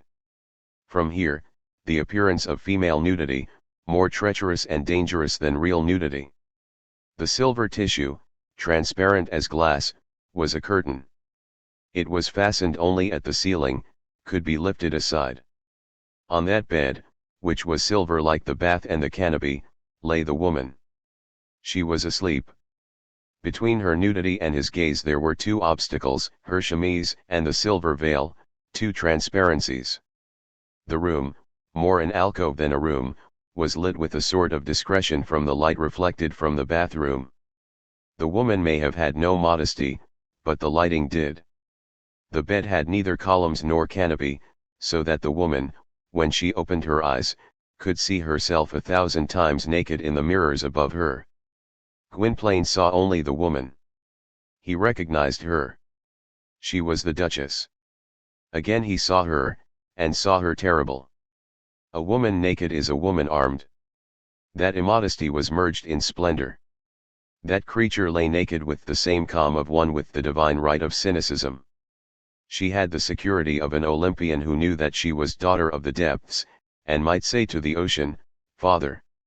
And she exposed herself, unattainable and proud, to everything that should pass to looks, to desires, to ravings, to dreams, as proud in her languor, on her boudoir couch, as Venus in the immensity of foam. Part 2, Book 7, Chapter 3.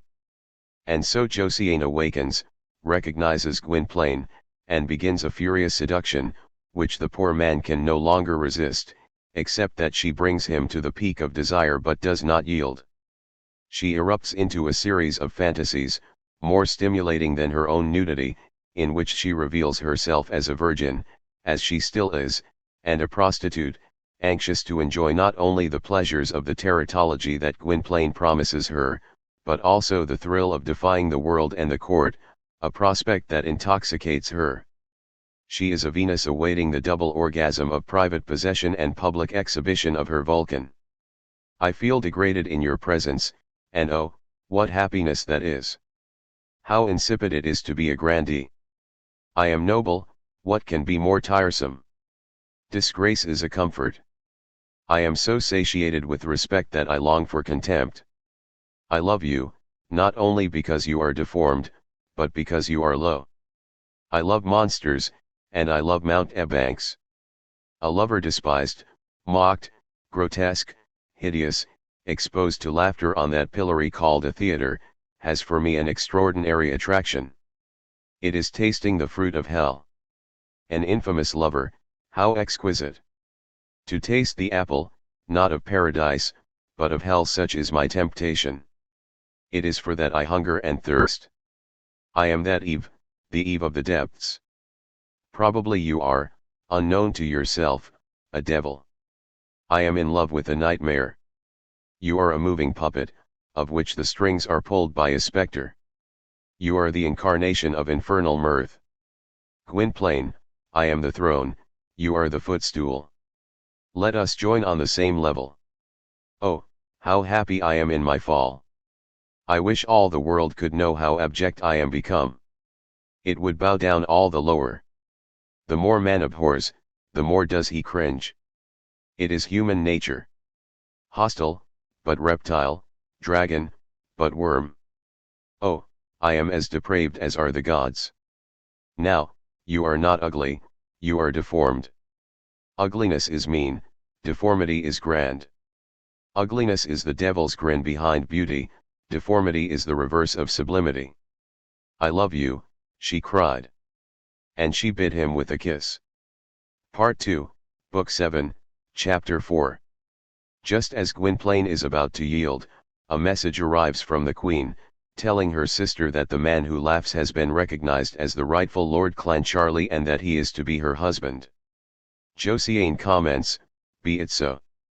She gets up, gives him her hand, moving from familiar to formal address, saying get out to the man she had so wildly sought to seduce, and adds, "Since you are my husband, get out. You have no right to be here, this place is for my lover." Gwynplaine is excessive in his disfigurement, Josiane is excessive in her initial sadomasochism, excessive in her reaction. There is another reversal in the situation, which has already been reversed through a normal recognition device. You are not an acrobat but a lord, and added to by a double change of fortune. You were a wretch, now you are not only a lord but desired by the most beautiful woman in the realm, whom you too now desire with all your confused and disturbed soul, and this would be enough as comedy, if not as tragedy. The reversal, however, is not into tragedy, at least not for the moment. Gwynplaine will kill himself only at the end, but into a grotesque farce. The reader is exhausted and, all of a sudden, understands the threads of destiny as well as the weave of gallant society of that century. Hugo has no shame, compared to him, Josiane is as prim as a saint. And now we come to the other reversal of fortune.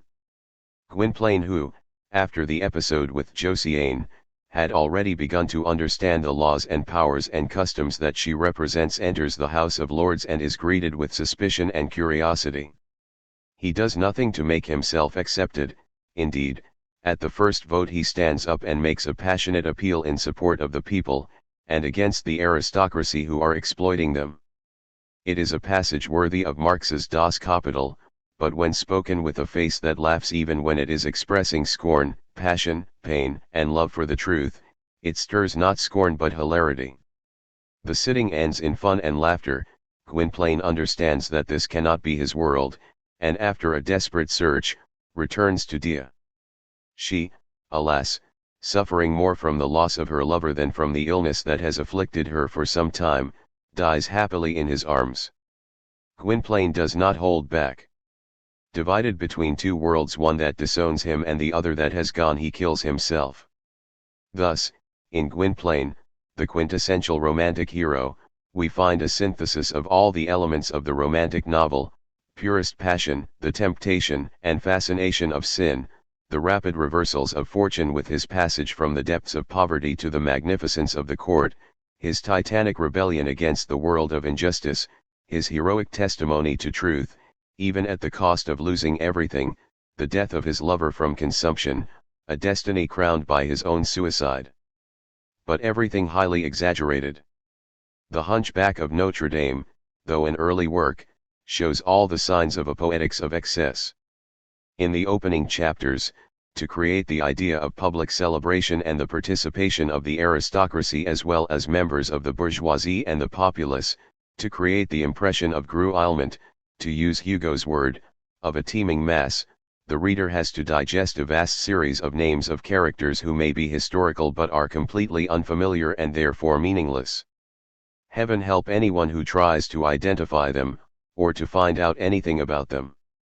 It is like watching a procession, perhaps a July 14th parade in Paris or trooping the colour in London, where we cannot identify the various regiments from their uniforms and know nothing about their history, but are struck by the immensity of the parade, and woe betide us if we see only half of it, since we will lose the charm and majesty of the event.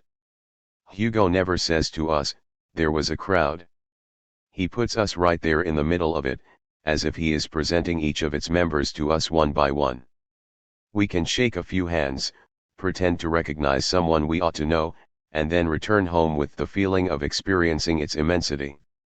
The same can be said about Gringoire's dantesque visit to the court of miracles, among villains, vagrants, beggars, defrocked priests, young delinquents, whores, gypsies, narquois, coquillards, hubens, sabolarks, false cripples, cut-purses, scoundrels, and so on. We don't need to recognize them all, it is the descriptions of them that create the effect. We have to feel the place teeming with criminals and wretches to understand this turbulent festering swamp population who, many chapters later, will attack the cathedral like an immense colony of termites, sewer rats, cockroaches, locusts. The protagonist is not one person but the mass. In short, we have to learn to read through the inventories, lists, catalogues like a flow of music. And then we become absorbed into the book. And we arrive at the point where the poetics of excess is apparent through the technique of the catalogue and the list. Hugo uses this technique on countless occasions, but perhaps it is used most continuously, most completely and convincingly in 93. Though we might be able to spot and list many shortcomings in this book, above all, the rhetorical incontinence as we thrust the knife deeper in the wound, they begin to appear splendid to us. It would be like a devotee of Bach and his disembodied, almost cerebral compositions, saying that Beethoven creates more noise in comparison with those fine pieces for the well-tempered clavier, but to what purpose? Can we resist the power of the fifth or the ninth?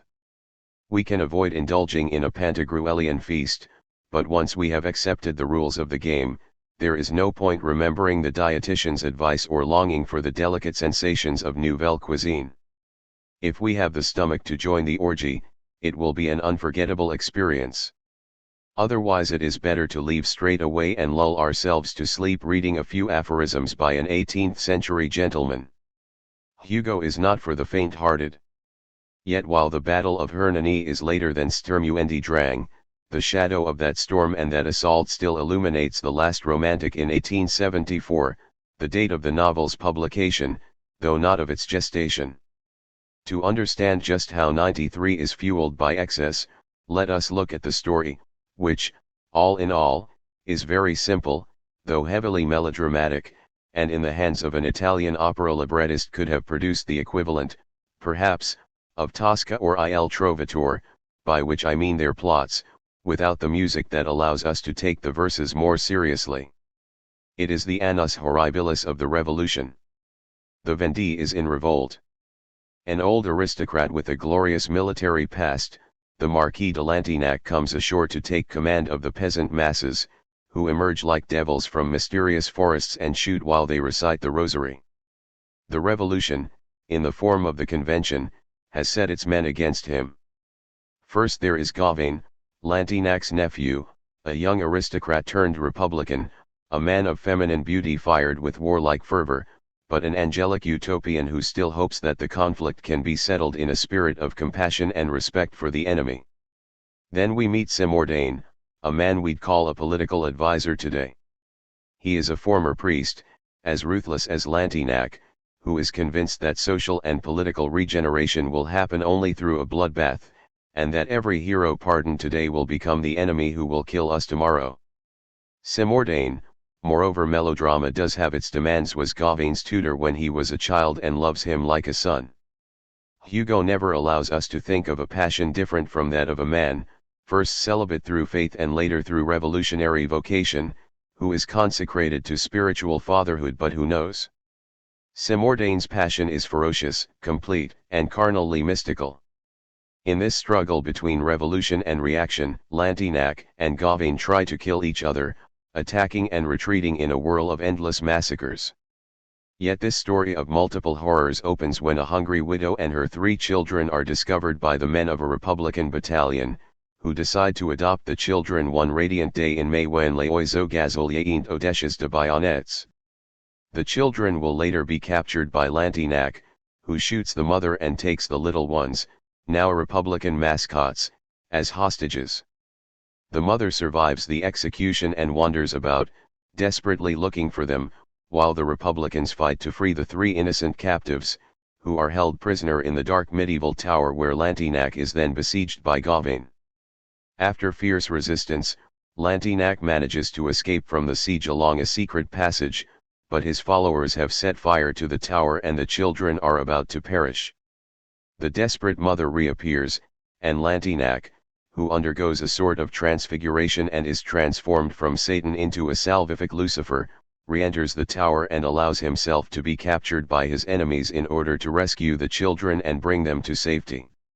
While waiting for the trial that Simordain has organized on the spot, arranging for the guillotine to be brought there, Gauvain asks himself whether a man who has redeemed his errors through an act of generosity has to be sent to death. He enters the prisoner's cell where, in a long monologue, Lantignac reaffirms the rights of the throne and the altar. In the end Gauvain lets Lantignac escape, and waits in the cell in his place. When Simordain discovers what he has done, he has no choice but to put Gauvain on trial and, with his casting vote, to decide his death, the death of the only person he has ever loved. The recurring theme of the 3 children to some extent accompanies the troubled story of Gauvain, who, through his kindness and compassion, will face the punishment that awaits him, and both of the themes cast a ray of hope on that future that can only be brought about through human sacrifice. It is to no avail that the whole army shouts out for their commander to be reprieved. Simordain knows the suffering of deepest love but has dedicated his life to duty, to the law, and he is guardian of that revolutionary purity that is identified with terror, or rather, with the terror. Yet at the moment Gauvain's head rolls into the basket, Simordain fires his pistol into his own heart, and those 2 souls, tragic sisters, took flight together, the shadow of the one blending with the light of the other. Is that it? Did Hugo simply want to reduce us to tears? Of course not, and the first observation has to be made in narrative rather than political terms. It is now part of the koine, the common language of every scholar of narrative structures, and I will avoid making learned reference to secondary theoretical notions, that in a story the actors of course take part in the action, but the actors are the embodiment of the actants, which might be described as the narrative roles through which the actors can pass, perhaps changing their function in the plot structure. For instance, in a novel like I Promessi Sposi, The Betrothed, the forces of evil or human weakness can act against the forces of a providence that controls everyone's destinies, and one and the same actor, such as El Innominato, can suddenly change from the role of opponent to that of auxiliary. And compared to actors chained to an unchangeable actant role, such as Don Rodrigo on the one hand and Fra Cristoforo on the other, this explains the ambiguity of Don Abbondio, a vessel of fragile earthenware, obliged to journey in company with many vessels of iron, who constantly moves from one role to another, and this is why we feel, in the end, that his bewilderment is forgivable.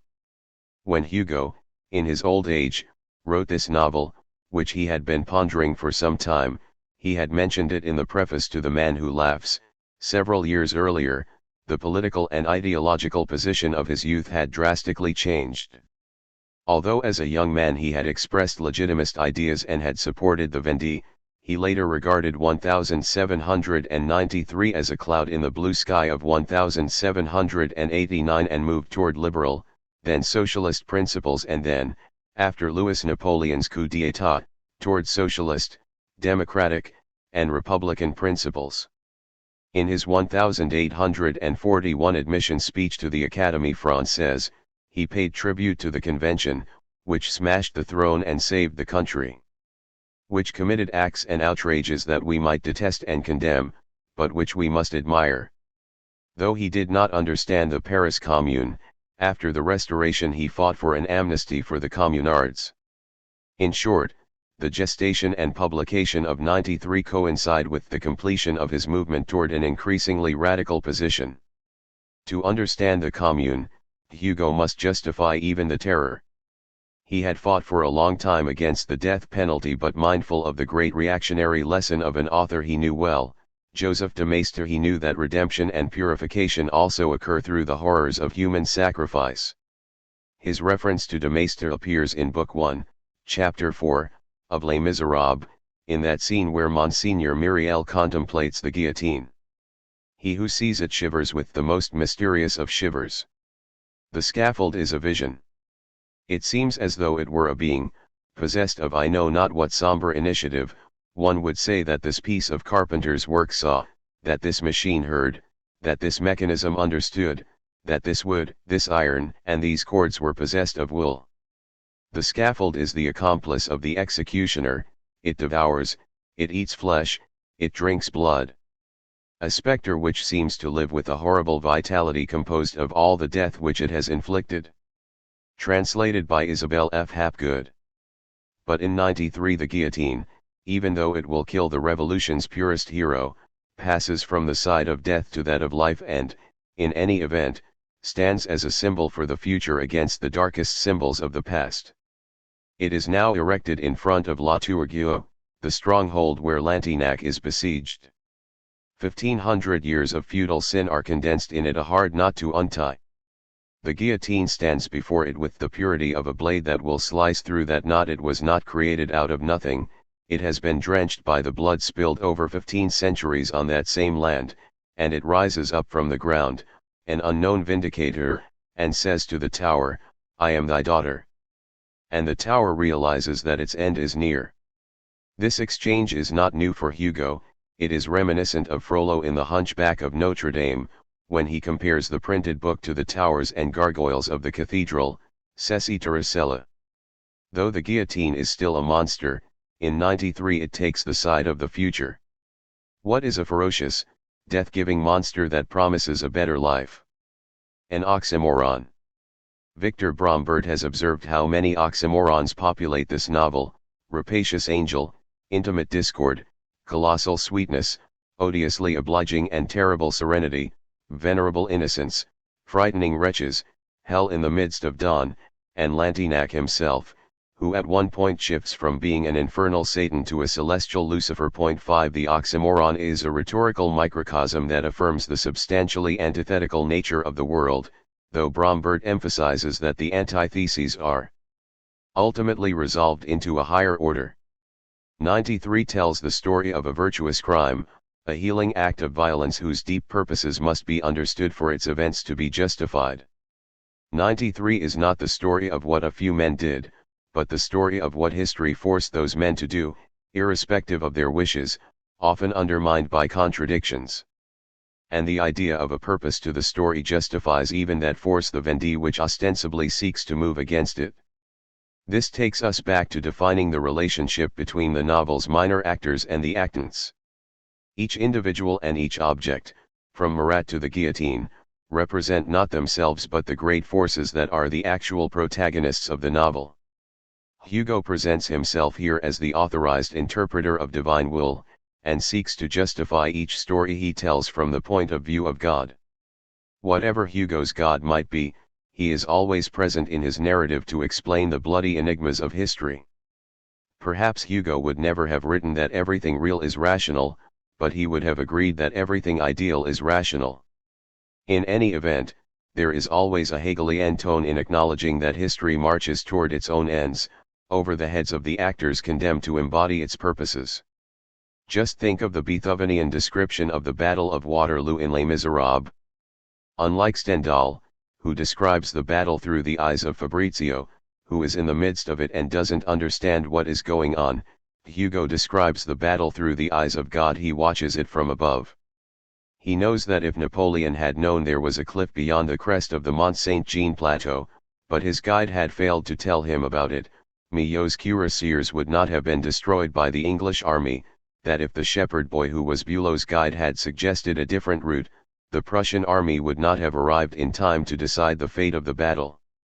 But what does it matter, and what is the importance of the miscalculations of Napoleon, actor, the folly of Grouchy, actor, who could have returned but didn't, or the ruses, if such they were, of the actor Wellington, seeing that Hugo describes Waterloo as a first-rate victory by a second-rate leader? This vertigo, this terror, this downfall into ruin of the loftiest bravery which ever astounded history, is that causeless? No. The shadow of an enormous right hand is projected athwart Waterloo. The disappearance of the great man was necessary to the advent of the great century. Someone, a person to whom one replies not, took the responsibility on himself. The panic of heroes can be explained. In the Battle of Waterloo there is something more than a cloud, there is something of the meteor. God has passed by. Volume 2, Book 1, Chapter 13.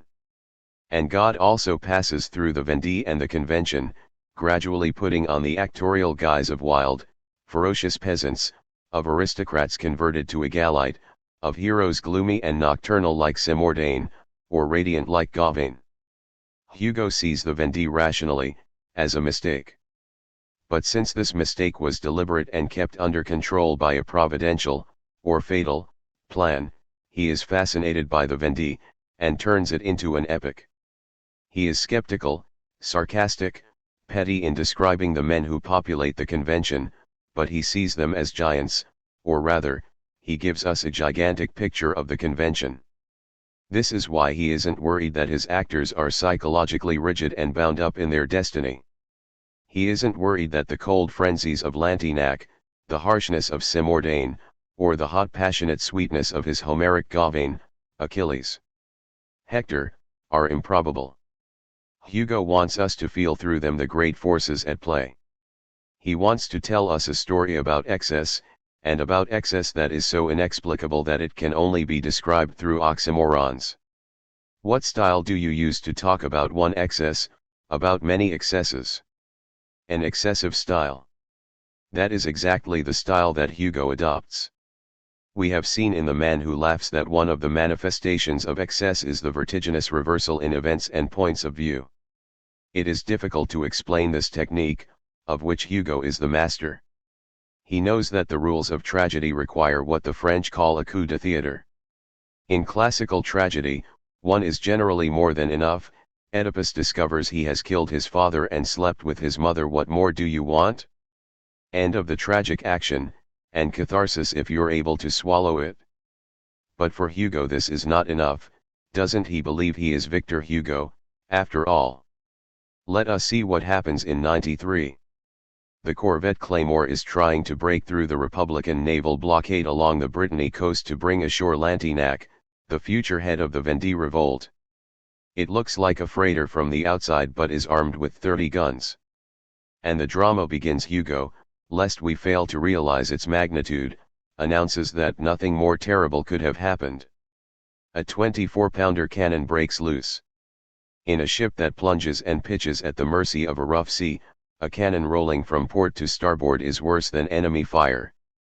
It hurtles about, like one of its cannonballs, crashing into the walls, opening up leaks. No one can stop it. and the ship is destined to sink. It is a supernatural beast, Hugo warns us, fearing that we haven't yet understood, and to avoid any misunderstanding, he describes the catastrophic event for 5 pages. Until one brave gunner, playing with the iron beast like a matador with a bull, takes up the challenge, throws himself before it, risking his life, dodges it, provokes it, attacks it once again, and is about to be crushed by it when Lantignac throws a bale of counterfeit banknotes between its wheels, stopping it for a moment, allowing the sailor to plunge an iron bar between the spokes of its hind wheels, to lift up the monster, turn it over, and restore it to its mineral immobility. The crew rejoices. The sailor thanks Lantignac for having saved his life. Shortly afterward, before the whole crew, Lantignac commends him for his courage and, taking a cross of St. Louis from an officer, pins it on his chest. Then he orders him to be shot. He has been brave, but he was also the gunner in charge of that cannon, and he should have prevented it from breaking loose. The man, with the medal on his chest, offers himself up to the firing squad. Is this reversal enough? No. With the ship now damaged, Lantignac will reach the coast in a small boat rowed by a sailor. Halfway there, the sailor reveals he is the brother of the executed man and declares he will kill Lantignac, who then stands up before this avenger and makes a speech that carries on for 5 pages. He explains what duty means, reminds him that their duty is to save France, to save God. He convinces him that he, Lantignac, has acted in accordance with justice, while if the sailor yields to the desire for revenge, he will be committing the greatest injustice. You take my life from the king, and you give your eternity to the devil. The sailor, overcome, asks him for forgiveness.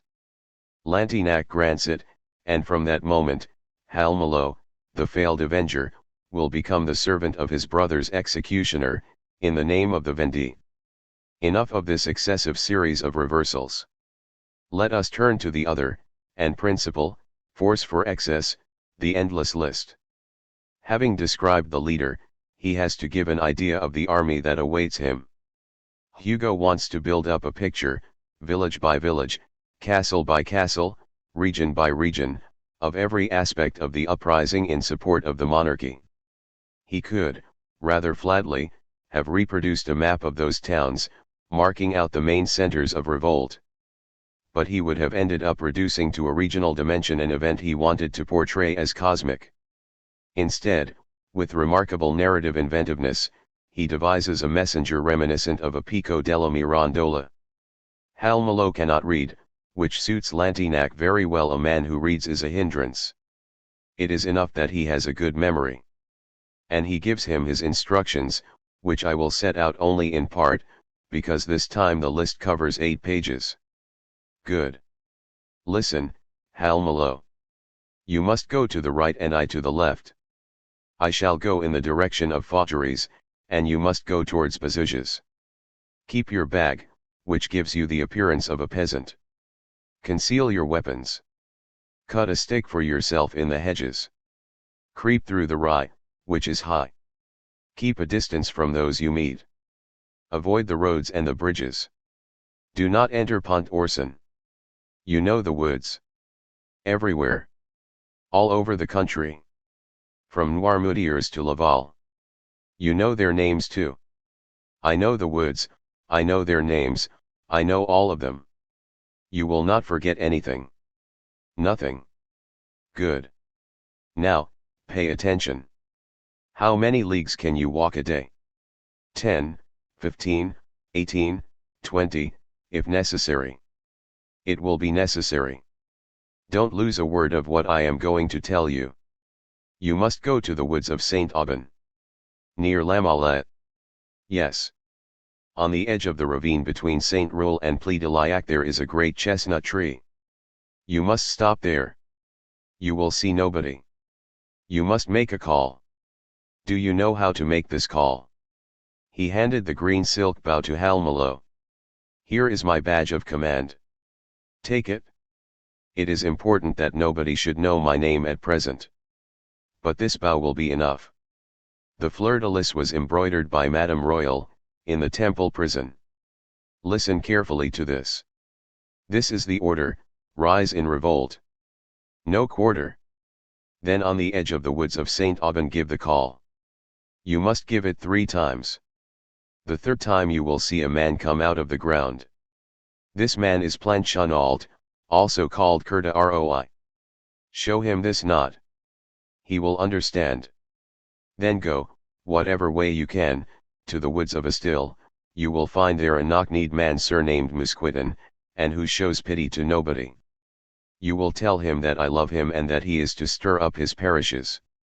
You will then go to the woods of Cuispan, which is 1 league from Ploermel.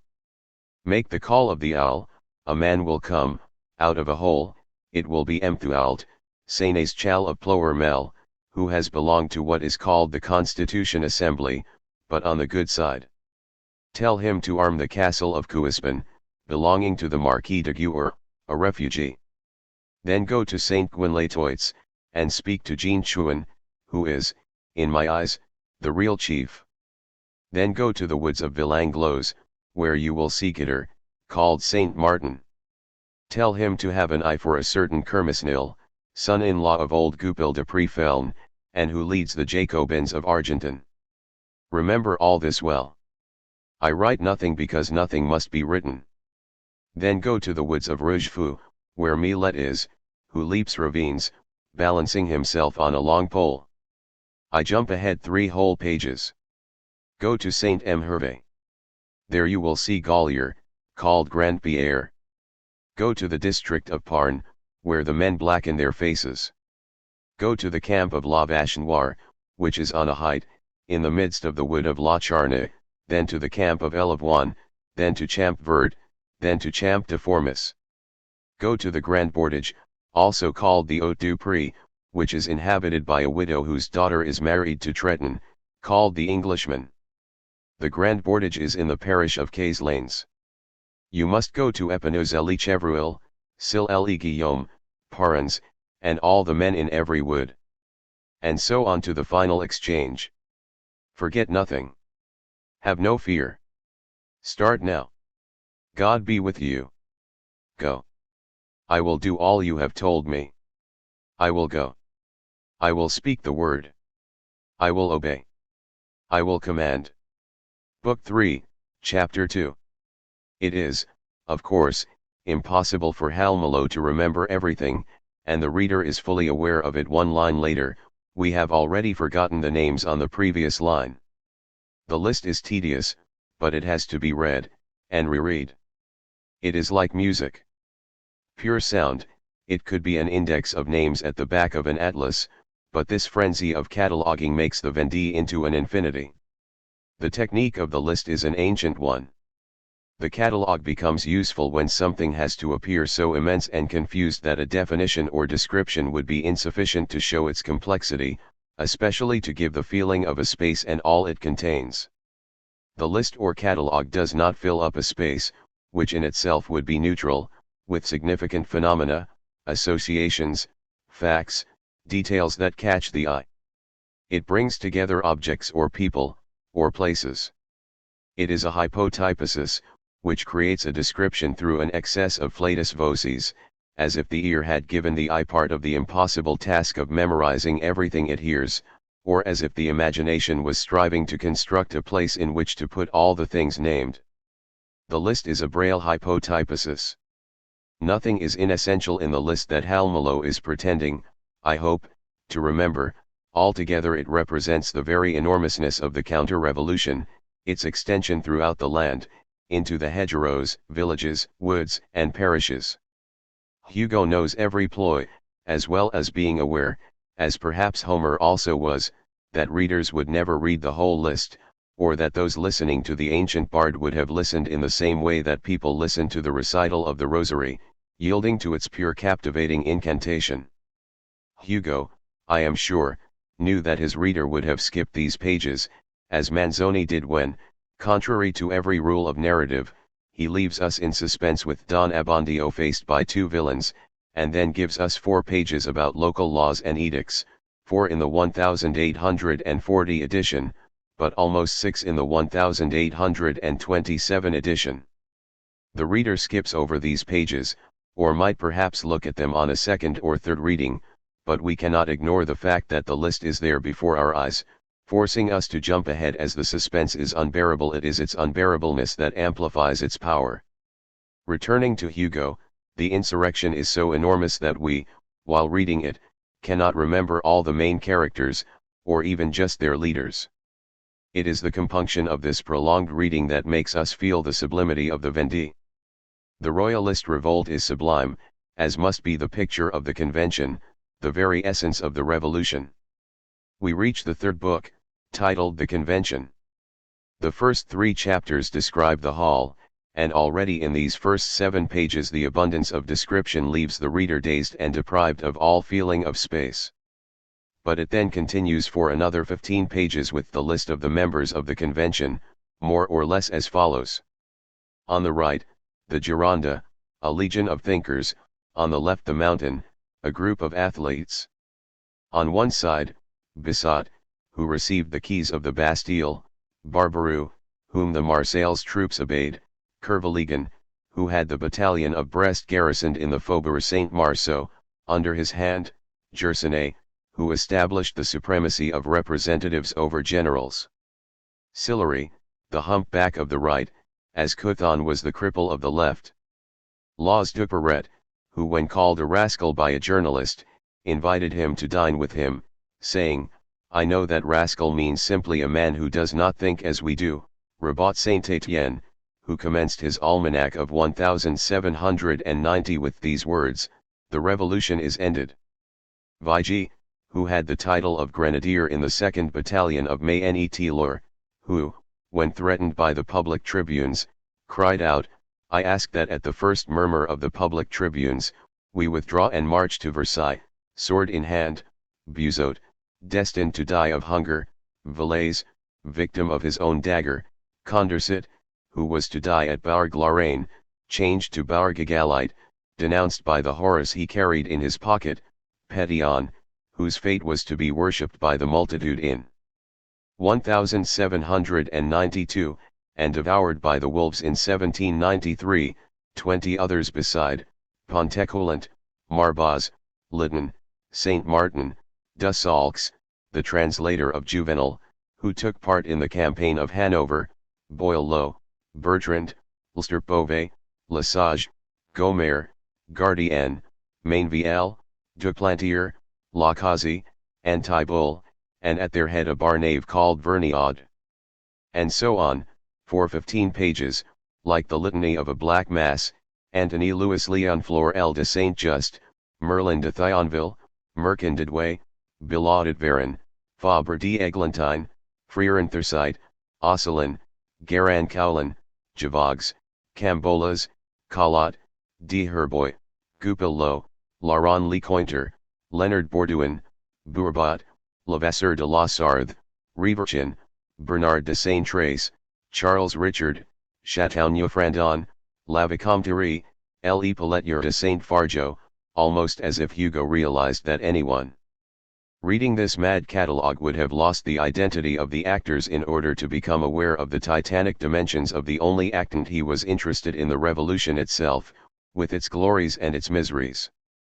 Yet it seems that Hugo, was it due to weakness, shyness, excessive excess, is worried that the reader, even though he presumably skips ahead, will not fully grasp the dimensions of the monster he wishes to portray, and so using an entirely new technique in the history of the list, and in any case different from the description of the Vendée, the author's moralizing voice continually intervenes at the beginning, at the end, in the list itself. Here is the convention. The attention must be fixed on this summit. Never did anything higher appear on man's horizon. There is empty Himalaya, and there is the convention. The convention is the first avatar of the people. The effect of all this was intense, savage, regular.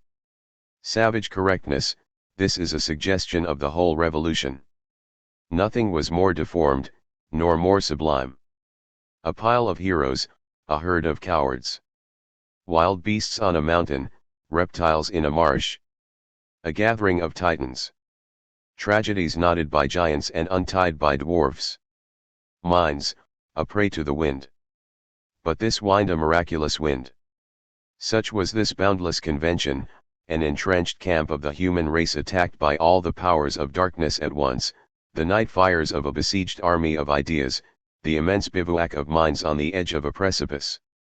Nothing in history can be compared to this gathering, both Senate and populace, conclave and street crossing, Areopagus and public square, tribunal and the accused. The convention always yielded to the wind, but the wind came from the mouth of the people and was the breath of God. It is impossible not to give attention to this great procession of shades. Section 2, Book 3, Chapter 1. Unbearable. Unbearable. Bombastic. Much worse. Sublime. Sublime. See how I am being swept away by my author and have even begun to speak like him, but when bombast bursts its banks, breaks down the wall of the sound of excessive excess, a hint of poetry begins to form. Hellas. Authors, unless they are writing with no interest in money and no hope of immortality, for a readership of seamstresses, traveling salesmen, or lovers of pornography whose tastes at that specific time and in one given country are well known, never write for their own specific kind of reader but try to construct a model reader, in other words, the kind of reader who, having accepted from the beginning the rules of the textual game on offer, will become the ideal reader of that book, even 1,000 years later. What kind of model reader is Hugo thinking of? I think he had two kinds in mind. The first was someone reading in 1874, 80 years after the fateful year of 1793, someone who still knew many of the names of the convention. It would be like someone in Italy today reading a book about the 1920s, who would not be taken completely by surprise at the sight of names like Mussolini, D'Annunzio, Marinetti, Facta, Corridoni, Mattardi, Papini, Boccioni, Cara, Italo Balbo, or Turati. The second kind is the future reader, or perhaps even the foreign reader of Hugo's time, who with the exception of a few names like Robespierre, Danton, and Marat would have been bewildered in the face of so many unfamiliar names, but at the same time, he would have the impression of listening to endless tittle-tattle about the village he is visiting for the first time, and where he gradually learns to separate himself from the crowd of contradictory figures, to sniff the atmosphere, to become accustomed little by little to moving about in that crowded arena where he imagines that each unknown face is a mask hiding a story of bloodshed and is, ultimately, one of the many masks of history. As I have said, Hugo is not interested in the psychology of his wooden or marmoreal characters. He is interested in the antonomasia to which they relate, or, if you like, their symbolic value. The same applies for things, for the forests of the Vendée, or for La Tourgue, the immense Tour Gauvain in which Lantignac is besieged by Gauvain, both men attached to the ancestral fortress that both will try to destroy, one laying siege from outside and the other besieged within, each threatening a final holocaust. Much has been written about the symbolic value of this tower, not least because another innocent symbolic gesture takes place in it, the destruction of a book by the three children. The children are hostages of Lantignac, who threatens to blow them up if the Republicans try to set them free.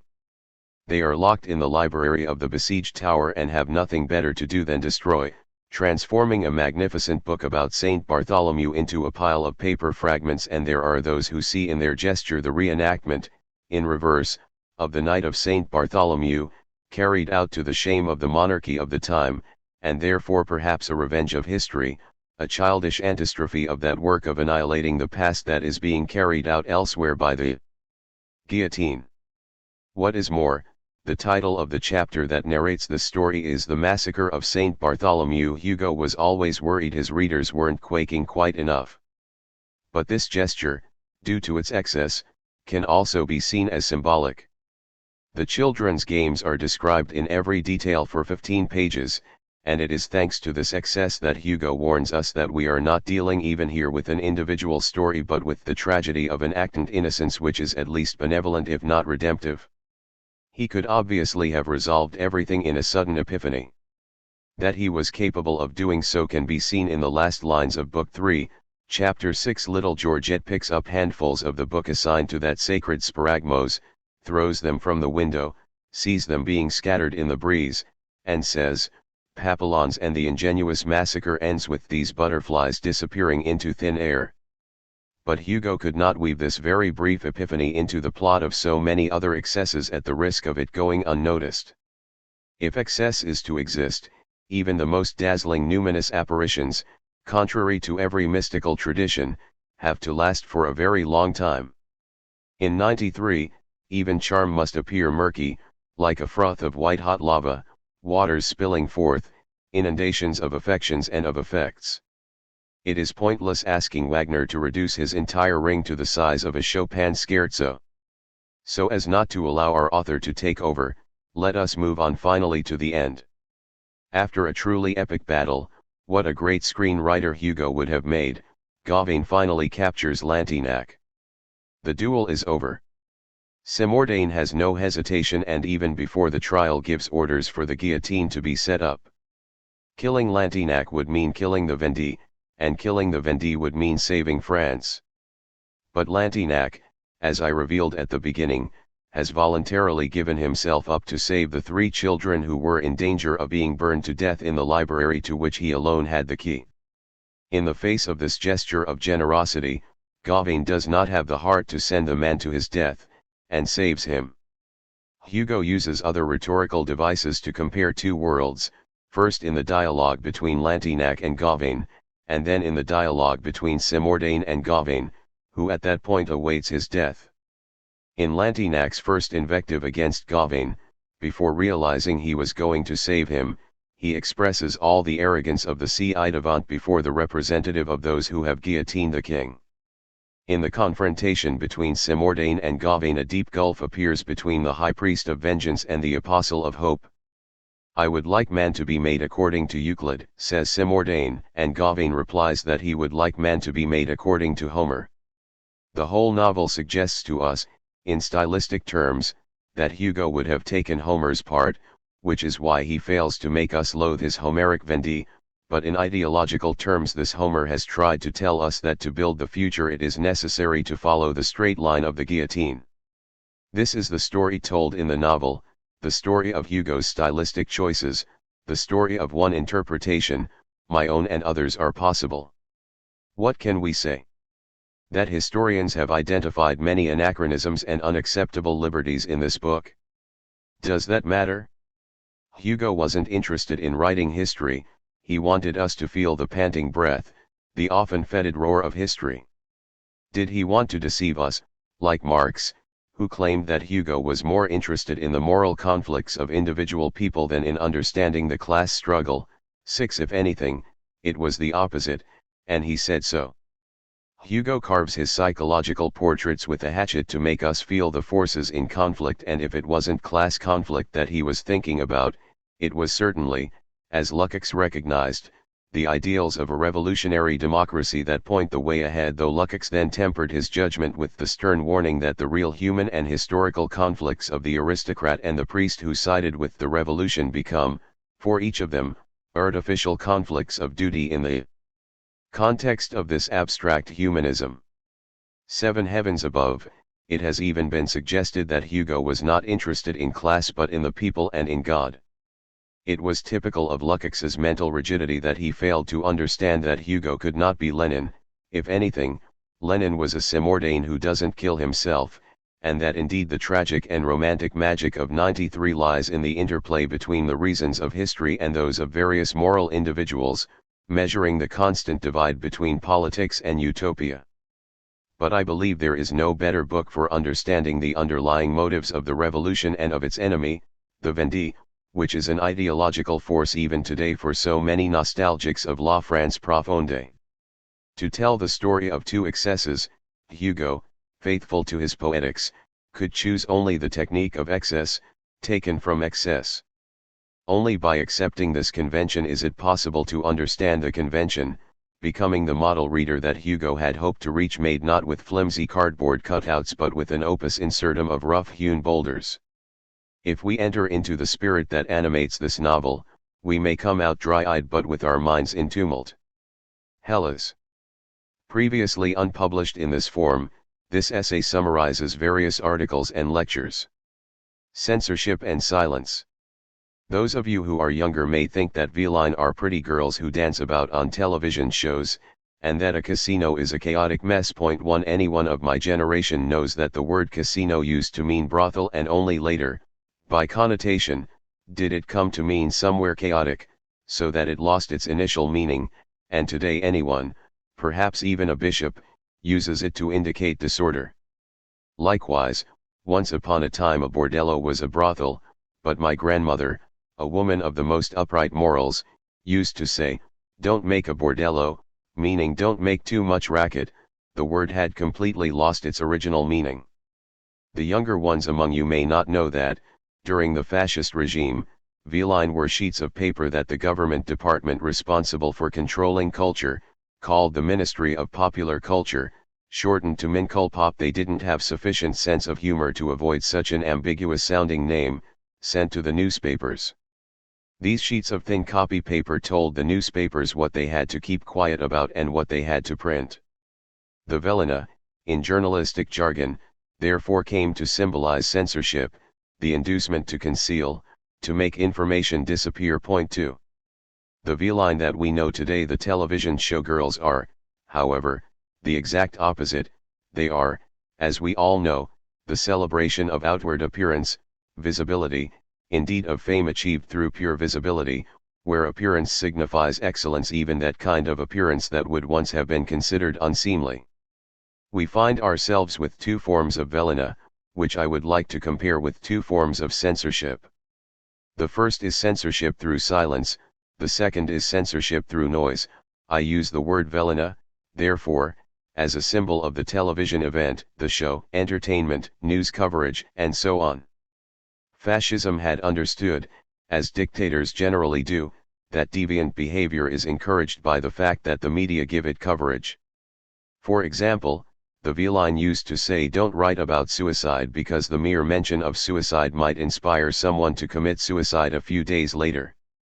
This is absolutely correct. We shouldn't assume all that went through the minds of the fascist hierarchy was wrong, and it is quite true that we know about events of national significance that have occurred only because the media have talked about them.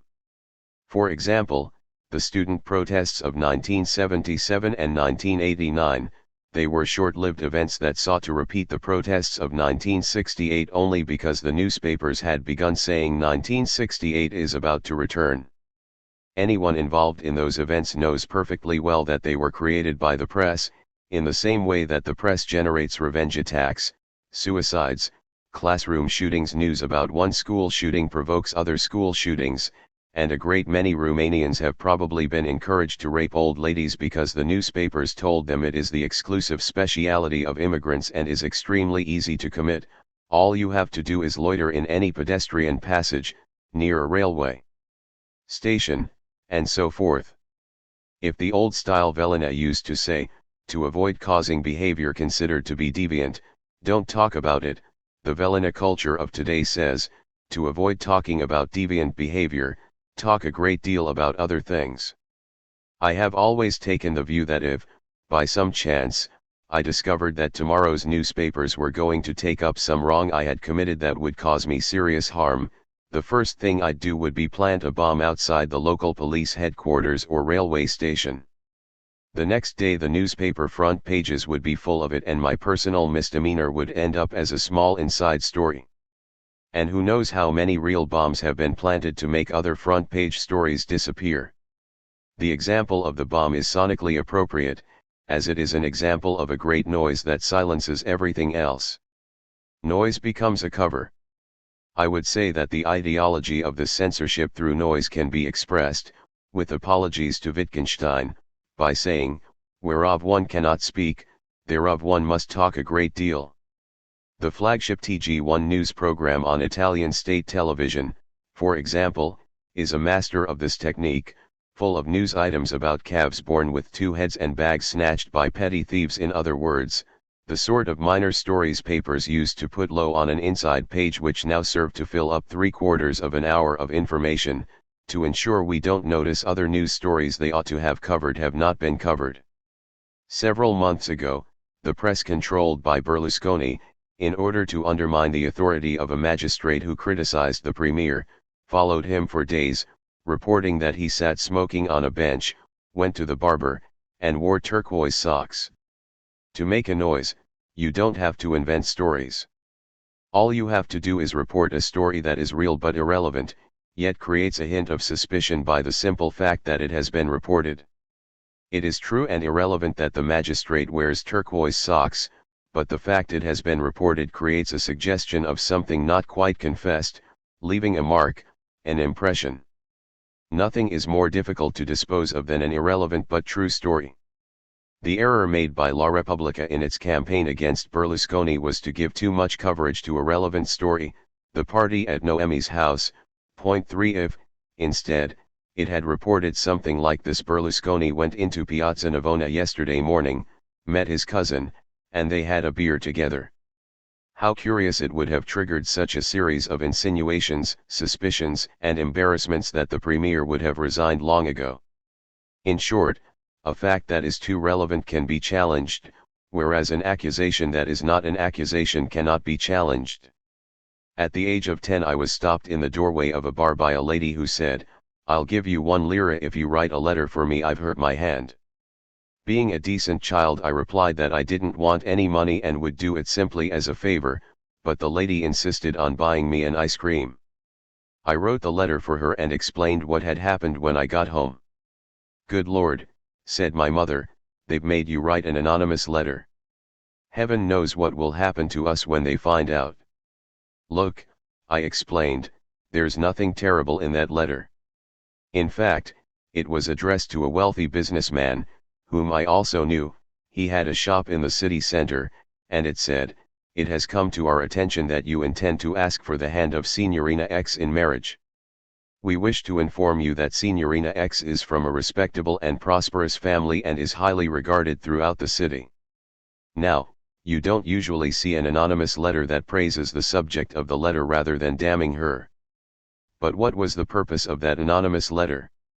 Since the lady who recruited me clearly had no grounds for saying anything else, she wanted at least to create unease. The recipient would have wondered, why should they send me such a letter? What does highly regarded throughout the city actually mean? I believe the wealthy businessman would have decided in the end to postpone the idea of marriage for fear of setting up home with someone so gossiped about. This form of noise doesn't even require that the transmitted messages be of any particular interest, since one message adds to another, and together they create noise. Noise can sometimes take the form of superfluous excess. A few months ago there was a fine article by Bears-Ellie in El Espresso magazine, saying, "Do you realize that advertising no longer has any effect on us? No one can prove that one soap powder is better than another, in fact they are all the same, so for the past 50 years the only method anyone has come up with shows us housewives who refuse the offer of 2 packets in exchange for their own brand, or grandmothers who tell us that this recalcitrant stain will disappear if we use the right powder." Soap companies therefore carry out an intensive and relentless campaign, consisting of the same message, which everyone knows by heart, so that it becomes proverbial: Omo washes whiter than white, and so on. Its purpose is twofold: partly to repeat the brand name. In certain cases it becomes a successful strategy. If I have to go into a supermarket and ask for soap powder, I will ask for Tide or Omo because I have known these names for the past 50 years, and partly to prevent anyone from realizing that no epideictic discussion can be made about soap powder either for or against. And the same happens with other forms of advertising. Bears-Ellie observes that in every mobile phone advert, none of us actually understand what the characters are saying. But there's no need to understand what they say, it is the great noise that sells cell phones. I think it is most probable that companies have jointly agreed to stop promoting their own particular brands and to carry out general publicity, to spread the mobile telephone culture. If you buy Nokia instead of Samsung, you will be persuaded by other factors, but not by advertising. In fact, the main function of the publicity noise is to remind you of the advertising sketch, not the product. Try to think of the most pleasant, the most enjoyable piece of advertising. Some are even quite funny, and to remember which product it relates to. It is very rare that you manage to remember the name of the product to which that advertisement refers, The child who mispronounces Simmenthal, or perhaps no martini, no party, or Ramazzotti is always good for you. In all other cases the noise compensates for the fact that there is no way to demonstrate the excellence of the product. The Internet, of course, generates, with no intention to censor, the greatest noise that yields no information. Or rather, first, you receive information, but you don't know whether it is reliable. Second, you try searching for information on the Internet. Only we academics and researchers, after 10 minutes work, can begin to select the information we want. Most other users are stuck on blogs, or on a porn site, and so forth, without surfing too far, because surfing isn't going to help them find reliable information. Looking further at cases of noise that do not presuppose any intention to censure, but nevertheless tend towards censorship, we should also mention the newspaper with 64 pages. 64 pages are too many to give real prominence to the most essential information. Here again, some of you will say, but I buy a newspaper to find the news that interests me. Certainly, but those who do that are an elite who know how to deal with information, and there must be some good explanation for the frightening drop in the number of newspapers being sold and read. Young people no longer read newspapers. It is easier to find the La Repubblica or Corriere della Sera sites on the Internet there. At least, it is all on one screen, or to read the free sheets at the train station, where the news is set out on 2 pages. Therefore, as a result of noise, we have a deliberate censorship. This is what is happening in the world of television, in creating political scandals, and so forth, and we have an involuntary but fatal censorship whereby, for reasons that are entirely legitimate in themselves, such as advertising revenue, product sales, and so forth, an excess of information is transformed into noise. This, and here I am moving from communications to ethics, has also created a psychology and morality of noise. Look at that idiot walking along the street, wearing his iPod headphones. He cannot spend an hour on the train reading a newspaper or looking at the countryside, but has to go straight to his mobile phone during the first part of the journey to say I've just left, and on the second part of the journey to say I'm just arriving. There are people now who cannot live away from noise. And it is for this reason that restaurants, already noisy places, offer extra noise from a television screen sometimes too, and music, and if you ask for them to be switched off, people stare at you as if you're mad. This great need for noise is like a drug. It is a way to avoid focusing on what is really important. Redi in interiorum hominum. Yes, in the end, the example of St. Augustine could still provide a good ideal for the world of politics and television. It is in silence alone that the only truly powerful means of information becomes effective word of mouth. All people, even when they are oppressed by the most censorious tyrants, have been able to find out all that is going on in the world through popular word of mouth. Publishers know that books do not become bestsellers through publicity or reviews, but by what the French call bouche à oreille and the Italians call passaparola. Books achieve success through word of mouth. In losing the condition of silence, we lose the possibility of hearing what other people are saying, which is the only basic and reliable means of communication. And that is why, in conclusion, I would say that one of the ethical problems we face today is how to return to silence. And one of the semiotic problems we might consider is the closer study of the function of silence in various aspects of communication. To examine a semiotics of silence, it may be a semiotics of reticence, a semiotics of silence in theater, a semiotics of silence in politics, a semiotics of silence in political debate. In other words, the long pause, silence as creation of suspense, silence as threat, silence as agreement, silence as denial, silence in music. Look how many subjects there are to study concerning the semiotics of silence. I invite you to consider, therefore, not words but silence. Lecture given during the conference of the Associazione Italiana di Semiotica, 2009. Imaginary astronomies. I would like to make it clear straight away that in talking about imaginary geographies and astronomies I will not be dealing with astrology. The history of astrology has continually crossed paths with that of astronomy, but the imaginary astronomies and geographies I will be talking about have all now been recognized as entirely imaginary or false, whereas businessmen and heads of state still turn to astrologers for guidance. Therefore astrology is not a science, whether exact or otherwise, but a religion, or a superstition, superstitions being other people's religions, and as such cannot be demonstrated as true or false. It is only a question of faith, and in questions of faith it is always better not to get involved, if only out of respect for those who believe. The imaginary geographies and astronomies I will be discussing were created by people of good faith who explored the sky and the earth as they saw them, and though they were wrong, we cannot doubt their good intentions. Yet those who are still involved in astrology today know perfectly well they are describing a sky that is different from that explored and defined by astronomy, and still they continue to behave as though their conception of the sky were true. There can be no sympathy for astrologers' bad faith. They are not people who are deceived, they are deceivers. End of argument. As a child I dreamed over atlases. I imagined journeys and adventures in exotic lands, or I thought of myself as a Persian conqueror traveling far into the steppes of Central Asia, then descending toward the seas of the Sonda to build an empire stretching from Ecbatana to the island of Sakhalin. This is perhaps why as an adult I decided to visit all those places whose names had caught my imagination, like Samarkand, or Timbuktu, the Alamo or the River Amazon, and all I am missing now are Montpellier CM1 and Casablanca. My astronomical exploits have been more difficult, and always practiced vicariously.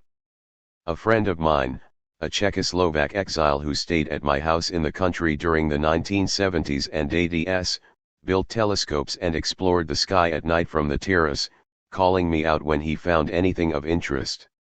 I came to the conclusion that only I and Rudolf II of Prague had had the privilege of lodging a Bohemian astronomer permanently under our roof, but then the Berlin Wall came down and my Bohemian astronomer returned to Bohemia. I have found consolation in my collection of antique books. I call it the Bibliotheca Semiologica Curiosa, Lunatica, Magica, et Pneumatica, and it consists entirely of books that describe falsities. It includes the works of Ptolemy but not those of Galileo, and though as a child I dreamed up my journeys over the classic modern-day atlas, I now prefer to do it over maps of Ptolemaic origin. Is this representation of the known world of that time an imaginary one? We need to distinguish between the various meanings of the word imaginary. Some astronomies have imagined a world based on pure speculation and mystical impulses. They tell us not what the visible cosmos looks like but what the invisible and spiritual forces are that pervade it. Other astronomies, though based on observation and experience, have nonetheless conceived explanations that we regard today as wrong. Look at the explanation that Athanasius Kircher gives for sunspots, in his Mundus Subterraneus of 1665, as being puffs of steam from the surface of the star. Ingenious, but ingenious. And to remain with Kircher, this is how he applied the principles of physics and mathematical calculus, in his Turi's Babel of 1679, to show that it was impossible for the Tower of Babel to rise up to heaven.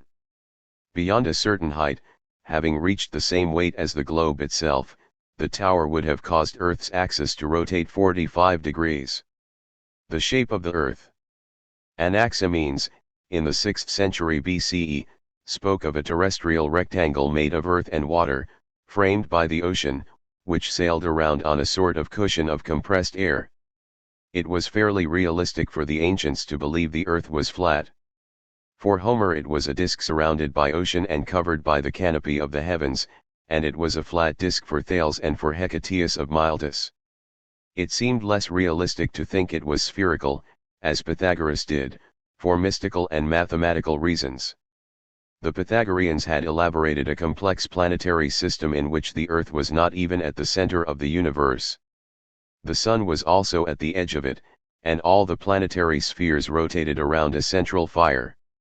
Each rotating sphere, moreover, produced a sound from a range of musical notes, and to establish an exact correspondence between sounds and astronomical phenomena, a non-existent planet, the Antichthon, counter-Earth, was also introduced. In their mathematical and musical zeal, and in their scorn of sensory experience, the Pythagoreans had not considered that if each planet produced a sound from this range of notes, their planetary music would have produced a repugnant dissonance, as if a cat had suddenly jumped onto the keys of a piano.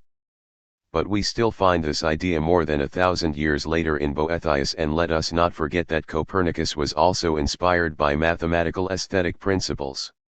Subsequent demonstrations of the Earth's roundness, though, were based on empirical observations. Ptolemy, of course, knew that Earth was round, otherwise he wouldn't have been able to divide it into 360 degrees of longitude.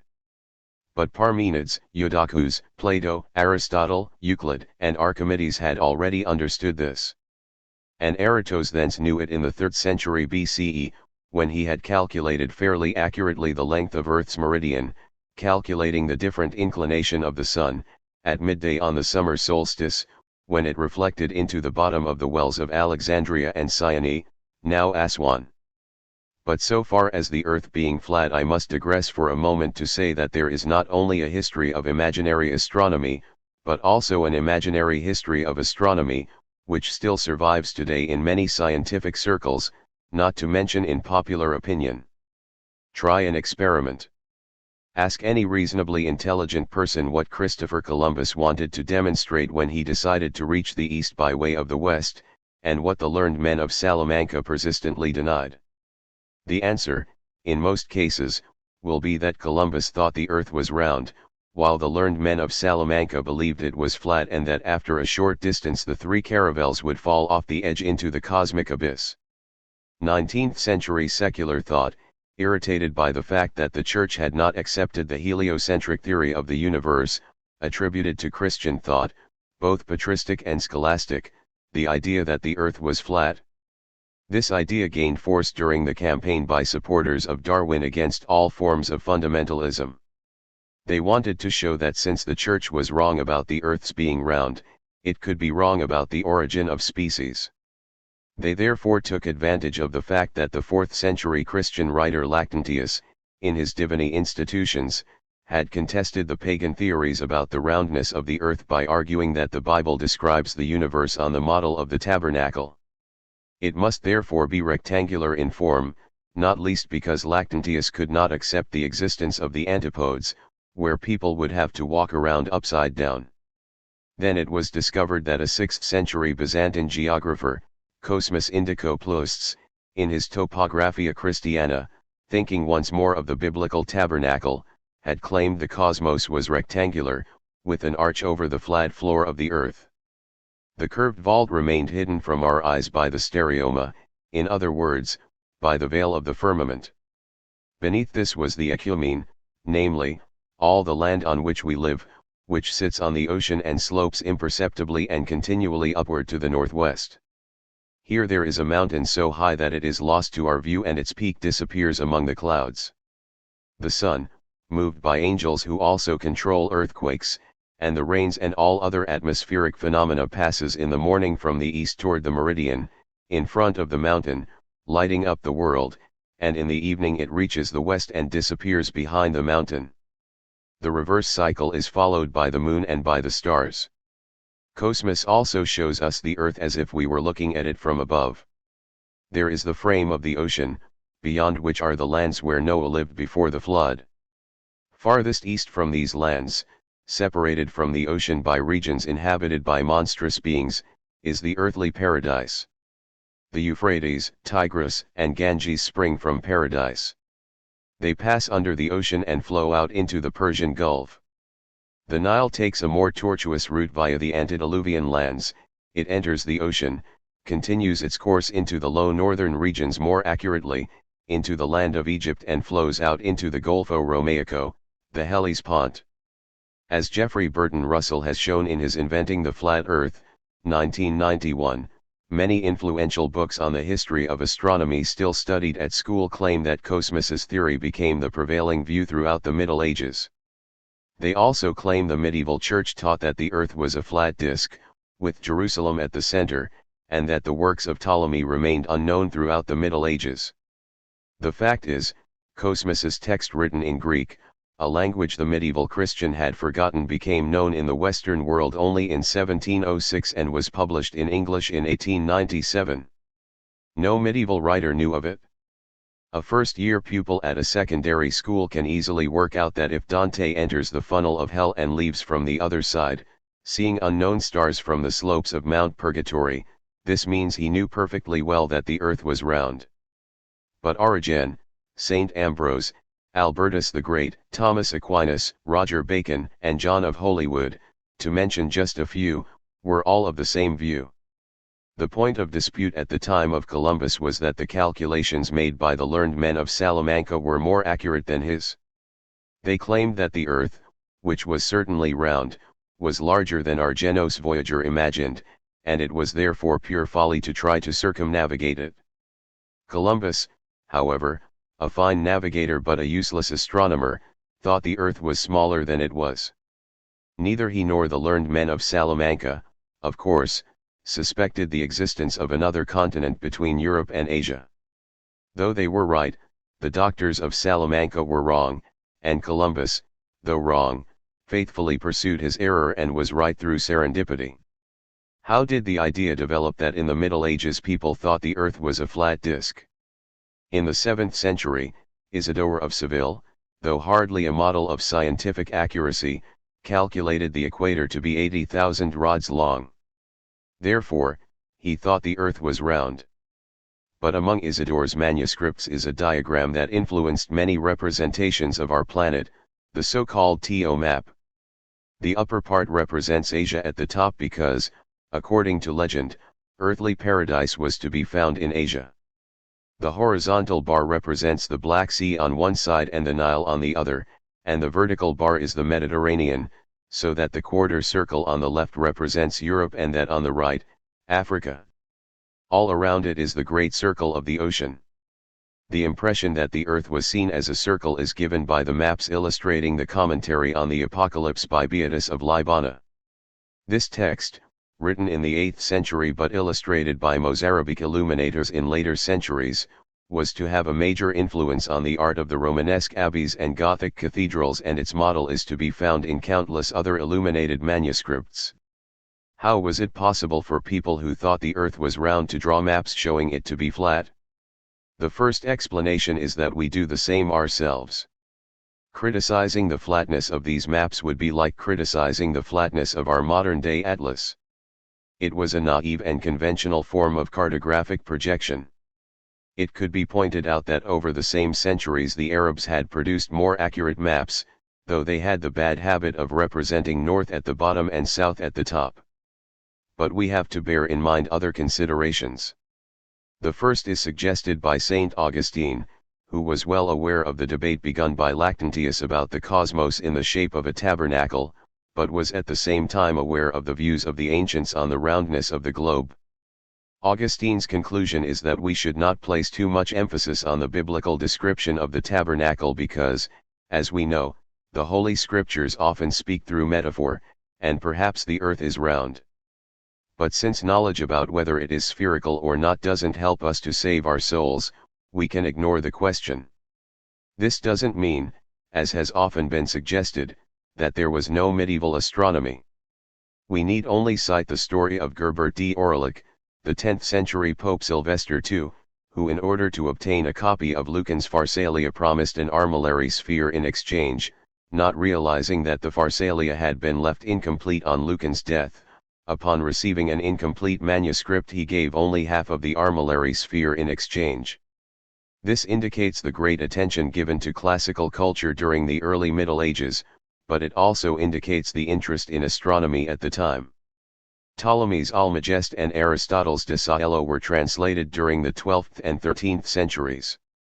As we all know, astronomy was one of the subjects of the quadrivium taught in medieval schools, and in the 8th century John of Holywood's Tractatus de Sphera Mundi, based on Ptolemy, was to be the undisputed authority for centuries to come. Yet it is also true that geographical and astronomical notions had long been confused by the ideas of authors such as Pliny or Solinus, for whom astronomy was certainly not of uppermost concern. The picture of the Ptolemaic cosmos, formed perhaps indirectly through other sources, was theologically most credible.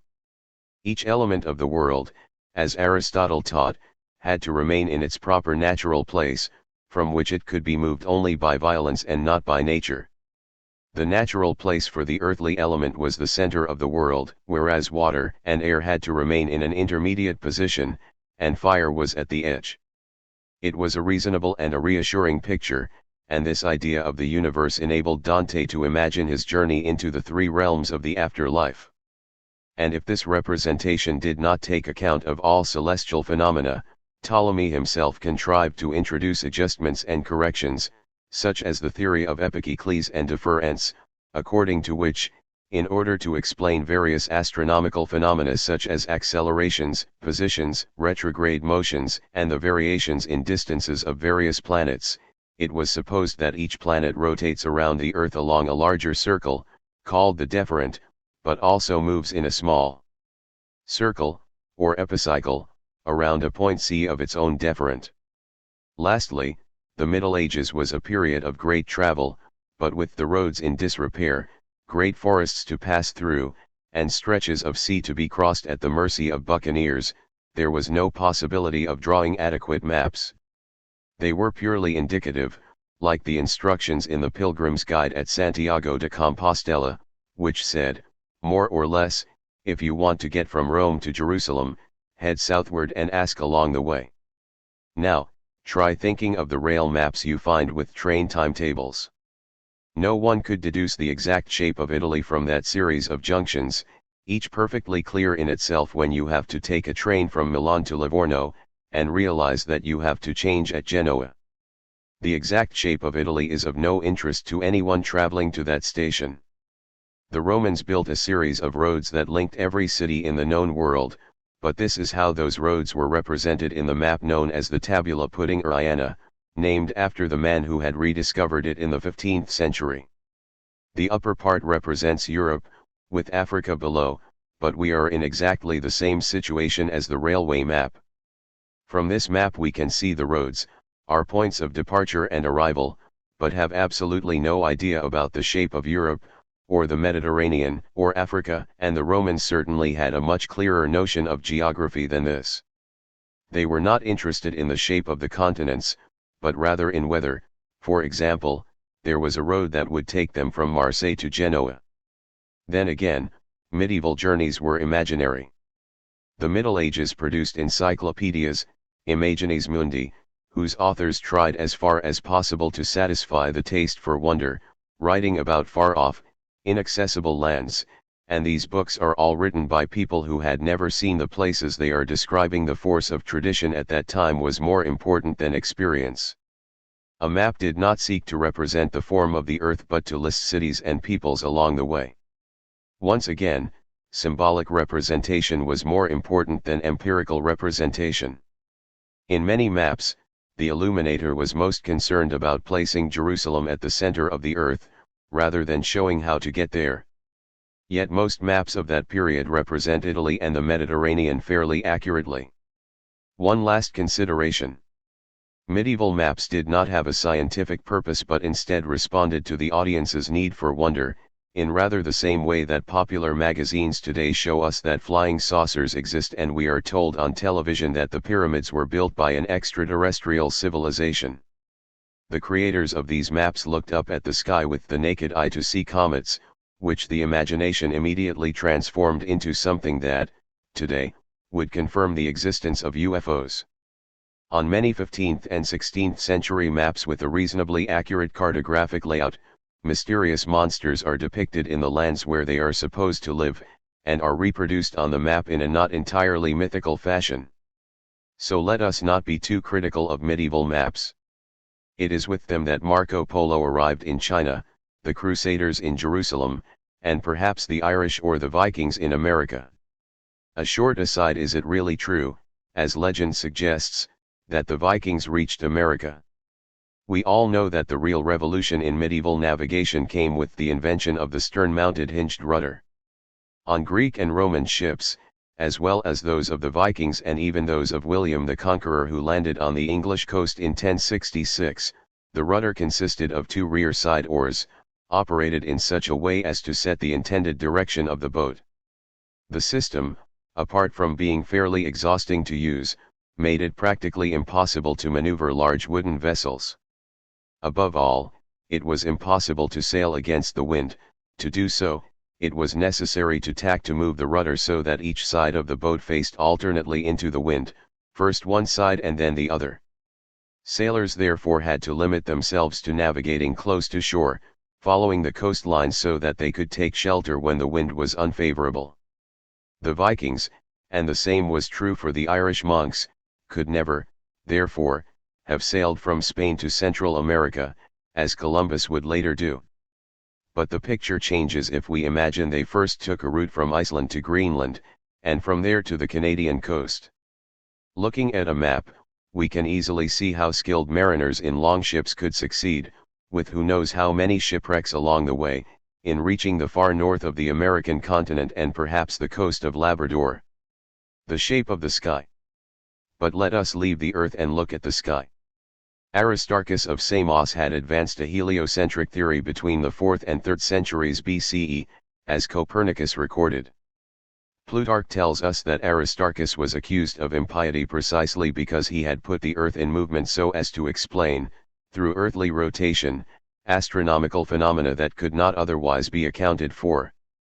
Plutarch did not agree with this theory and Ptolemy later judged it ridiculous. Aristarchus was way ahead of his time, and perhaps he reached his conclusion for the wrong reasons. There again, the history of astronomy is curious.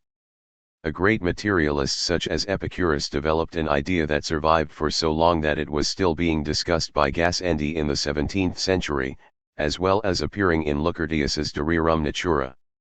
He suggested that the sun, the moon, and the stars, for many very serious reasons, can be neither larger nor smaller than how they appear to our senses. So Epicurus judged the sun to have a diameter of about 30 centimeters. Copernicus's De Revolutionibus Orbium Coelestium was published in 1543. We imagine the world was suddenly turned upside down and we talk about the Copernican revolution. But Galileo's Dialogo sopra I due massimi systemi was published in 1632, 89 years later, and we know what opposition this met. There again, the astronomies of both Copernicus and Galileo were imaginary, since they were wrong about the nature of planetary orbits. But the most rigorous of imaginary astronomies was that of Tycho Brahe, a great astronomer and Kepler's teacher, who admitted that planets rotate around the sun, otherwise many astronomical phenomena could not be explained, but claimed that the sun and planets rotate around the earth, which remains immobile at the center of the universe. Brahe's theory was taken seriously, for example, by the Jesuits and especially by Athanasius Kircher. Kircher was a cultured man and could no longer accept the Ptolemaic system. In an illustration of solar systems in his Iter Ecstaticum Coelest, 1660 edition, alongside the Platonic system and the Egyptian system he shows us the Copernican system, explaining it accurately, but adding this note: quem dien sicuti sunt pene omnes mathematici a Catholici et non nulli ex Catholicis, quibus nimirum ingenium et calamus prurit ad nova venditanda. This was later accepted by almost all non-Catholic and some Catholic mathematicians, namely those who evidently had a craving to peddle new ideas in their writings. Not being of that accursed breed, Kircher thus prefers Brahe. There were, however, very strong arguments against the idea of an Earth that moves around the Sun. In his Utriusque Cosmi Historia of 1617, Robert Flood uses mechanical arguments to show that if you have to turn a wheel, like that of the celestial wheel, it is easier to make it turn by exercising a force around the circumference, the point among the spheres where the primum mobile was, than by acting on the center, where the foolish Copernicans would place the sun and every generating force of life and motion. Alessandro Tassini, in his Dieci Libri de Pensieri Diversi of 1627, lists a range of reasons why the movement of the Earth seemed inconceivable. I will quote two of them. Argument of the eclipse. By removing the Earth from the center of the universe, it has to be placed either below or above the moon. If we place it below, there will never be an eclipse of the sun, since the moon, being above the sun and above the earth, will never come between the earth and the sun. If we place it above, there will never be an eclipse of the moon, since the earth will never be able to come between it and the sun. And what is more, astronomy could no longer predict eclipses, since it bases its calculations on the movements of the sun, and if the sun does not move, such calculations would be in vain. Argument of the birds. If the earth moves, birds flying westward would never be able to keep up with its rotation and would never go forward. Descartes, who favored Galileo's hypothesis but never had the courage to publish his opinions about it, had developed quite an interesting theory involving vortexes, or turbulence, in Principia Philosophiae, 1644. He imagined that the heavens were liquid matter, like a sea, swirling about, forming eddies or whirlpools. These vortexes carry planets with them, and the earth is carried in a vortex around the sun. But it is the vortex that moves. The earth remains immobile in the vortex that carries it. Descartes was shrewd in setting out these astonishing explanations, a way of getting out of the impasse between the geocentric and heliocentric arguments as a mere hypothesis, without having to dispute the truth recognized by the Church. As Apollinaire said, pity pour nous qui combattons auxiliary frontières de la limite et de l'avenir, pity pour nos péchés, pity pour nos erreurs. These were times when the astronomer could still commit many serious mistakes, as happened to Galileo when, through his telescope, he discovered the rings of Saturn but could not work out what they were. First of all, he declares he has seen not one single star but three joined together in a straight line parallel to the equinoctial, and represents what he has seen as three small circles. In his later writing he suggests that Saturn may appear in the shape of an olive, and finally he no longer describes three bodies or an olive, but two semi-ellipses with two very dark little triangles in the middle of the said figures, and draws Saturn to look very much like Mickey Mouse. Only later would Huygens describe a ring. An infinity of worlds. Roaming among worlds constructed by the imagination, the imaginary astronomy of our forebears, shaded with hints of the occult, was able to create a revolutionary idea, that of the plurality of worlds.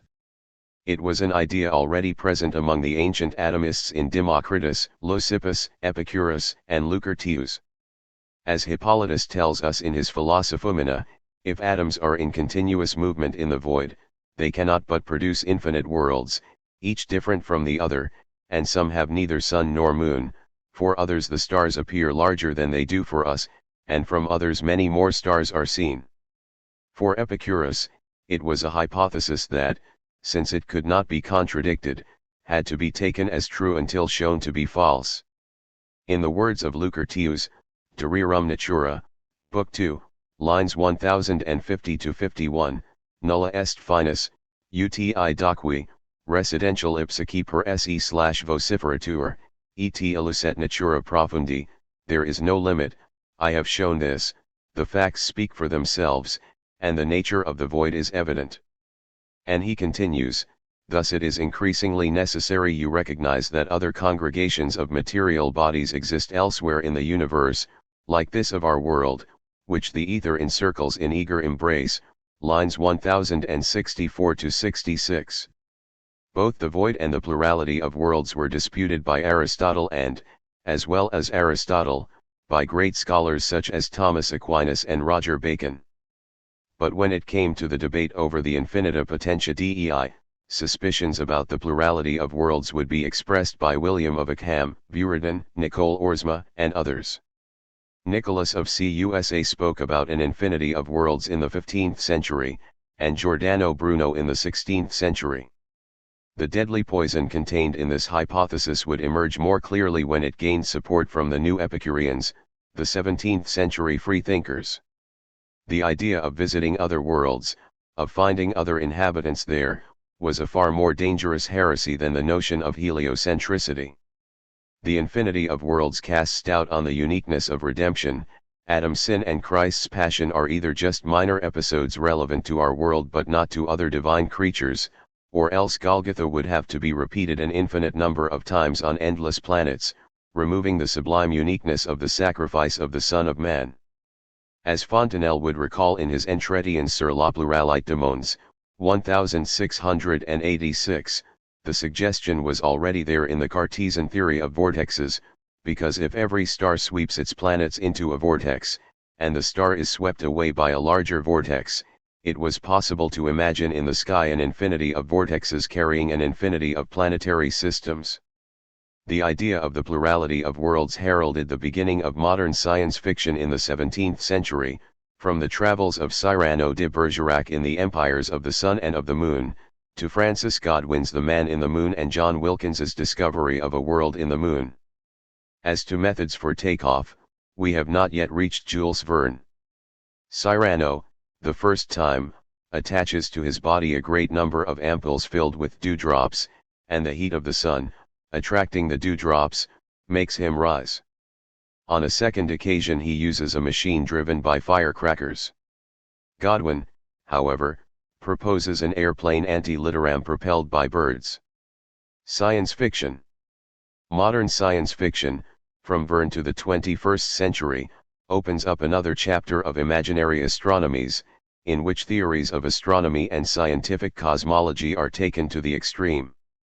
My old pupil Renato Giovannoli has written a fascinating book on science in science fiction too, in which he examines not only all the, often highly convincing, pseudo-scientific theories developed in stories about the future, but also shows how science in science fiction consists of a fairly uniform body of ideas and topoi that return from narrator to narrator, with subsequent improvements and developments.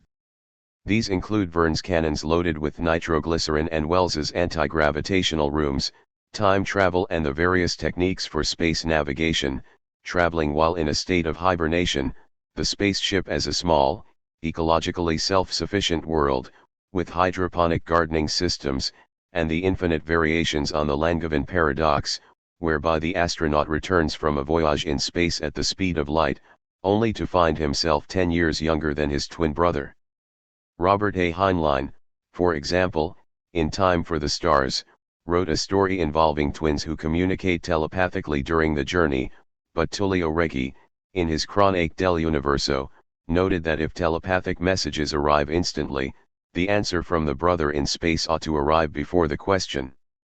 Another recurring theme is that of hyperspace, which Heinlein, in Starman Jones, describes using a scarf as a model. Here's Mars. Here's Jupiter. To go from Mars to Jupiter you have to go from here to here. But suppose I fold the scarf so that Mars is on top of Jupiter? What's to prevent us just stepping across? So science fiction has been off in search of abnormal parts of the universe where space can fold back on itself. It has also used scientific hypotheses, such as Einstein-Rosen bridges, black holes, and space-time wormholes. Kurt Vonnegut, in The Sirens of Titan, theorized about chronosynclastic infundibula, tunnels in hyperspace, while others have invented tachyons, particles that move faster than light. 3. All the problems of time travel have been discussed with and without the time traveler meeting his own double, including the famous grandfather paradox, whereby if we go back in time and kill our grandfather before he gets married, perhaps we would disappear at that moment, using also the concepts developed by scientists, such as Hans Reichenbach in The Direction of Time, in relation to closed causal chains whereby, at least in the subatomic world, A causes B, B causes C, and C causes A. Philip K. Dick, in Counterclock World, theorized about entropic inversion. The first part of Frederick Brown's short story The End makes the supposition that time is a field and that the character Professor Jones has found a machine that reverses it. Jones presses the button, and the second part consists of the same words as the first, but in reverse order. And finally, using the ancient theory of the infinity of worlds, writers have imagined parallel universes, so that Frederick Brown, in his novel What Mad Universe, reminds us that an infinite number of universes can exist at the same time.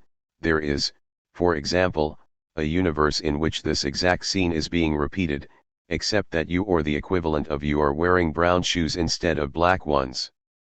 There are an infinite number of permutations on that variation, such as one in which you have a slight scratch on your left forefinger, and one in which you have purple horns. but on the logic of possible worlds. Philosophers such as D.K. Lewis, in Counterfactuals, 1973, has also stated, "I emphatically do not identify possible worlds in any way with respectable linguistic entities, I take them to be respectable entities in their own right. When I profess realism about possible worlds, I mean to be taken literally. Our actual world is only one world among others. You believe in our actual world already. I ask you to believe in more things of that kind. How much separates science fiction from the science that preceded it or will come after it? Given that science fiction writers certainly read the work of scientists, how many scientists have nourished their imaginations reading science fiction? How many imaginary astronomies of science fiction are, or will remain, imaginary? I have found a text by Thomas Aquinas, in Primum Sententiarum, Distinction 8, Article 1.2, in which he distinguishes two types of morphological relationship between cause and effect. Cause can resemble effect, as a person resembles his portrait, or cause can be different from effect, as happens with fire that causes smoke, and in this second category of causes Aquinas includes the sun, which produces heat but is itself cold. We may laugh, since he reached this model from his theory of celestial spheres, but if one day cold fusion is taken seriously, might we have to reconsider this idea of Aquinas with more respect? The cold sun and the hollow earth. Speaking of the cold sun, certain kinds of geoastronomy have gone beyond the bounds of imagination into the realms of insanity, and yet seem to have influenced some very serious, though scarcely laudable, ideas and decisions. In 1925, the theory of an Austrian pseudoscientist, Hans Horbiger, which was called the the Weltteilehre or world ice theory, began to circulate within Nazi circles. Point 4 This theory was to enjoy the support of men like Rosenberg and Himmler. But when Hitler rose to power, Horbiger was taken seriously even by some members of the scientific community, including people like Leonard, who had discovered X-rays with Röntgen. According to Horbiger, the cosmos was the theater of an eternal struggle between ice and fire, which produces not an evolution but an alternation of cycles, or epochs. An enormous hot body, millions of times larger than the Sun, had once collided with an immense accumulation of cosmic ice. The mass of ice had penetrated into this incandescent body and, after having worked within it as a vapor for hundreds of millions of years, had made the whole thing explode. Various fragments were propelled into frozen space as well as into an intermediate zone, where they established the solar system. The Moon, Mars, Jupiter, and Saturn are blocks of ice, and the Milky Way is a circle of ice. Traditional astronomy purports that the Milky Way is made up of stars, but trick photography creates this illusion. Sunspots are produced by blocks of ice that break off from Jupiter. The power of the original explosion is now diminishing and each planet does not revolve elliptically, as official science erroneously believes, but is, imperceptibly, spiraling toward the planet that most attracts it. At the end of the cycle in which we are living, the Moon will move closer and closer to Earth, gradually raising the level of the oceans, submerging the tropics, and leaving only the highest mountains above water. The cosmic rays will become more powerful and will produce genetic mutations. In the end, our own satellite will explode and be transformed into a ring of ice, water, and gas, which will then precipitate onto Earth. As the result of a complex series of events caused by the influence of Mars, Earth will also become a globe of ice and in the end will be reabsorbed by the Sun. There will then be a new explosion and a new beginning. In the same way, the Earth in the past has already had, and then reabsorbed, 3 other satellites. This cosmogony obviously presupposed a sort of eternal return, which harked back to ancient myths and epics. What Nazis today call knowledge of tradition was once again contrasted with the false knowledge of liberal and Jewish science. A glacial cosmogony, moreover, seemed very Nordic and Aryan. Pauwels and Bergier, in their Le Matin de Magiciens 5 attribute this great belief in the frozen origins of the cosmos to the faith, encouraged by Hitler, that their troops would cope very well in frozen Russia. but the authors also suggest that the need to test how cosmic ice would react had also delayed experiments on the V-1 flying bombs. Someone writing under the name of Elmer Brugg Six published a book in 1938 in which he paid tribute to Horbiger as the 20th century Copernicus, claiming that the world ice theory explained the profound links between earthly events and cosmic forces, and concluding that the silence on the part of democratic Jewish science to Horbiger's ideas was a typical case of the conspiracy of mediocrity.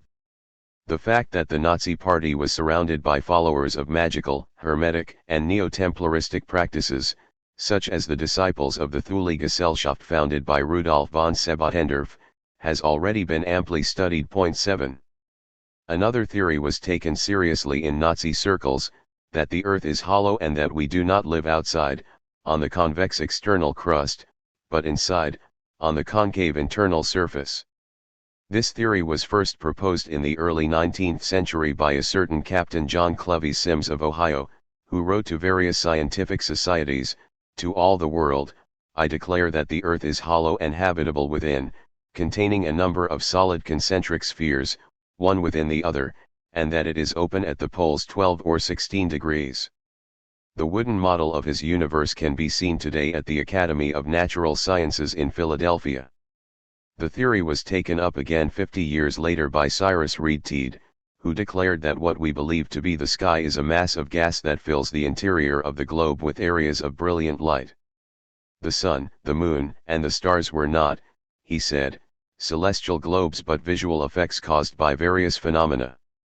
After the First World War the theory was introduced into Germany by Peter Bender, and then by Karl Neupert, who founded the movement based on the Hohlweltelre, the hollow earth theory. According to some sources, the theory was taken seriously among members of the German hierarchy, and in certain parts of the German Navy it was believed that the hollow earth theory made it possible to fix the positions of English ships more accurately because, if infrared rays were used, the curvature of the Earth would not have obscured observation. It is even said that some of the V-1 firings were wrong because the trajectory was calculated on the basis of a concave and not a convex land surface. If this is true, then the historical and providential utility of insane astronomies is perfectly apparent. Imaginary geography and true history. During the second half of the 12th century, a letter reached the West telling how in the Far East, beyond the regions occupied by the Muslims, beyond those lands that the Crusaders had tried to take from the dominion of the infidels but had nonetheless returned to their dominion, there flourished a Christian kingdom, governed by the legendary Prester John, or Presbyter Johannes, Repotentia et virtut Dei et Domini nostri Iesu Christi. The letter began as follows. Hear and believe, I, Presbyter Johannes, the Lord of Lords, surpass all under heaven in virtue, in riches, and in power. 72 kings pay us tribute. In the three Indies our magnificence rules, and our lands extend beyond India, where rests the body of the holy apostle Thomas. They reach toward the sunrise over the wastes, and extend toward deserted Babylon near the Tower of Babel. In our domains live elephants, dromedaries, camels, hippopotami, crocodiles, metagallinari, cametenus, tinsirot, panthers, onagers, red and white lions, white bears and blackbirds, mute cicadas, griffins, tigers, jackals, hyenas, wild oxen, centaurs, wild men, horned men, fawns, satyrs, and women of the same species, pygmies, men with dogs' heads, giants 40 cubits tall, monocles, cyclopes, a bird called phoenix, and almost every kind of animal that lives beneath the vault of the heavens. In one of our provinces the river known as Indus flows. This river, whose source is in Paradise, winds its way along various branches through the entire province, and in it are found natural stones, emeralds, sapphires, garnets, topazes, chrysolite, onyx, beryl, amethyst, sardonyx, and many other precious stones. And so it went on, listing other wonders. Translated and paraphrased many times during the following centuries, up to the 17th century, and in various languages and versions, the letter was to be highly influential in the expansion of the Christian West toward the East. The idea that a Christian kingdom might exist beyond the Muslim lands justified all enterprises in expansion and exploration. Giovanni da Pian del Carpine, William of Rudbruck, and Marco Polo all mentioned Prester John. Toward the middle of the 14th century, Prester John's kingdom moved from a vague orient toward Ethiopia when Portuguese mariners began their African campaign. Attempts to contact him were made in the 15th century by Henry IV of England, by the Duc de Berry, and by Pope Eugene IV. In Bologna, at the time of the coronation of Emperor Charles V, there were still discussions about Prester John as a possible ally for the recapture of the Holy Sepulchre. How did Prester John's letter come into being, and what was its purpose? Perhaps it was a piece of anti-Byzantine propaganda, produced in the scriptoria of Frederick I, but the problem is not so much its origin as the way it was received. Through geographical fantasy a political project gradually gained strength. In other words, the spectre evoked by some scribe inclined to forgery, a highly respectable literary genre at the time, was used as an excuse for expanding the Christian world toward Africa and Asia, a friendly gesture in supporting the white man's burden. And thus we have a case of imaginary geography that has produced real history. And it is not the only case. I would like to finish with the 16th century Typus Orbis Terrarum by Ortelius. Ortelius had already portrayed the American continent with remarkable precision, but he still thought, like many before and after, that Terra Australis, an immense cap covering the southern part of the planet, existed. It was in search of this hypothetical austral land that indefatigable mariners like Mendana, Bougainville, Tasman, and Cook explored the Pacific. Thanks to an imaginary map, the real Australia, Tasmania, and New Zealand were eventually discovered. Spare a thought, then, for those who fought at the frontiers of infinity and the future. Remember the greatness of those imaginary geographies and astronomies, and those errors that often bore fruit. Revised version of 2 lectures, one given in 2001 at a conference of astronomers and the other in 2002 at a conference of geographers. Living by Proverbs. No copy in the NUC. And not only that, not mentioned in Brunette or Greece, not to be found, despite its subject, in the bibliographies on occultism, Caillet, Ferguson, Juvine, Virginelli Rota, Bibliotheca Magica, Rosenthal, Dorban, Hueta, and so on, so that it is difficult to obtain information about this anonymous pamphlet, which, apart from bearing no date, was published in one of the usual phantom cities, Philadelphia, printed by Secundus More, with a very appealing title, On the New Utopia Sic Orda Insula Perdita, wherein a most ingenious legislator had created the Republic of Happiness following the principle by which Proverbs are the wisdom of mankind, 8 Vo, 2, 33, 45, 6, 1 white. The book is divided into 2 parts. The first sets out the basic principles on which the Republic of Happiness was founded, the second lists its disadvantages and the misfortunes that followed the constitution of that state, and the reasons why this utopia failed after only a few years. The fundamental utopian principle from which the legislators started was that proverbs are not only the wisdom of humanity, but that the voice of the people is the voice of God. The perfect state must therefore be based on this single wisdom. All other moral, social, political, or religious ideologies and designs having previously failed because intellectual hubris had distanced them from ancient wisdom, learn from the past, believe in the future, and live for the present. A few months after this Republic of Happiness had been established, it was quickly realized how the utopian principle complicated daily life. Difficulties arose at once when it came to hunting and obtaining basic supplies, since people followed the principle that those with no dog must hunt with a cat, with poor results. They had originally restricted themselves to fishing, but the fishermen used to take excessive quantities of stimulants, convinced that those who sleep don't catch any fish, so that they were worn out in body and spirit and ended their careers at an early age. Agriculture was in continual crisis, since it was said that when the pear is ripe it falls by itself. It was impossible to make or sell cooking pans due to a deep-rooted mistrust of coppersmiths, given, as we know, that it's the devil who makes the pots, so the coppersmiths tried to make and sell just the lids, for which there was a complete lack of demand since no one was buying any pans. Traveling by road was difficult, assuming that he who leaves the old road for the new knows what he's left but not what he'll find. U-turns were prohibited, there's no going back to where you began, as well as junctions, he who follows every path will discover many dangers. In any event, all vehicles were banned, slow and steady wins the race, and people were generally discouraged not only from traveling but also from industry, since he who dreams much needs little, which also encouraged the use of drugs. Even the postal services were abolished, since those who want something serve themselves, those who don't send someone else. It was difficult to protect property, a dog that barks doesn't bite, so they were muzzled to stop them from barking, and the muzzles were so restrictive that burglars could come and go as they pleased. A misinterpreted principle of cooperation had established that for a well-dressed salad you want a miser for the vinegar, a wise man for the salt, and a spendthrift for the oil.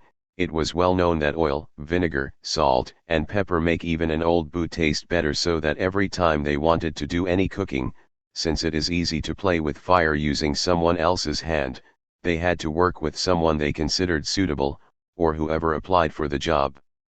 It wasn't difficult to find a spendthrift to make the dressing. A born idiot is the source of perpetual amusement, but it was difficult finding a miser, since no one wished to be described as such, and, what is more, a miser is also stingy with his own time, and a miser, like a pig, is excellent after he's dead. In the end, they usually gave up dressing salads since, after all, hunger is the best sauce. Social life was reduced to the exchange of a few monosyllables. Given that silence is golden, it often speaks louder than words. One word is enough to the wise, a closed mouth catches no flies. Give every man your ear but few your voice, and man is weakened by the words he speaks and strengthened by those he doesn't. Better safe than sorry. What is more, it was well known that when the wine is poured, the wit is gone. That wine brings out joy but also secrets, that drink and bad luck follow the same path, so that convivial gatherings were therefore avoided, and on the rare occasions they took place, they ended in furious violence, since he who strikes first strikes twice. Gambling was also impossible, as a result of a misunderstood principle of cooperation, since he who trusts in chance takes a blind man as his guide, and it was difficult to find a blind man for every player, and then it was enough for someone with one eye to arrive for the game to end in his favor, since in the land of the blind, the one-eyed man is king. Games involving skill, such as archery, were forbidden since, sooner or later, the arrow strikes back at he who shoots it. It was difficult to run any kind of shop, difficult for confectioners, since you get what you deserve, and they were continual victims of their customers' custard pie humor. Negotiations degenerated into unpleasant arguments since, it being true that it's the rudest one who does the buying, when a customer entered the shop asking how such rubbish could possibly be on sale, the angry shopkeeper would reply, "You're the rubbish, and that whore your mother," thus provoking what has been called the Zidane syndrome. Finally, as we know, there's always a time to pay and a time to die, and shopkeepers were being ruined by their customers' habitual failure to honor their debts. In any event, little work was done, because for every saint a feast, so that there were 365 feast days a year, though when the feast is over, the saint's forgotten, with continual celebration, and at table you grow young, and of course, on St. Martin's Day the must turns to wine. Due to this excessive veneration of the saints, at carnival time, when anything goes, joking was limited to the confines of the barracks, bringing disorder among the entire army. Indeed, starting off from the conviction that I can protect myself from my enemies, but may God protect me from my friends, the armed forces were then disbanded. Religious life was fraught with difficulties. First of all, it was difficult to recognize priests because clothes don't make the man, and these clerics were always traveling around in disguise. Secondly, bearing in mind that God speaks to those who stay silent, prayer was discouraged. The administration of justice was a real headache. A criminal conviction was almost unheard of, since confession is halfway to forgiveness, and in any event it could not be made public, since as they say, judge the sin but not the sinner. It was far too expensive to go to lawyers since good advice is beyond all price, and judges were reluctant to call witnesses to trial, claiming that the more you listen the less you understand, and the few to be summoned were terminally ill, as it was thought that those leaving hospital or the graveyard are always more sincere. Crimes committed against other members of the family could not be punished, everyone is king in their own home, and industrial injuries could not be investigated as it was taken for granted that the higher you climb the farther you fall, suddenly and at great speed. There was plea bargaining for the more serious crimes, and convicts could avoid the death penalty by having their tongue cut out. A still tongue makes a wise head, and a raw deal is better than none at all. Sometimes there were beheadings followed by barbarous attempts to organize races between those executed. Those who lose their heads have strong legs, with results that were obviously disappointing. What is more, it was very hard to convict robbers, who, believing that courtesy is the key that opens every door, rather than arriving armed, managed to take money and possessions through simple persuasion and then used the defense that the victims had willingly handed over their property. Generally speaking, however, there was a reluctance to inflict any penalty, since those who fear not the sermon heed not the punishment. At a certain point it was recognized that he who lives by the sword dies by the sword, and the law of retaliation was established and carried out in public. This method brought effective results for crimes such as murder but caused some embarrassing situations in the carrying out of public punishments for the offense of sodomy, and the practice was soon abandoned. Desertion was not a crime, since he who fights and runs away lives to fight another day, though strangely enough it was a crime to use invisible ink, given that only fools can't read their own writing. Pictures of the dead could no longer be shown on tombs, since all those you think are dead keep cropping up when you least expect them, therefore those who really are dead are better not seen at all. Finally, the judges enjoyed the worst possible reputation by reason of the so-called first principle of the bandana: the wrongdoer always blames his accuser. According to the second principle, the petty thief ends up in prison while the big-time crook ends up in power. In a republic based on such blatant injustice, the position of women was tragic. Popular wisdom had never treated them kindly, establishing that when it comes to fire, women, and see, there is little to joke about. Keep your wife well away from your priest, your best friend, and your brother-in-law. A crying woman and a sweating horse are more false than Judas. Woman is a fickle thing, there's no point in locking your doors when women fall in love. Women know more than the devil. A woman is first sweet as honey, then bitter as gall. There's no peace in the chicken coop when the hen crows and the rooster stays silent. Woman is woe. Every single day, wives were condemned to hear complaints about their husband's mother, since it was thought that the best way to get through to the mother-in-law is through her daughter-in-law. When they had the misfortune to marry a loving husband, they would be subjected to continual ill treatment, since those who love hard, fight hard. All is fair in love and war, and spinsters couldn't even hope to find an older, less fiery husband, since men after the age of 59 leave the women and take to wine. This basic misogyny made sexual relationships generally difficult. Indeed, it was known that wine, women, and tobacco are the undoing of all men, better alone than in bad company, and there was a general mistrust of amorous behavior, since warm caresses are the sure sign of a guilty conscience. Conversely, adultery was commonly practiced. Best make love with the woman next door, you'll save on travel and see her more. As the new year brings new life, it was thought that children should all be born in January and therefore conceived in early April. But since Christmas is for family and Easter for friends, all conceptions were adulterous, so that the Republic of Happiness consisted almost entirely of illegitimate children. These sexual difficulties were not even compensated by onanistic practices or the sale of pornography, since, though it is true that a contented mind is a perpetual feast, to look and not to touch is one hell of a task. Cases of homosexuality were not infrequent, since it was thought that birds of a feather flock together. Why not? Beauty is in the eye of the beholder. Nor was it felt that many problems could be resolved by doctors, in relation to whom there was the greatest distrust. It was thought, above all, that anxiety was worse than the ailment, that no doctor can cure fear, that doctors' mistakes end up in the graveyard, that the dentist gets fat with other people's teeth, and finally, that not all that's bad is harmful, and where there's life there's hope. At worst they resorted to euthanasia, since desperate ills require drastic remedies.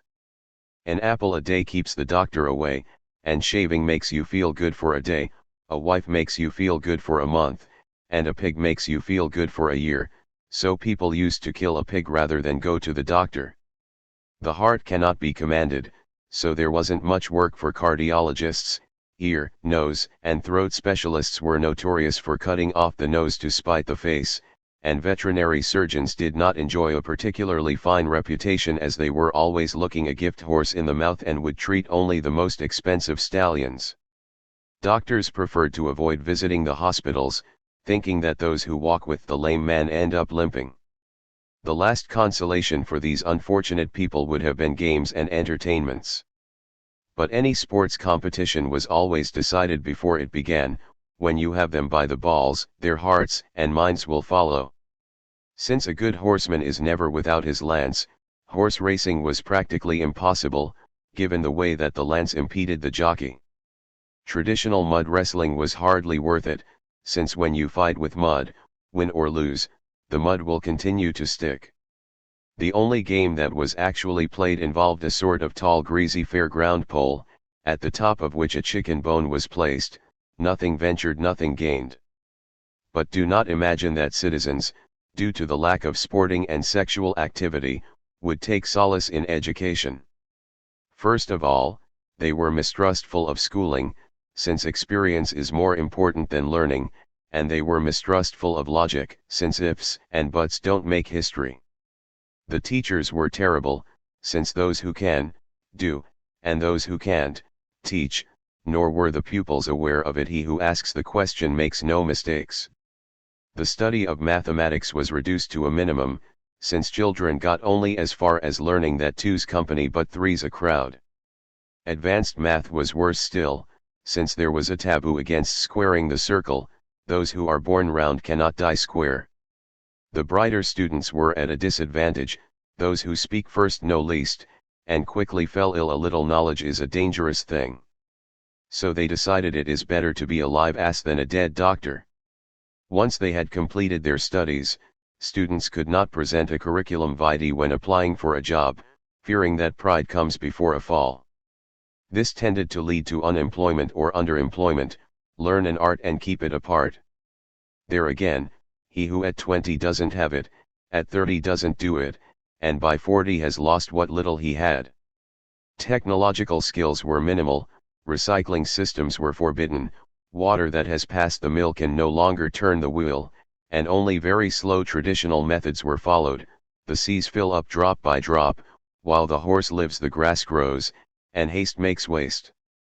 In short, it is clear that the people of the Republic of Happiness were most unhappy, so that they gradually abandoned the island and its legislator, who had to recognize that his utopia had failed. Better late than never. As the anonymous author of this pamphlet wisely states, in criticizing the excessive trust in proverbs, old wisdom does not nourish the hungry man. Between saying and doing many a pair of shoes is worn out, and you can have too much of a good thing. The legislator thought that one thing would lead to another, but we recognize the tree by its fruit, and sooner or later the comb finds all the knots. If all's well that ends well, and slow and steady wins the race, conversely, all that's bad ends badly, and he who makes his bed must lie on it, since he who is born miserable dies disconsolate, and he who sows when the wind blows, harvests only confusion.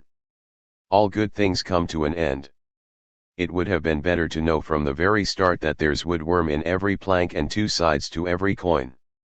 But there's no point crying over spilled milk, and so long as you have your own teeth, there's no telling what the future holds. And this is also true for our anonymous author of long ago. Let the dead bury the dead. And I have described only what I have read, so don't shoot the messenger. A spurious review that appeared in Almanacco del Bibliofilo Viene nel Tempo, alla ricerca di nuovi soli dell'Utopia, edited by Mario Sconamiglio, Milan, Rovolo, 2007. I am Edmond Dantes. Some unfortunates have been initiated into literature reading someone like, say, Rob Grillot. You can read Rob Grillot only after you have understood the age-old narrative structures he violates. To enjoy the lexical inventions and distortions of Gatta, you need to know the rules of Italian and be familiar with the fine Tuscan of Pinocchio. I remember that when I was a child, I found myself in continual competition with a friend from an educated family who read Ariosto, and I spent what little money I had on a copy of Tasso from a second-hand bookstall to keep up with him.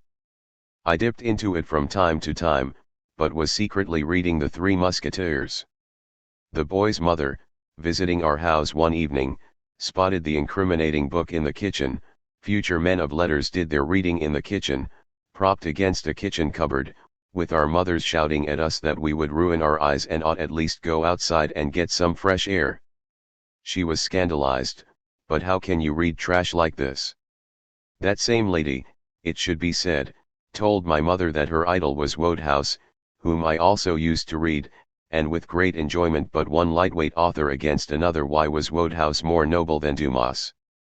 A century-old sentence hung over the serialized novel, and its demise was threatened not only by the Rienzi Amendment of 1850, which imposed a punishing tax on newspapers that published these feuilletons, but also by the general opinion among God-fearing people that feuilletons were the ruin of families. They corrupted the young, drove adults to communism, and undermined the throne and the altar. See, for example, the two-volume Etudes critiques sur le feuilleton roman, almost 1,000 pages that Alfred Netmant devoted in 1845 to this devilish literature. And yet it is only through the serialized novel that, from early childhood, we learn about classic narrative devices. Here they appear in their purest form, often brazenly, but with an overwhelming mythopoeic energy.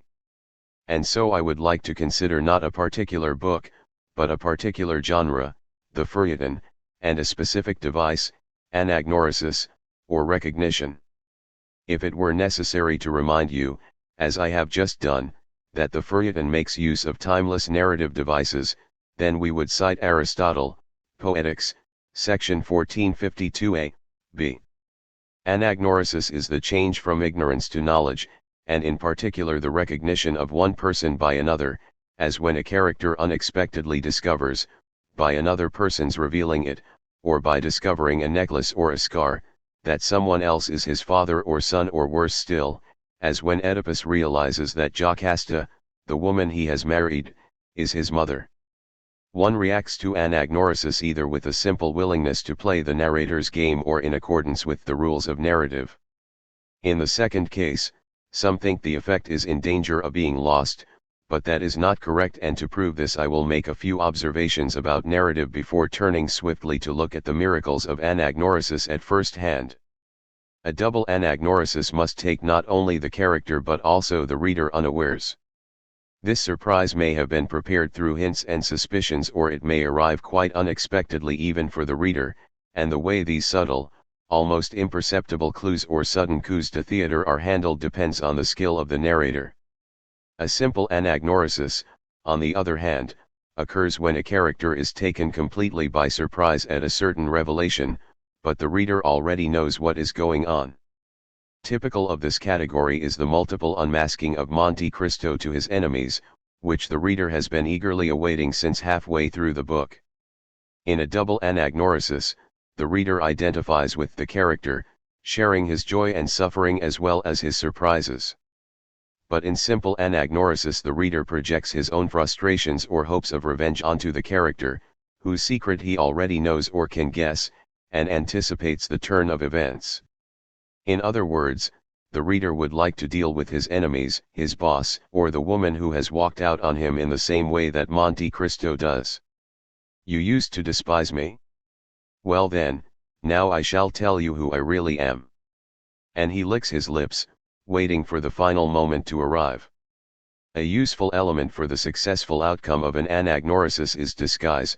By removing his mask, the person disguised increases the other character's surprise, and the reader either shares that surprise or, having seen through the disguise, enjoys the surprise of the unsuspecting characters. For the two types of anagnorisis there are then two sorts of degeneration when the recognition is redundant or pointless. Revelation is, in fact, a currency to be spent thriftily and should provide the clue to a respectable plot. The case of Monte Cristo, who reveals his identity many times and, in turn, gradually learns of the plot in which he has been victim, is a rare and masterly case of revelation that, though used numerous times, is no less satisfying for it. In the popular feuilleton, however, since revelation sells well, it is repeated to the point of excess, thus losing all dramatic power and acquiring a purely consoling function, in the sense that it provides a drug that the reader comes to depend on and cannot do without. The overuse of this device reaches extreme proportions when the revelation is obviously completely pointless in terms of plot development, and the novel becomes stuffed with it purely for publicity purposes, so that it can be promoted as the ideal serial novel and worth every penny. A patent example of pointless moments of anagnorisis, one after the other, is Ponson du Terrail's Les Fourguerons de la Cour Dieu. Note that the pointless anagnorises in the following list are those marked with an asterisk, and, as you will see, they are in the majority. This is the story, Dom Jerome reveals who he is to Jean, Dom Jerome reveals who he is to Mazures, the Comtesse de Mazures, from Valagnese's description, recognizes Jean as the sister of Aurora, from the portrait in the small box left to her by her mother, Aurora recognizes Jean as her sister, Aurora, while reading her mother's letter, recognizes old Benjamin as Fritz, Lucien learns from Aurora that Jean is her sister, and that his mother killed their mother, Raoul de la Morelière. Realizes that César is the son of Blazot and that his temptress is the Comtesse de Mazures, Lucien, after wounding Morelière in a duel, discovers under his shirt a medallion with the portrait of Gretchen, the gypsy girl realizes from a medallion found in Paulet's hand that Aurora is free, BB recognizes Jean and Aurora as being the aristocrats described by the gypsy girl, Paul, alias the Chevalier de Mazures. Having seen the medallion of Gretchen that BB shows him, after having received it from the gypsy girl who received it from Paulet, recognizes that the aristocrat he should be arresting is his daughter Aurora, BB reveals to Paul that his daughter has been arrested in place of Jean, BB, who has escaped, learns that the girl saved from the guillotine is Aurora, BB discovers that his fellow stagecoach passenger is Dagobert, Dagobert learns from BB that Aurora and Jean are in Paris, and that Aurora is in prison. Paulet recognizes Dagobert as the man at the Tuileries who saved his life, Dagobert recognizes the gypsy girl who had once foretold his fortune, Dagobert's doctor realizes that the German doctor who arrives unexpectedly sent by the Masques Rouges is his old master and he recognizes him to be his pupil and Paulet to be the young man whom he had just saved on the road. Years later, Paulet recognizes a stranger who comes up to talk to him as BB, both recognize the gypsy girl and Zoe to be her assistant. Benedict comes across and recognizes BB, Paul, who has been mad for years, regains his sanity and recognizes Benedict and BB. The old hermit is recognized as Dom Jerome, the Chevalier de Mazures learns from Dom Jerome that his daughter is alive, the gypsy girl discovers that her manservant is none other than BB, the Republican, lured into a trap, realizes that an attractive German lady was the young girl whose parents he had sent to the guillotine.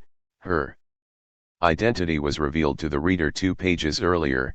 The gypsy girl, condemned by the gypsies, recognizes Lucien, Dagobert, Aurora, and Jean as those who have trapped and ruined her. It does not matter whether those who have, fortunately, not read Les Fourguerons de la Cour Dieu have managed to make head or tail of this torrent of anagnorisis involving characters they know nothing about. It is all the better for them to remain in a state of confusion, since this novel, in comparison to feuilleton classics, is like a film that, to attract a Last Tango in Paris audience, offers its spectators 120 minutes of uninterrupted rear penetration between 100 patients in a psychiatric hospital.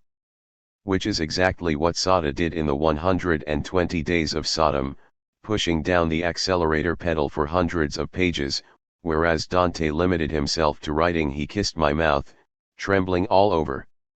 Ponson du Terrail's recognitions are pointless, apart from being exaggeratedly redundant, because the reader already knows all about his characters.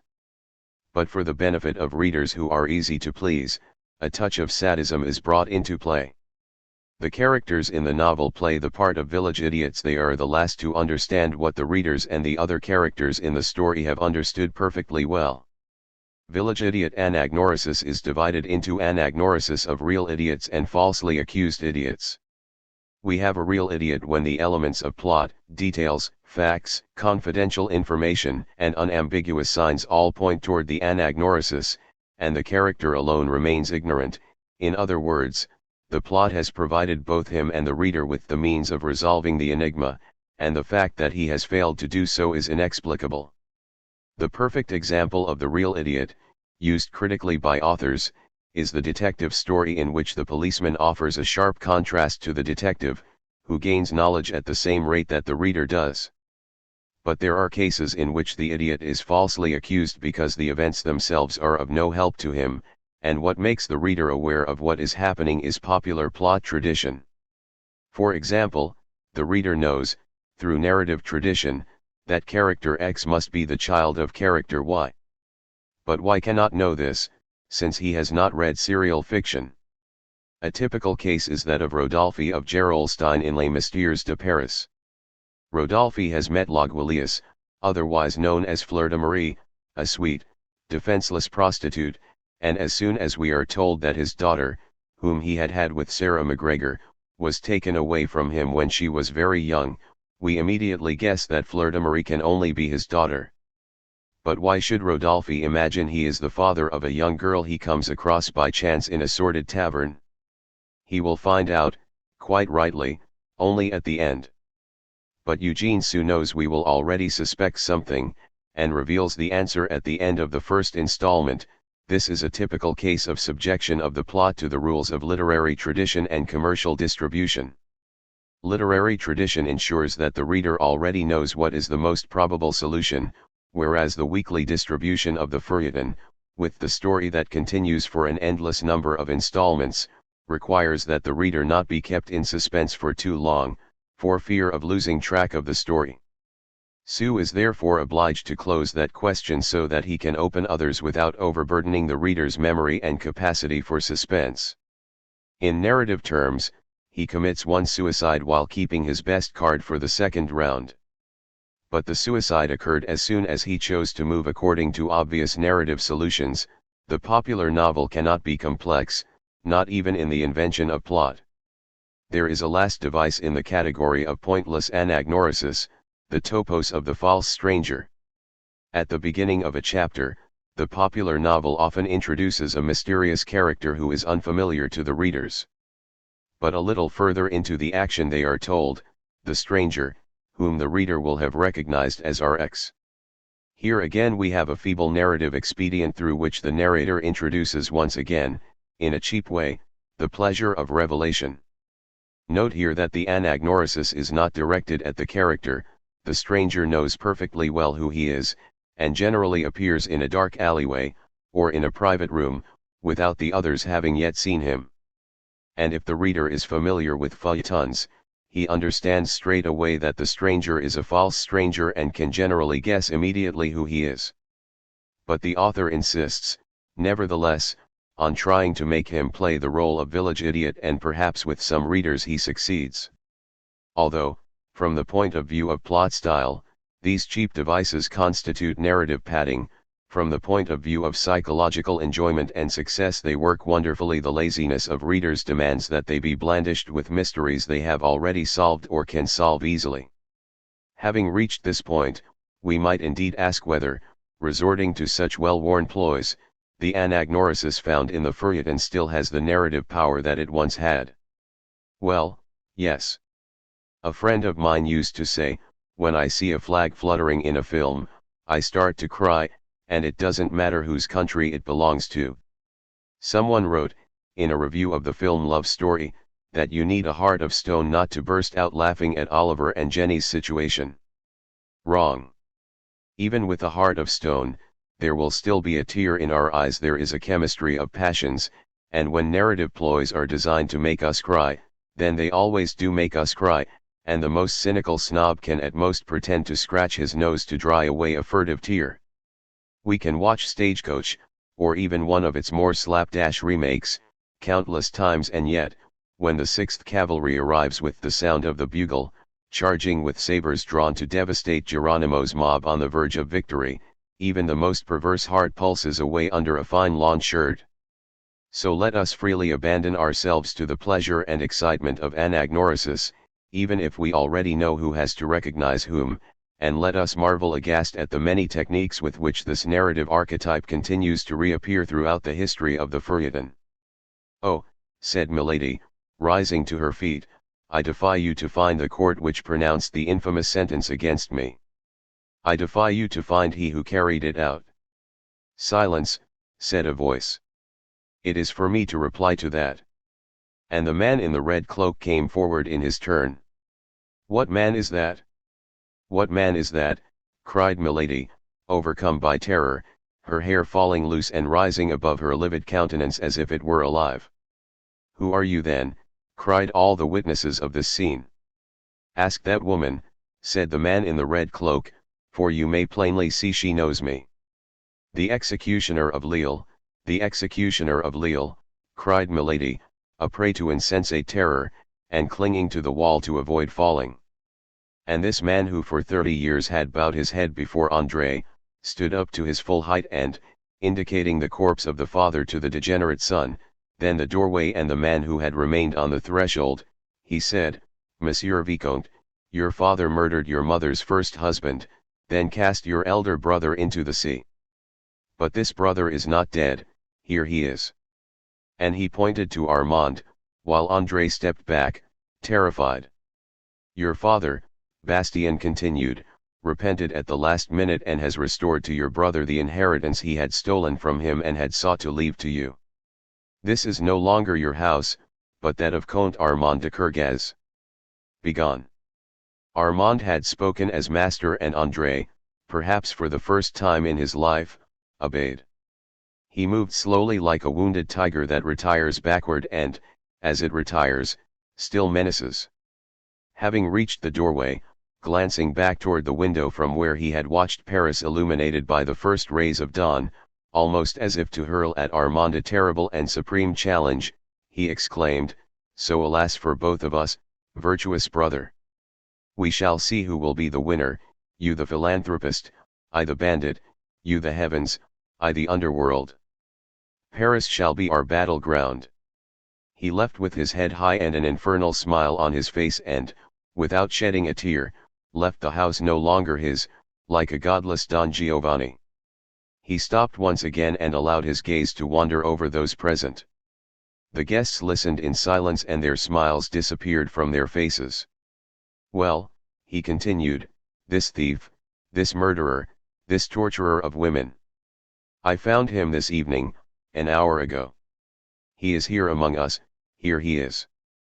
And with his hand outstretched, he pointed to the Viscount. While the Viscount leapt onto his seat, the speaker's mask fell off. "Armand, the sculptor," someone said. "André," exclaimed Armand in a thunderous voice. "André, you recognize me." But at that moment, while the guests sat motionless listening to the abrupt and terrible conclusion to the story, the door opened and a man appeared, dressed in black. Like the old servant who went to surprise Don Giovanni during an orgy to announce his father's death, this man, without any concern for the guests, went straight up to André, saying, "The general, Count Felippone, your father, who has been ill for some time, is sick and wishes to see you on his deathbed." But the man who had brought the news, catching sight of Armand, who had rushed up from behind André to stop him, shouted, "Good heavens, the living image of my colonel!" A man appeared at the doorway of the room where the married couple were to be found. At the sight of him, Count Felippone drew back horrified. The new arrival was a man of around 36, tall in stature and dressed in a long blue uniform decorated with a red stripe, of the kind worn by imperial soldiers during the time of the Restoration. His eyes shone with a dark light that gave his face, pale with anger, an expression of disdain. He took 3 steps toward Felipone, who stepped back in fear, pointed an accusing finger at him, and said, "Murderer! Murderer!" "Bastien," murmured Felipone, aghast. "Yes," replied the hussar. "Yes, I am Bastien, whom you thought you had killed, but who is not dead. Bastien, who an hour later was found by the Cossacks drenched in blood, Bastien, who after 40 years in prison has come to seek amends for the blood of his colonel with which you stained your hands." While Felipone, dumbfounded, continued to move back at that terrible sight, Bastien turned to the countess, saying, "Madam, this man, this wretch, is the murderer of your son just as he was the murderer of his father." The countess, who 1 instant earlier had been helpless and mad with grief, threw herself like a tiger upon the killer of her son to rip him to pieces with her claws. "Murderer! Murderer!" she shouted. "The gallows await you. I myself shall deliver you to the executioner." But at that very moment, as the villain continued to retreat, the mother felt something moving within her.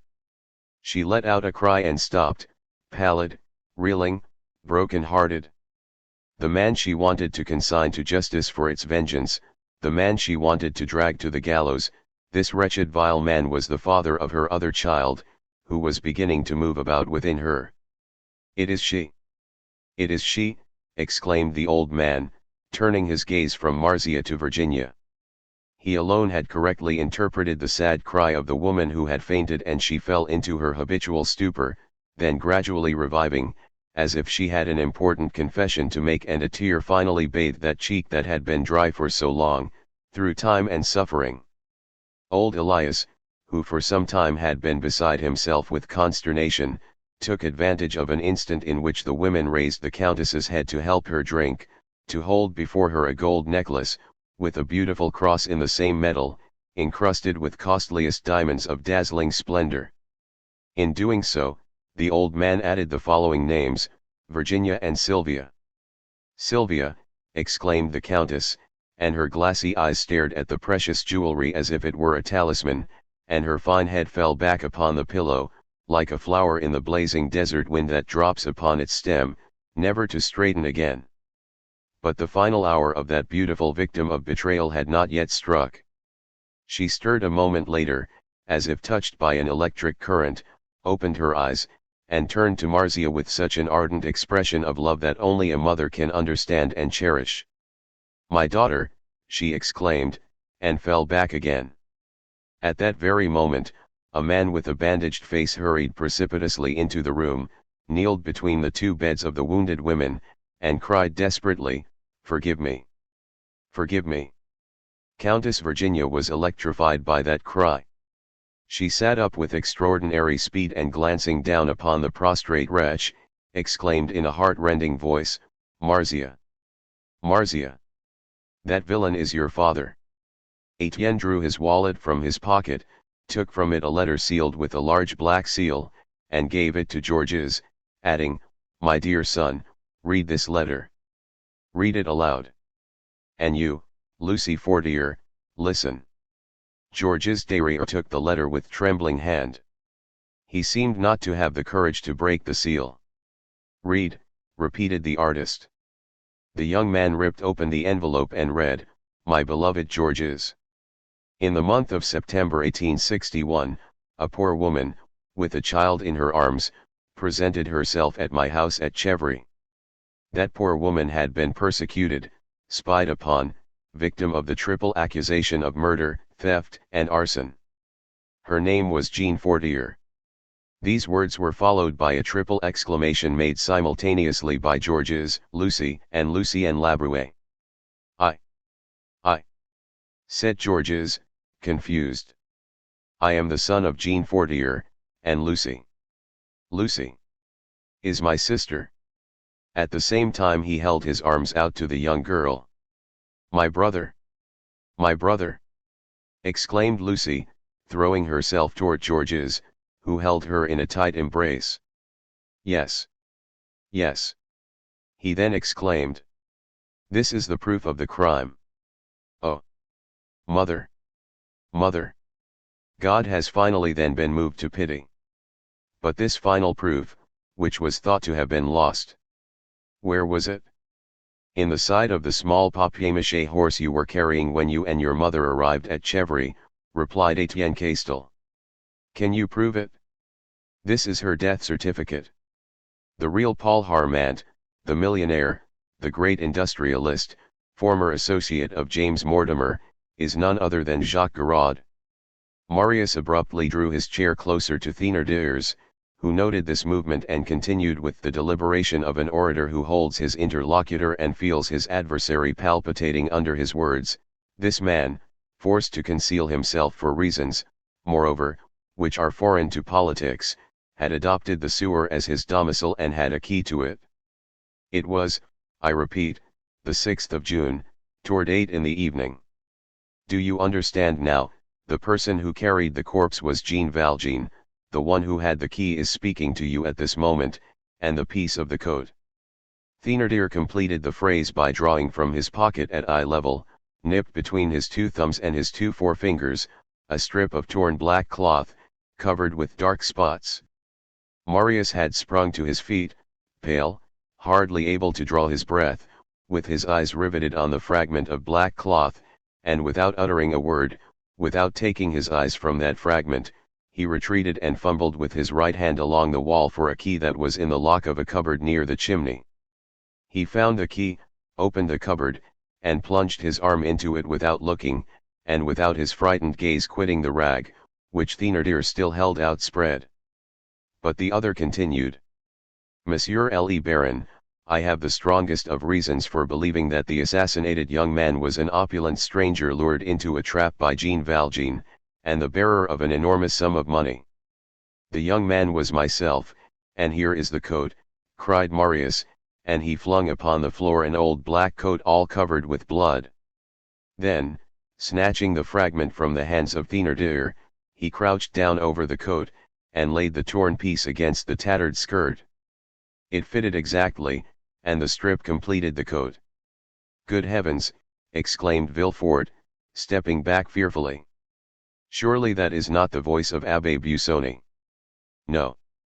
The abbé threw off the false tonsure, shook his head, and his hair, no longer confined, fell in black masses around his manly face. It is the face of the Count of Monte Cristo, cried Villefort, with a haggard expression. You are not exactly right, Monsieur Procureur, you must go farther back. That voice, where did I first hear it? You heard it for the first time at Marseille, 23 years ago, the day of your marriage with Mademoiselle de Saint-Méran. Refer to your papers. You are not Busoni, you are not Monte Cristo? Oh, heavens, you are then some secret, implacable, and mortal enemy. I must have wronged you in some way at Marseille. Oh, woe to me! Yes, you are right, said the Count, crossing his arms over his broad chest. Search, search. But what have I done to you? Exclaimed Villefort, whose mind was balancing between reason and insanity, in the cloud that is neither a dream nor reality. What have I done to you? Tell me, then. Speak. You condemned me to a horrible, slow death, you killed my father, you deprived me of liberty, of love, and happiness. Who are you, then? Who are you? Good Lord! I am the spectre of a wretch you buried in the dungeons of the Château d'If. When he at length issued from his tomb, heaven gave him the mask of the Count of Monte Cristo, enriched him with gold and diamonds, and led him to you. Ah, I recognize you, exclaimed the king's attorney. You are. I am Edmond Dantès. The Count of Monte Cristo turned dreadfully pale, his eye seemed to burn with a devouring fire. He bounded toward a dressing room near his bedroom and in a trice, tearing off his cravat, his coat and waistcoat, he put on a sailor's jacket and hat beneath which rolled his long black hair. He returned thus, formidable and implacable, advancing with his arms crossed on his breast, toward the general who was waiting for him, and who, feeling his teeth chatter and his legs sink beneath him, drew back a step, and only stopped when he found a table to support his clenched hand. "Fernand," cried he, "of my 100 names I need only tell you one to overwhelm you.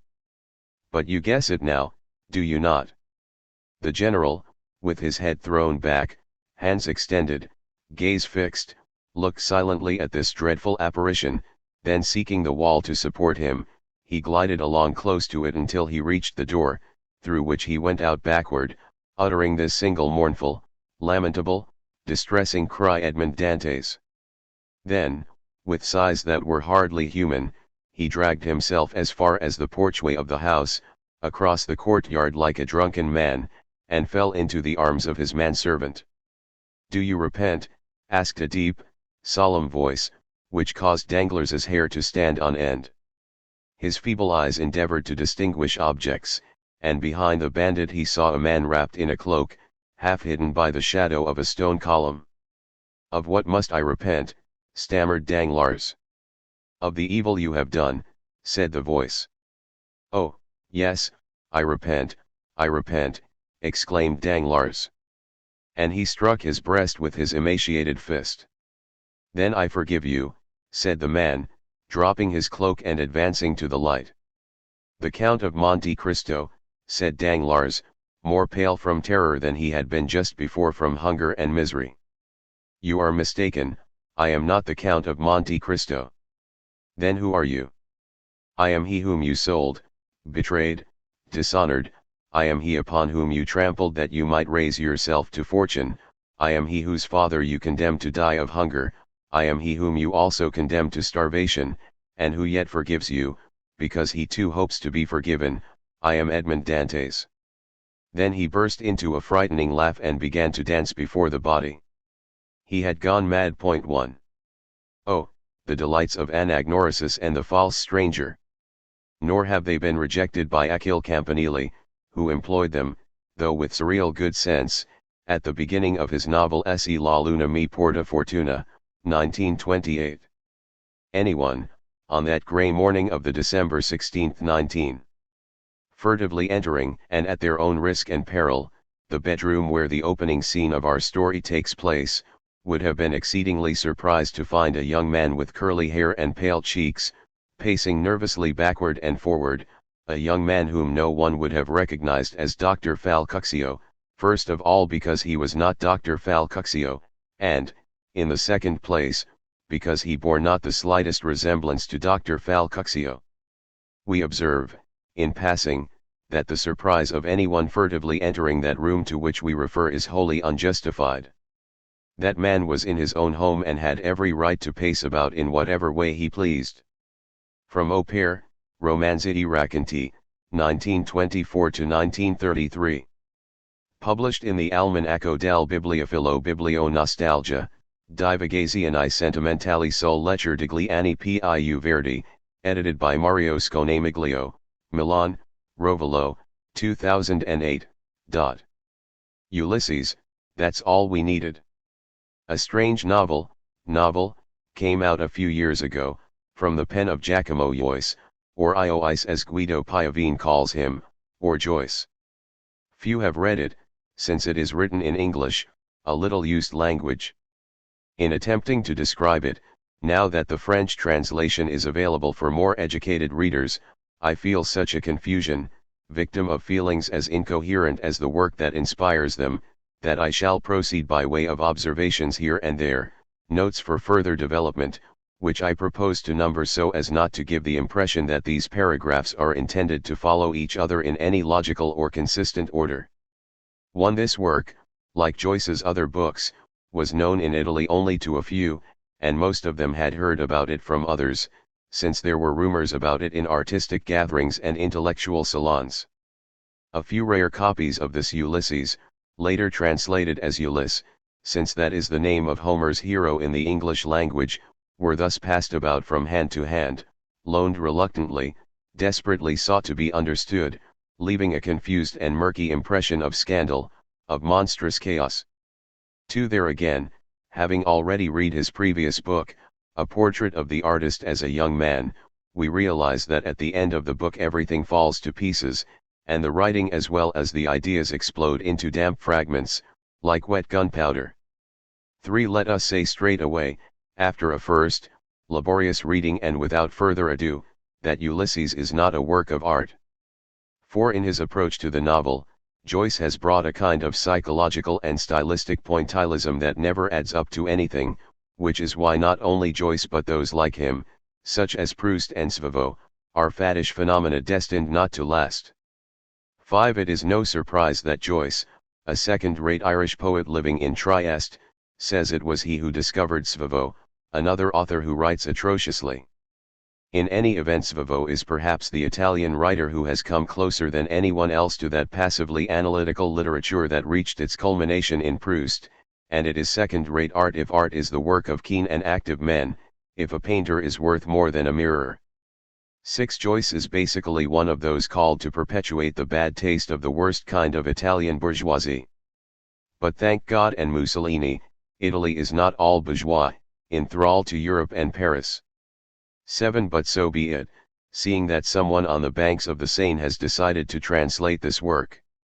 And anyone who reaches the last page arrives shocked and nauseated, as if emerging from an interminable tunnel piled full of garbage and inhabited by monsters. Joyce is a shower of ash that suffocates everything.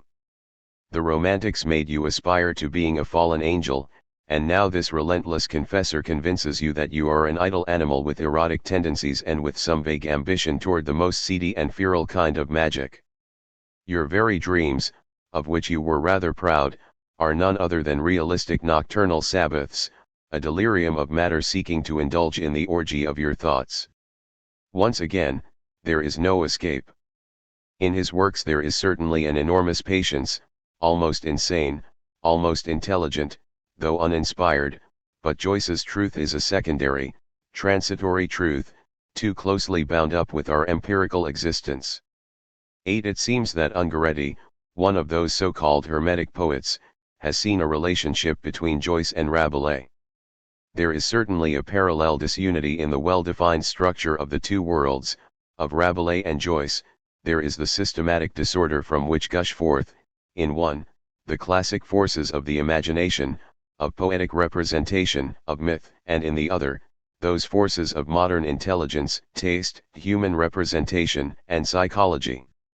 There is, I repeat, the disunity that, in Rabelais, turns an epic subject into a grotesque, absurd, metaphysical film, a subject that is fluid and formless, loose, dissonant, yet concise, and he transforms a flamboyant crowd of characters, who could all be brave heroes of classical poetry, into abnormal, nightmarish, outlandish types. But Joyce, over a simple event, over an almost sentimental, simply psychological situation, which is a man waking up in the morning, produces detailed and infinitesimal effects, divisionistic impressions, dark illusions in reverse, in a fantastic array of calculations directed at the atom, at the cell, at the essentially chemical composition of thought. In short, the former enters a realm of superhuman absurdity, relying upon an architecture of absolute fantasy, the latter a continent of subhuman reverie that can only be penetrated with the scalpel, magnifying glass, and tweezers of dernier cri cleverness. 9. Joyce might perhaps be counted as a writer of the so-called literature of psychoanalysis, but he exhibits qualities that exclude him even from this genre of literature. He embraces man as he is, a rough formation of feelings, a profundity that can also be called shallowness and, as already suggested, a mixture of stupidity, prejudice, vague cultural recollections, shabby sentimentalism, and sexual arrogance. Psychoanalysis offers him, moreover, a method that he would have been better off using far less, without straying in any way from his purpose and from his descriptive results. In this respect his testimony is merely scientific, not literary. And it ought to be clear that in the history of literature he belongs to a well-worn, well-rehearsed tradition, according to which he must certainly resign himself to being a late and slight imitator, beside the honored places of Dostoevsky, Zola, and, to some degree, Samuel Butler. 10. Some regard Proust or Joyce as leading figures in the historical moment of which they are clearly the product. but we are bound to say that, for us, they do not represent the spirituality of today, their vision of the world. That particular and general Weltanschauung expressed in them is, for us, worthless, precisely because it relates to the mentality of the society that has produced them. But when we call for a collectivist novel, we are asking to be given, at last, a novel in which human relationships, society, love, and our whole life are seen from that new viewpoint that constitutes for us the new morality and a new way of living.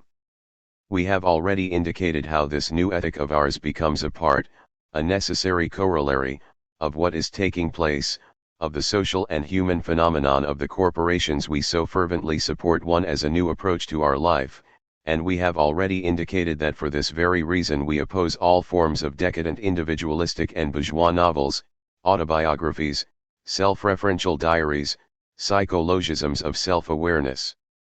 11. The truth is that writers from beyond the Alps, such as Giacomo Joyce, Davide Umberto Lawrence, Tommaso Mann, Giuliano Huxley, and Andrea Gide, have sacrificed their poetic truth and integrity to petty, elegant acrobatics.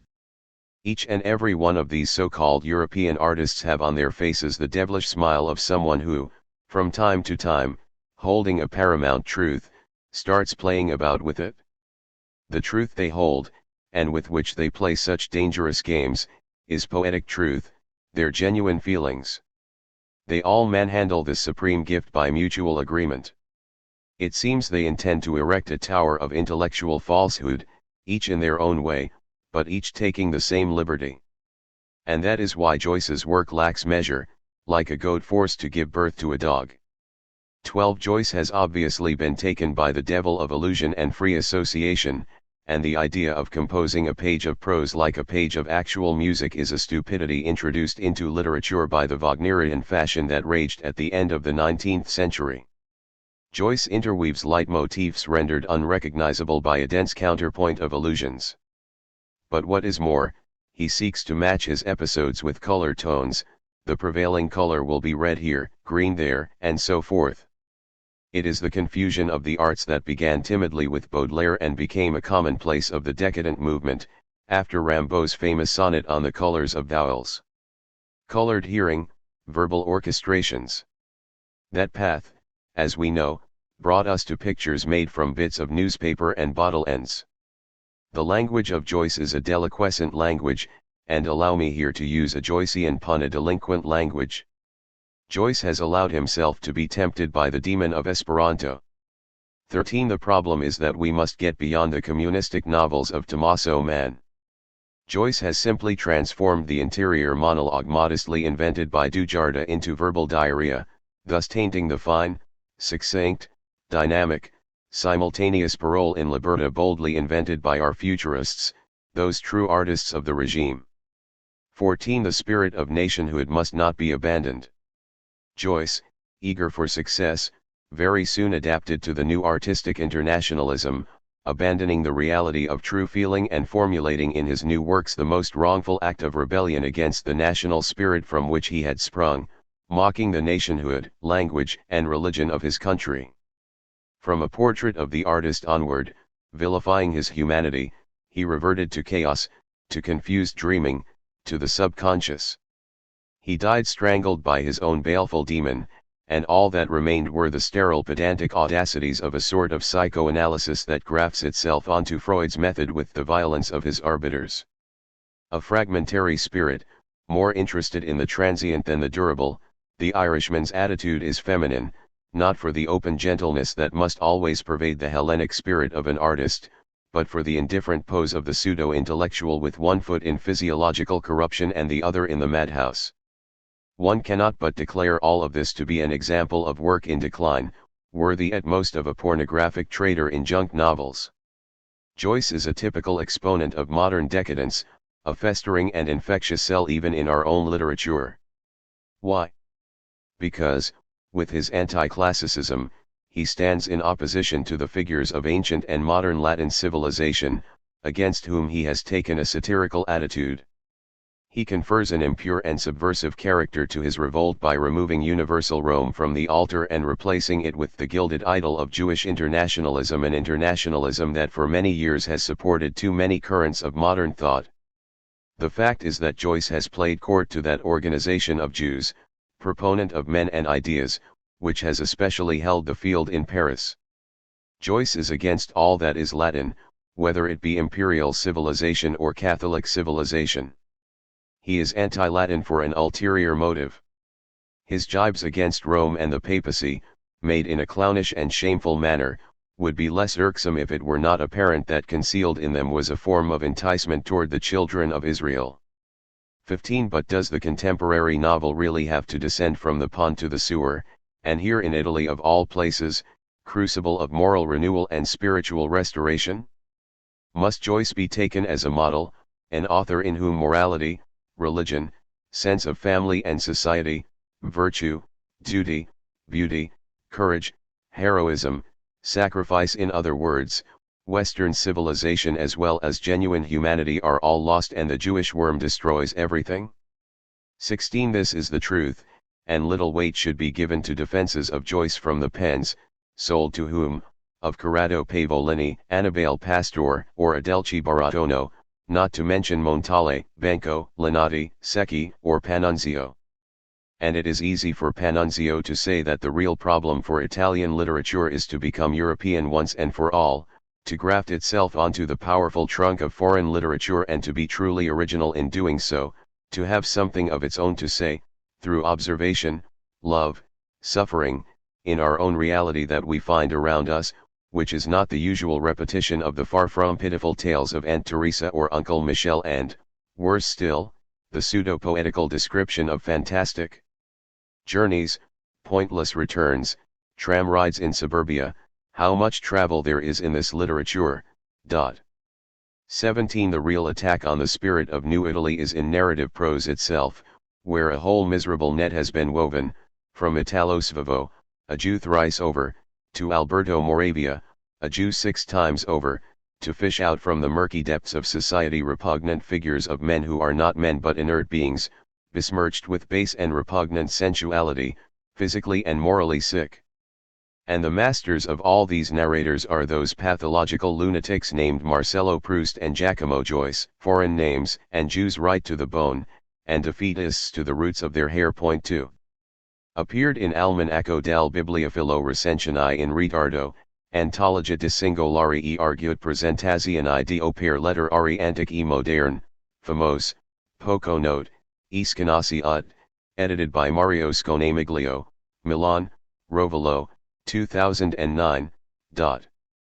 Why the island is never found. Utopias are found on islands, with a few rare exceptions, such as the realm of Prestigion.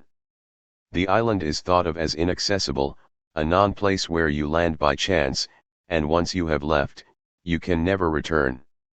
So only on an island can a perfect civilization be created, and we discover it only through legends. The Greek civilization lived on archipelagos and ought to have been quite used to islands, yet it is only on mysterious islands that Ulysses meets Circe, Polyphemus, and Nausicaa. There are those islands we read about in Apollonius of Rhodes's Argonautica, there are the blessed or fortunate islands where Saint Brendan lands during his voyage, Thomas More's City of Utopia is on an island, and there are those perfect, thriving unknown civilizations dreamed about in the 17th and 18th centuries, such as Foynes Terra Australis and Varus's island of Severambe. The mutineers from the Bounty search for the lost paradise on an island, without finding it. Verne's Captain Nemo lives on an island, both Stevenson's and the Count of Monte Cristo's treasures lie hidden on an island, and so on until we reach the dystopias, from the island of Dr. Moreau's Beast Folk to the island of Dr. No, where James Bond lands. What is the fascination of islands? It is not so much that they are places cut off from the rest of the world. Marco Polo or Giovanni Pian del Carpine found places far away from human society by crossing endless tracts of terra firma. Until the 18th century, when it became possible to calculate longitude, mariners would come across an island merely by chance, and, like Ulysses, would escape from it, but there was no way of finding their way back there. From the time of Saint Brendan, and even up to Gozzano, an island was always an insula perdita, a lost island.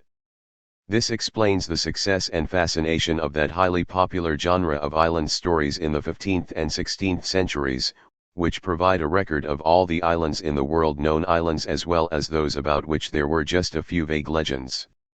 The island stories, in their own way, provided as much geographical accuracy as possible, unlike the tales of fabulous lands in earlier centuries, and were a blend of folk tales and travelers' accounts. Sometimes they were wrong.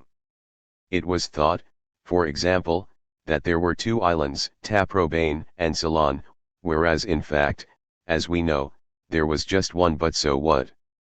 They represented a geography of the unknown, or, at least, the little known. Later came the journals of the 18th century travelers Cook, Bougainville, La Perouse. They too were looking for islands, but were careful to describe only what they saw, no longer relying on folk traditions, and that was quite a different matter.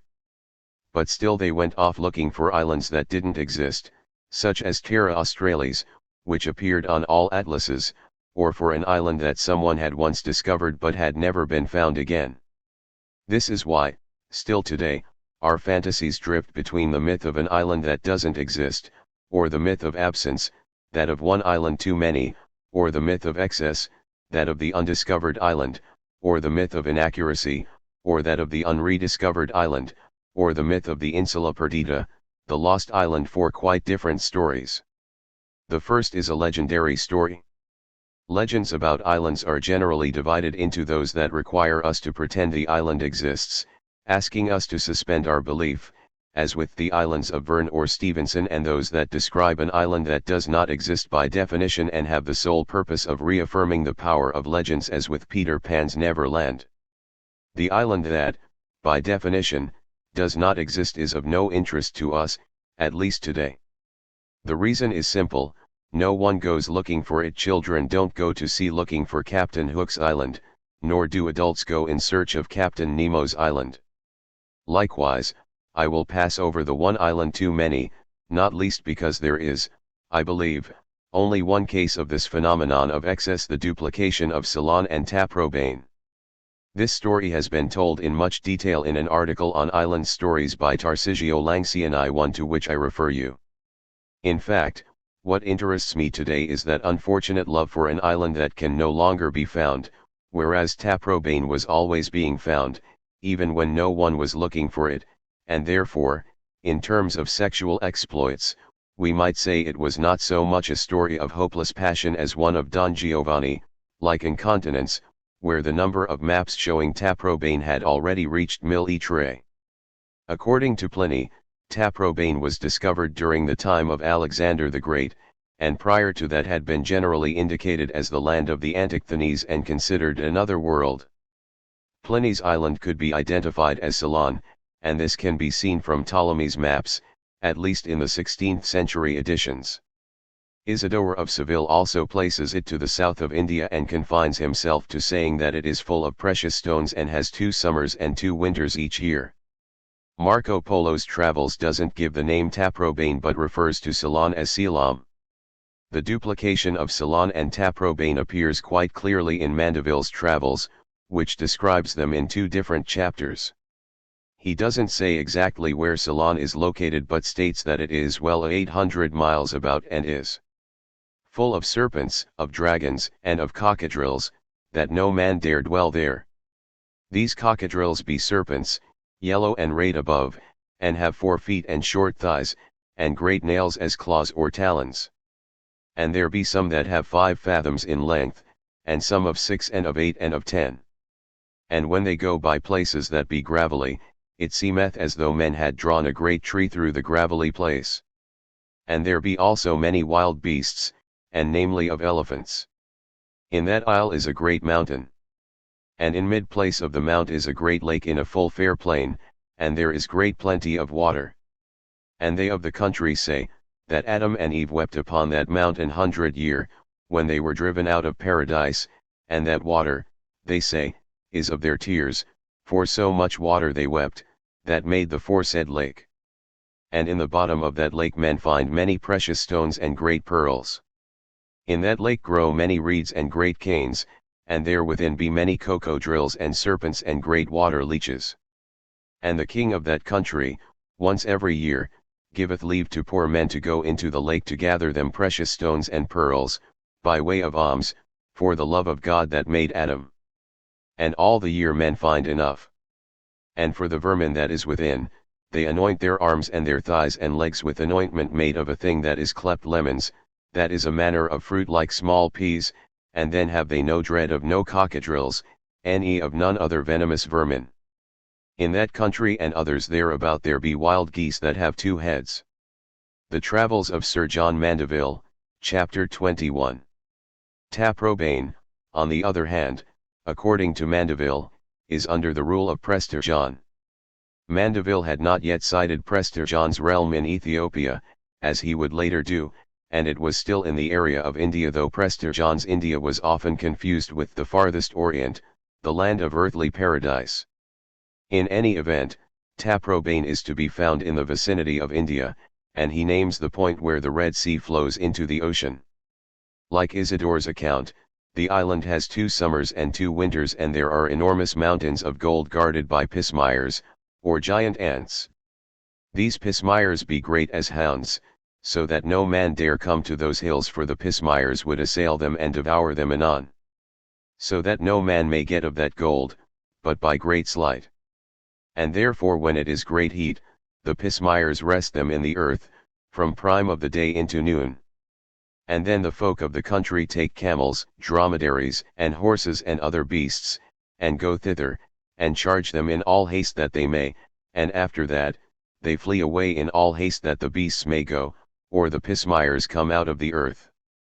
And in other times, when it is not so hot, and that the pismires rest them not in the earth, then they get gold by the subtlety.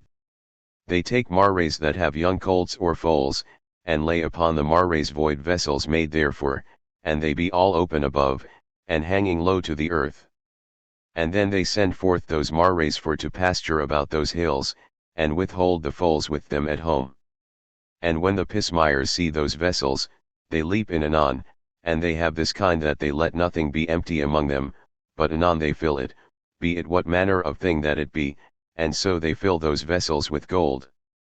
And when that the folk suppose that the vessels be full, they put forth anon the young foals, and make them to neigh after their dams. And then anon the mares return towards their foals with their charges of gold. The Travels of Sir John Mandeville, Chapter 33. From this point onward, from one map to the next, Taprobane moves about from one place in the Indian Ocean to another, sometimes alone, sometimes duplicating Ceylon. For a certain period it is identified with Sumatra, but sometimes we find it between Sumatra and Indochina, close to Borneo. Thomas Porcaccia, in Isoli più Famos del Mondo, 1572, tells us about a Taprobane full of riches, about its elephants and its immense turtles, as well as the characteristic attributed by Diodorus Siculus to its inhabitants, a kind of forked tongue, double as far as the root and divided, with one part they talk to one person, with the other they talk to another. After having recounted various folk stories, he then apologizes to readers for the fact that he has found no exact reference as to its geographical position, and concludes, although many ancient and modern writers have referred to this island, I find no one however who indicates its boundaries, hence I too will have to be excused if in this my usual order is lacking. As for the island of Taprobane's identification with Ceylon, he is doubtful. She was first, according to Ptolemy, called Simondi, and then Celis, and finally Taprobane, but people nowadays conclude that today she is called Sumatra, though there are also those according to whom Taprobane is not Sumatra but the island of Zealam. But some people now suggest that none of the ancients have positioned Taprobane correctly. Indeed they hold that where they have put it there is no island at all that can be believed to be that. From being one island too many, Taprobane therefore slowly became an island that doesn't exist. Thomas More would treat it thus when he situated his Utopia between Ceylon and America, and Tommaso Campanella was to use Taprobane as the place where he built his city of the sun. Let us now turn to islands whose absence has encouraged, sometimes sporadic, research and an enduring nostalgia. Ancient epics, of course, tell us about islands that may or may not have existed, so that the isles visited by Ulysses have produced a scholarly literature aimed at establishing which actual places they refer to.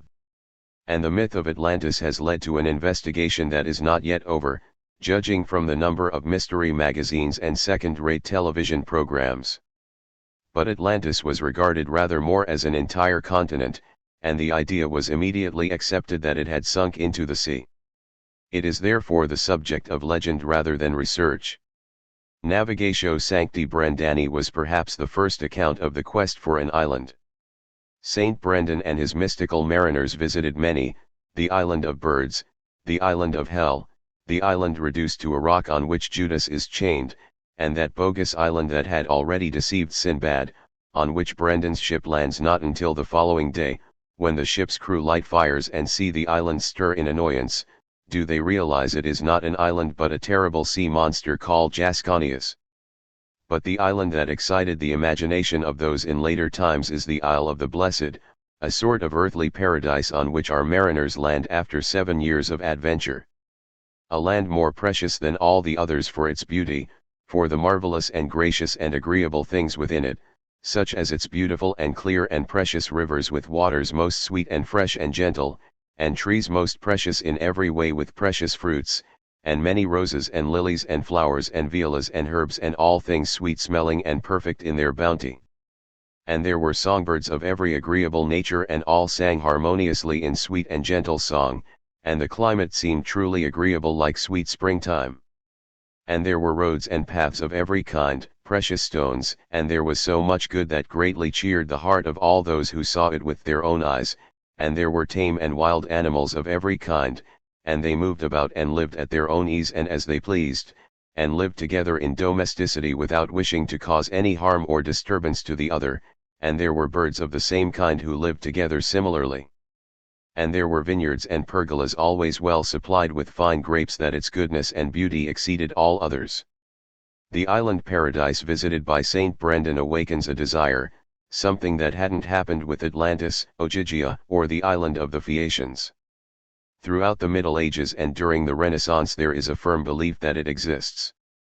It appears on maps, such as the Ebersdorf globe. On a map prepared by Toscanelli for the King of Portugal, it appears in the middle of the sea, toward Japan, to be reached buscando el Levante por el Poniente, approaching the east via the west, and lies almost prophetically where America would later be discovered. It is sometimes on the same latitude as Ireland, though on more modern maps the island moves farther south to the latitude of the Canaries or the Fortunate Isles, and sometimes the Fortunate Isles are confused with the island called Saint Brendan. Sometimes it is identified with Madeira and sometimes with another non-existent island such as the mythical Antilia, as it was called in the 16th century Arte del Naviga by Pedro de Medina. In Martin Beheim's globe of 1492 it was positioned much farther west, close to the equator. And it now had the name Lost Island, Insula Perdita. Honorius of Autun, in his De Imagine Mundi, 12th century, had described it as the most pleasant of islands, unknown to humans, which even when it had been found, had not been found, est quidam oceani insula dicta perdita, amoenitate et fertilitate omnium rerum precunctus terras prestantissima, hominibus ignota. Qui aliquando que su inventa, postea quicitum non est inventa, et ideo diciter perdita, and in the 14th century, Pierre Brasseur spoke in the same terms about the Fortunate Isles. It is apparent from the Treaty of Evora of June 1519 that the lost island was expected to be rediscovered one day. Under the treaty, King Manuel I of Portugal passed all rights over the Canary Isles to Spain, and the terms of the treaty expressly included a lost or hidden isle. In 1569, Gerardus Mercator still marked the mysterious island on his map, and in 1721 the last explorers set off in search of it. Point 2. St. Brendan's Island is not an island that doesn't exist. Someone has actually been there, but it is lost since no one has succeeded in returning to it. For this reason it becomes the subject of an unfulfilled desire, and its story is an allegory of every real love story, the story of a brief encounter, of a mystical Dr. Zhivago who has lost his Lara. The agony of love is not the love we dream of that never happens, the island that we know doesn't exist, the illusion of love for adolescent Lovere, but the love that, having once happened, then vanishes forever. But how did islands come to be lost? From earliest antiquity, ships had no points of reference other than the stars. Using instruments like the astrolabe or the cross staff, sailors could fix the height of a star from the horizon and calculate the distance from the zenith point. Once they knew the declination, they knew on what parallel they were, given that the zenith distance plus or minus declination gives latitude. They therefore knew how far north or south they were from a given point. But to get back to an island, or any other point, the latitude was not enough, the longitude was also needed.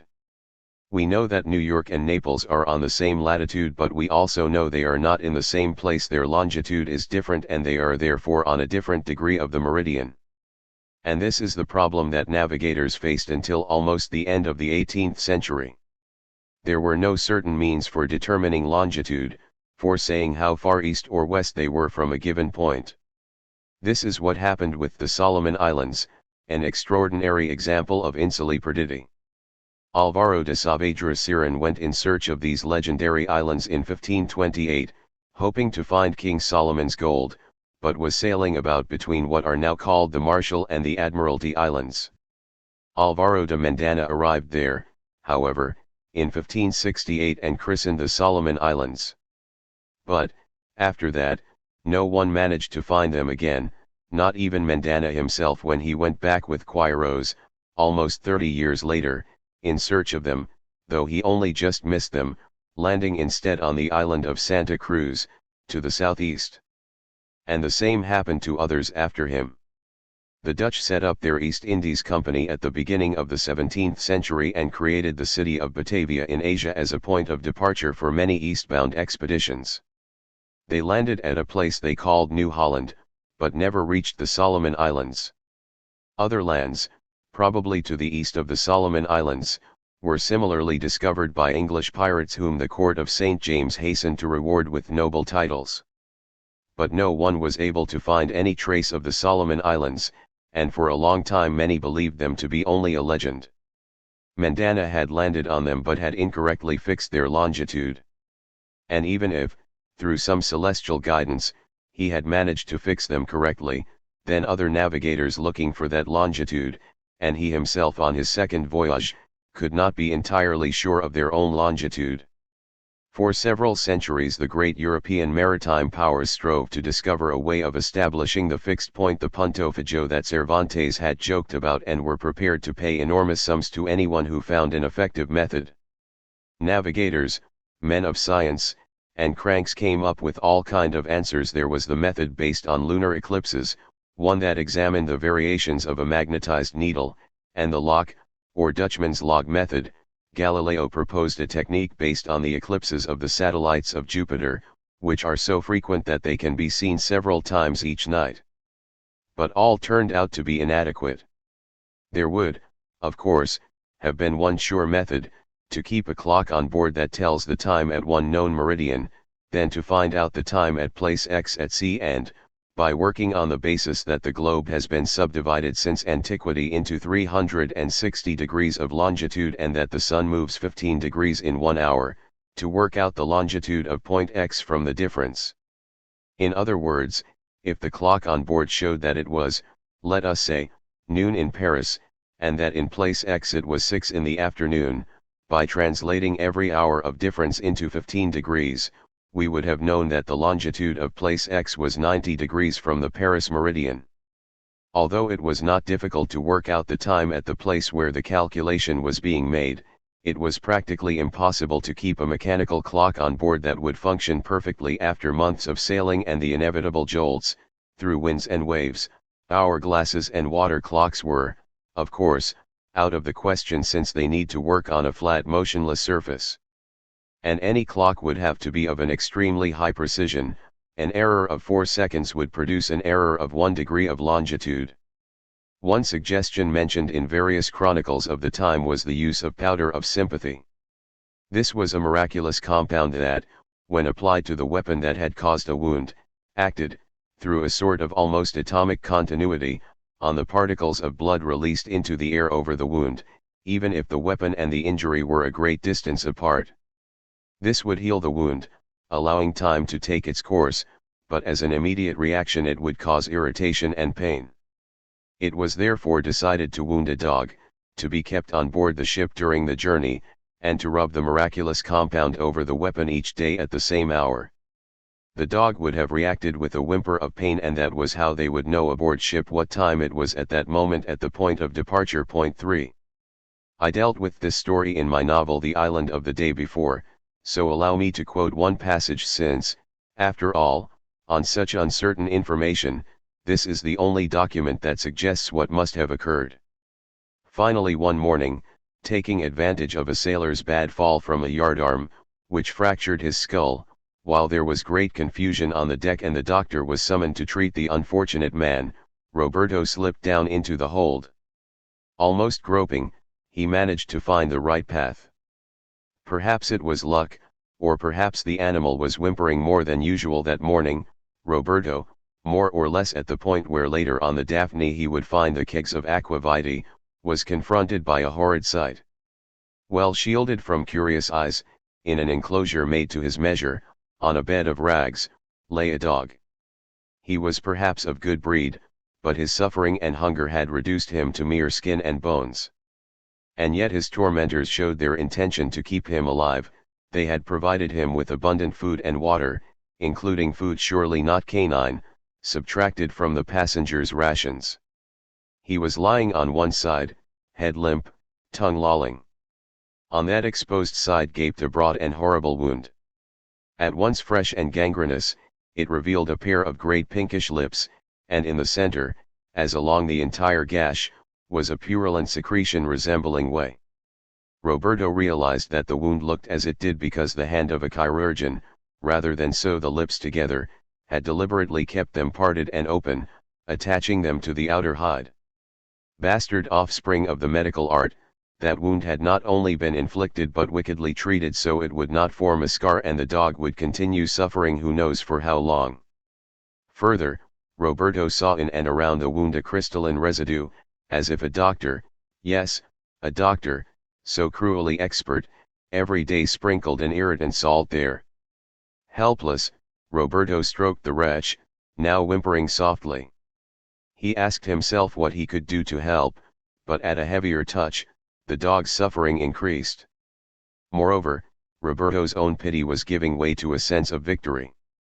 There was no doubt, this was Dr. Bird's secret, the mysterious cargo taken aboard in London. From what Roberto had seen, from what a man with his knowledge could infer, the dog had been wounded in England, and Bird was making sure he would remain wounded. Someone in London, every day at the same, agreed hour, did something to the guilty weapon, or to a cloth steeped in the animal's blood, provoking a reaction, perhaps of relief, but perhaps of still greater pain, for Dr. Bird himself had said that the weapon salve could also harm. Thus on the Amaryllis they could know at a given moment what time it was in Europe. And knowing the hour of their transitory position, they were able to calculate the meridian. Translated by William Weaver.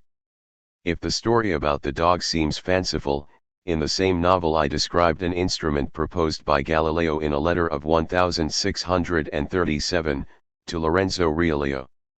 Galileo thought of fixing longitude by observing the positions of Jupiter's satellites. But once again, on a ship at the mercy of the waves, it would be difficult to point the telescope accurately. And here Galileo suggested an extraordinary solution. To enjoy its comedy, we need not read the humorous account in my novel, it is enough to read Galileo himself.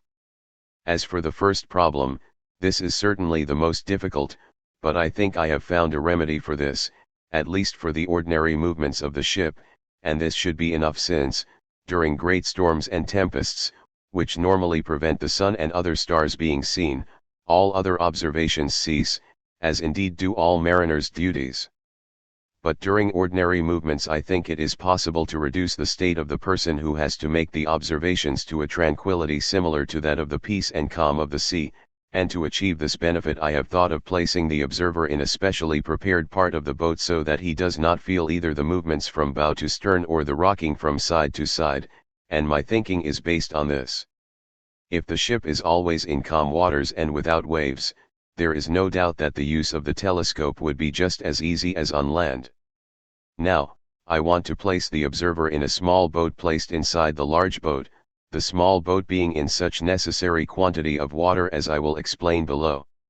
Here, first of all, it is clear that the water contained in the small vessel will remain in equilibrium, even when the large boat inclines and reclines to right and left, forward and backward, without any part of it being raised or lowered, but will always remain parallel to the horizon, so that if in this small boat we build another smaller boat, floating in the water contained within it, it would find itself in an extremely calm sea, and would therefore stay there without moving, and this second boat is the place where the observer must be placed. I therefore want the first vessel, which has to contain the water, to be like a large semi-spherical basin, and that the smaller vessel is similar to it, except that it is smaller, and that the space between its convex surface and the concave inner surface of the container is no more than the thickness of a thumb, so that a very small quantity of water will be enough to float the inner vessel, as if it were floating in the wide ocean. The size of these vessels must be such that the inner and smaller vessel can hold the weight of the person making the observations without sinking, as well as his chair and the other equipment on which the telescope is fixed. And in order to keep the smaller vessel separate from the outer one so as not to touch it, so that it cannot be influenced by the motion of the ship in the same way that the larger one is, I want the internal concave surface of the inner vessel to be held with several springs, 8 or 10 in number, which stop the two vessels from touching each other, but do not prevent the inner vessel from not responding to the raising and lowering of the sides of the outer container, and if, rather than water, we wish to use oil, that would be even better, nor would the quantity be great, since 2 or 3 barrels would be enough. I have already made a kind of curved helmet on the same principle, for the use of our galleys, which, when placed on the head of the observer, and a telescope being placed upon it, adjusted in such a way that it was always directed towards the same point at which the other free eye was looking, without doing anything else, the object that he was looking at with his free eye was always to be found through the telescope. A similar machine could be built which is not just held on the head but over the shoulders and bust of the observer, on which is fixed a telescope of the size necessary to clearly distinguish the stars of Jupiter.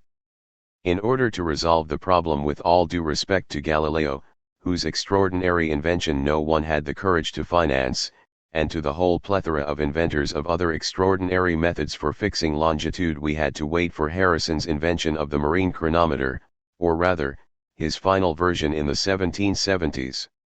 From then on, even during storms, the clock would keep the correct time for the point of departure. But before that moment the insuli were fatally perditi. Before then, the history of Pacific exploration is the history of people forever discovering lands they were not looking for. Abel Tasman, for example, while searching for the Solomon Islands in 1643, arrives at Tasmania, which is 42 degrees latitude farther south, as if that were nothing, sees New Zealand, passes Tonga, arrives in Fiji without disembarking, where he sees only a few small islands, and reaches the coast of New Guinea, without realizing that inside that loop he had made stood Australia. No mean achievement.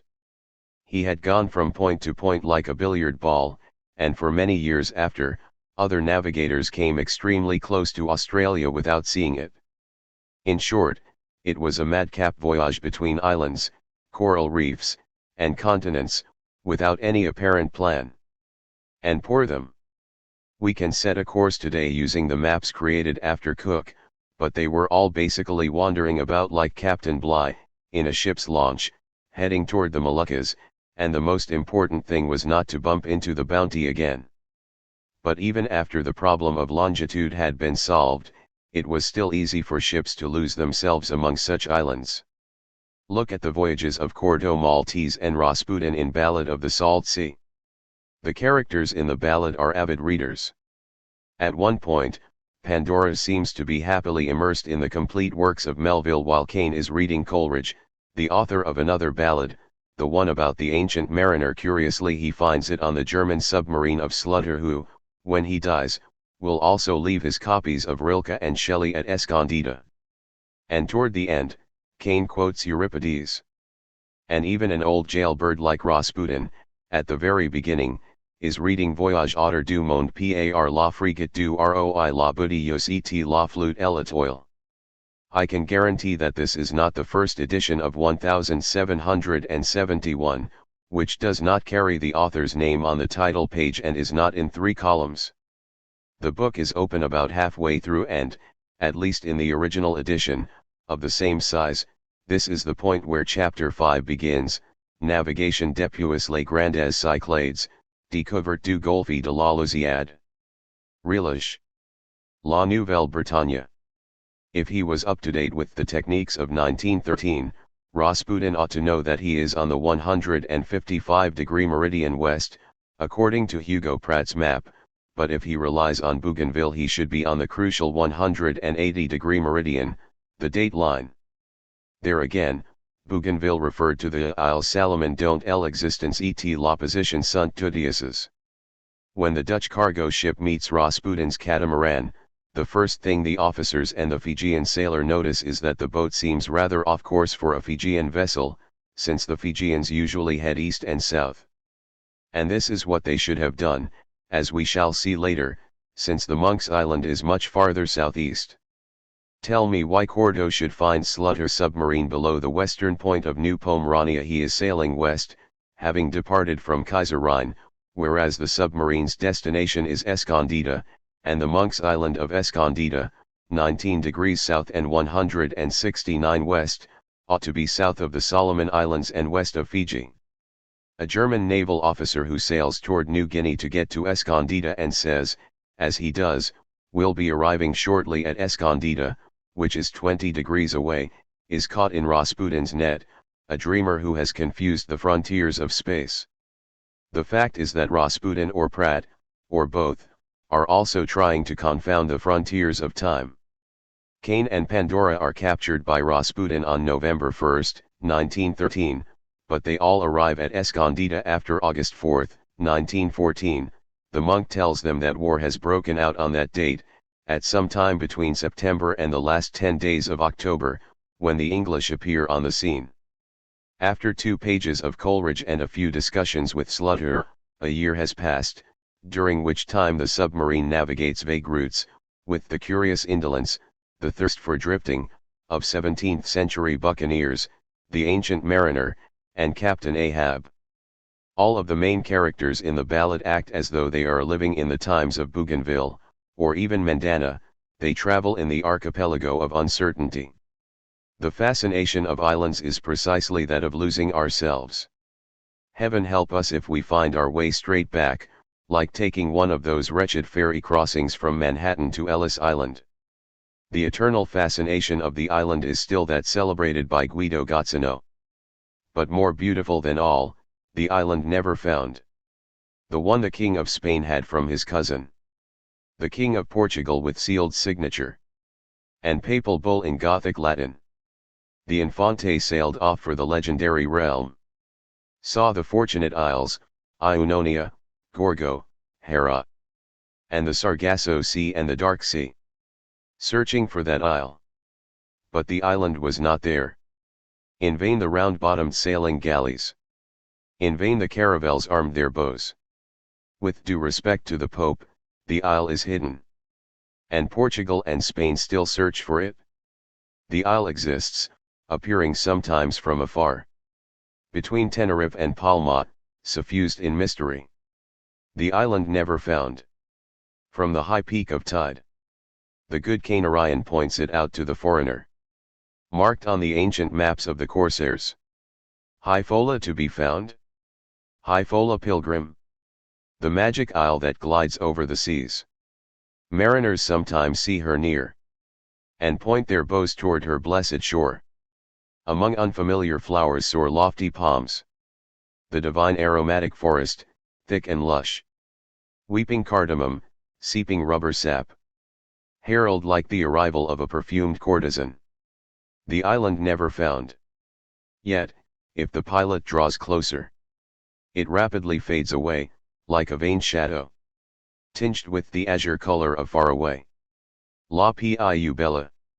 I don't suppose Gazzano had in mind some of the maps we find in 18th century books on sea travel, but this idea of the island that fades away, like a vain shadow, tinged with the azure color of far away makes us think about the way in which, before the problem of longitude had been solved, islands were identified using drawings of their profiles as they had been seen for the first time. Arriving from a distance, the island, whose shape did not exist on any map, was recognized from its skyline, as we would say of an American city today. And what happened if there were two islands with very similar skylines, as if there were two cities, both with the Empire State Building and, at one time, the Twin Towers south of it? They would land on the wrong island, and who knows how many times this happened. Moreover, the profile of an island changes with the color of the sky, the haze, the time of day, and perhaps even the time of year, which alters the appearance of the vegetation. Sometimes the island is tinged with the azure color of far away, it can disappear in the night or in the mist, or clouds can hide the shapes of its mountains. There is nothing more elusive than an island about which we know only its profile. Arriving on an island for which we have neither map nor coordinates is similar to moving about like one of Edwin Abbott's characters in Flatland, where there is only one dimension and we see things only from the front, like lines with no thickness, with no height and no depth, and only someone from outside Flatland could see them from above. And it was said, in fact, that the inhabitants of the islands of Madeira, La Palma, La Gomera, and El Hierro, deceived by the clouds or by the mirages of the Fata Morgana, sometimes thought they had seen the Insula Perdita toward the west, shimmering between the water and the sky.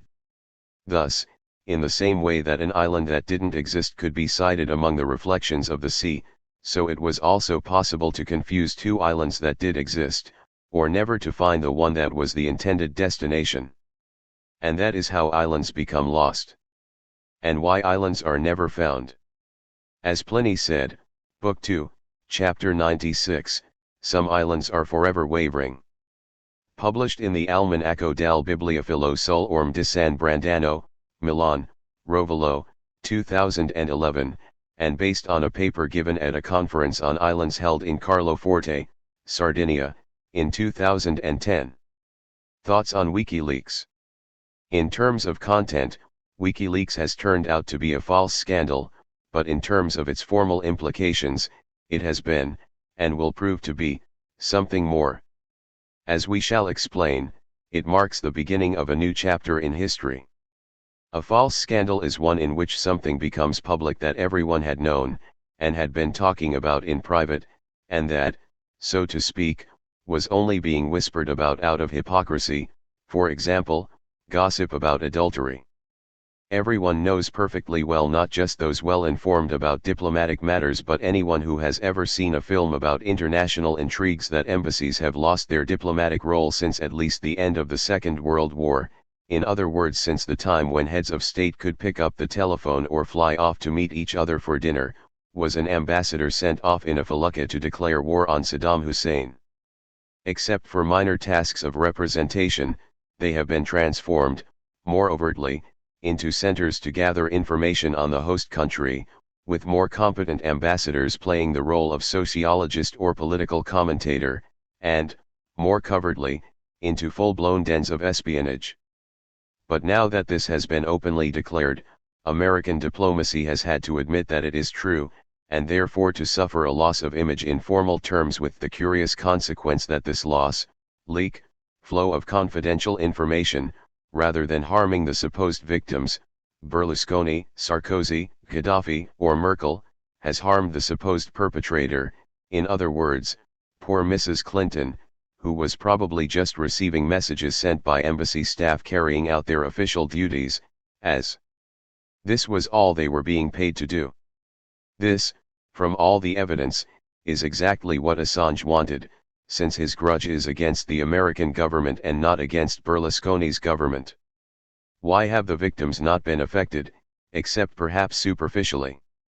Because, as everyone realizes, the famous secret messages were simply press echo, and did no more than report what everyone in Europe already knew and was talking about, which had even appeared in America in Newsweek. The secret reports were therefore like the clippings files sent by company press offices to their managing director, who is too busy to read the newspapers. It is clear that the reports sent to Mrs. Clinton are not about secret dealings, they were not spy messages.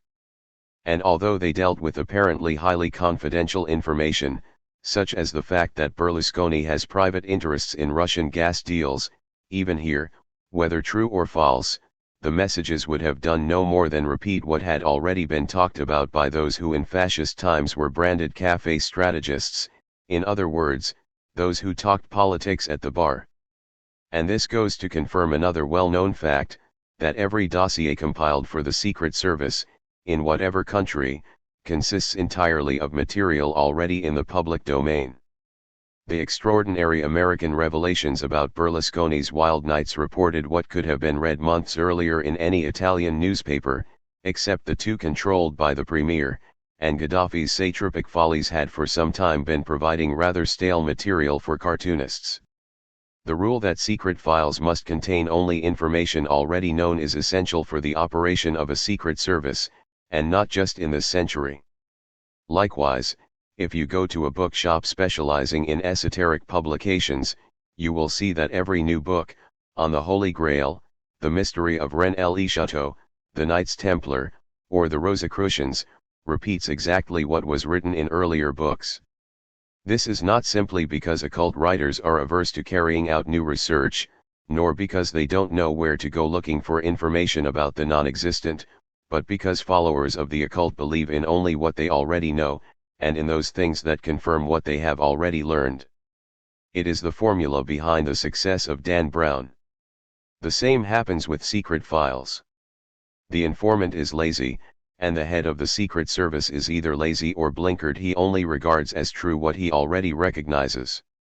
Given that the secret services, in any country, aren't able to foresee events like the attack on the Twin Towers, in some cases, being regularly led astray, they actually bring them about, and that they file only what is already known, it would be just as well to be rid of them. But in present times, cutting more jobs would indeed be foolish. I have suggested, however, that while in terms of its contents it was a false scandal, in terms of its formal implications, WikiLeaks has opened a new chapter in history. No government in the world will be able to maintain areas of secrecy if it continues to entrust its secret communications and its archives to the Internet or other forms of electronic memory, and by this I mean not only the United States but even San Marino or the Principality of Monaco, and perhaps only Andorra will be spared. Let us try to understand the implications of this phenomenon. Once upon a time, in Orwell's day, power could be seen as a big brother who monitored every action of every one of its subjects, particularly when no one was aware of it. The television Big Brother is a poor caricature because everyone can follow what is happening to a small group of exhibitionists, assembled for the very purpose of being seen, and therefore the whole thing is of purely dramatic and psychiatric relevance. But what was just a prophecy in Orwell's time has now actually come true, since the power can follow people's every movement through their mobile telephones, through every transaction, hotel visit, and motorway journey carried out using their credit card, through every supermarket visit followed on closed-circuit television, and so on, so that the citizen has fallen victim to the eye of a vast Big Brother. That, at least, is what we thought until yesterday. But now it has been shown that not even the power's innermost secrets can escape a hacker's monitoring, and therefore the relationship of monitoring ceases to be one-directional and becomes circular. The power spies on every citizen, but every citizen, or at least the hacker appointed as avenger of the citizen, can find out all the secrets of the power. And even though the vast majority of citizens are unable to examine and evaluate the quantity of material that the hacker seizes and makes public, a new rule of journalism is taking shape and is being put into practice at this very moment. Rather than recording the important news, and once upon a time it was governments who decided what items were really important, whether it was declaring war, devaluing a currency, signing a treaty. The press now decides independently what news ought to be important and what news can be kept quiet, even negotiating with the political power, as has happened, over which disclosed secrets to reveal and which to keep quiet. Incidentally, given that all secret reports fomenting government hatred or friendship originate from published articles, or from confidential information given by journalists to embassy officials, the press is coming to assume another purpose. At one time it spied on foreign embassies to find out about secret plots, but now it is the embassies that are spying on the press to find out about events in the public domain. But let us get back to the point. How can a power hold out in the future, when it can no longer keep its own secrets? It is true, as George Simmel once said, that every real secret is an empty secret, because an empty secret can never be revealed, and holding an empty secret represents the height of power.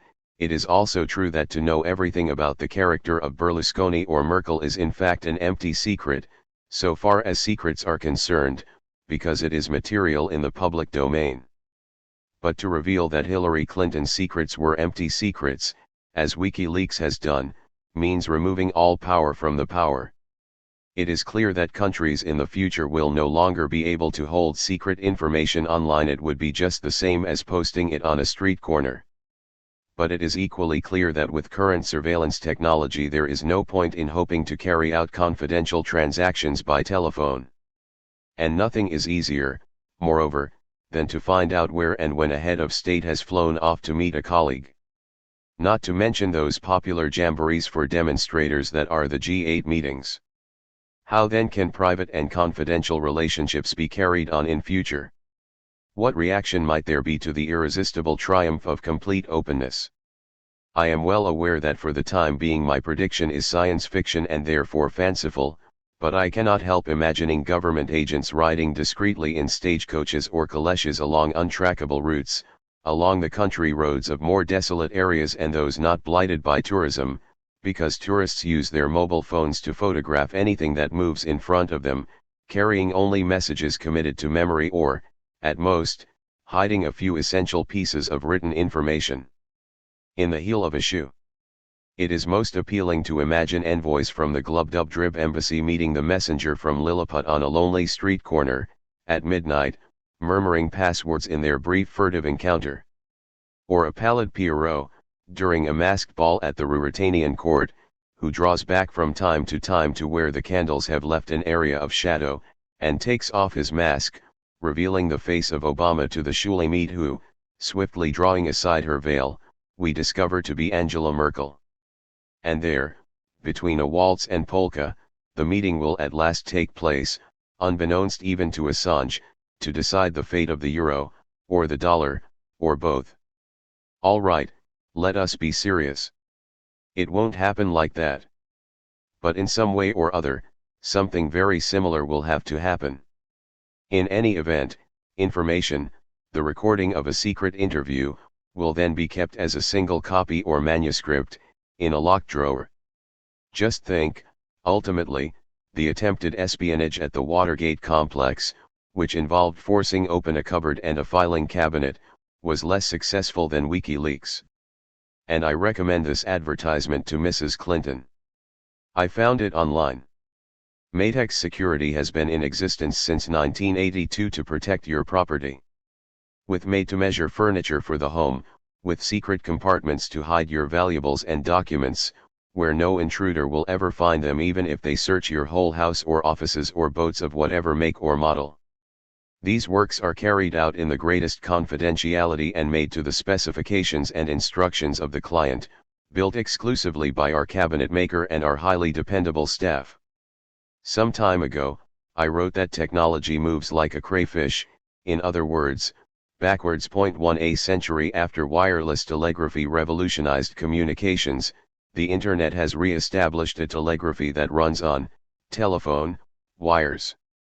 Videocassettes, which are analog, enabled film buffs to explore a film step by step, moving backward and forward and discovering all the secrets of how it was put together, whereas DVDs, which are digital, allow us only to jump from chapter to chapter, in other words, only by macro leaps. High-speed trains now take us from Milan to Rome in 3 hours, while flying there, all in all, takes at least 3.5. It is not so extraordinary, then, that even politics and government communication techniques should return to the times of the horse-drawn carriage, meetings in the steam room of a Turkish bath, or messages left in an alcove by some Matahari. Reworking of 2 articles that appeared in Liberation, December 2, 2010, and El Espresso, December 31, 2010.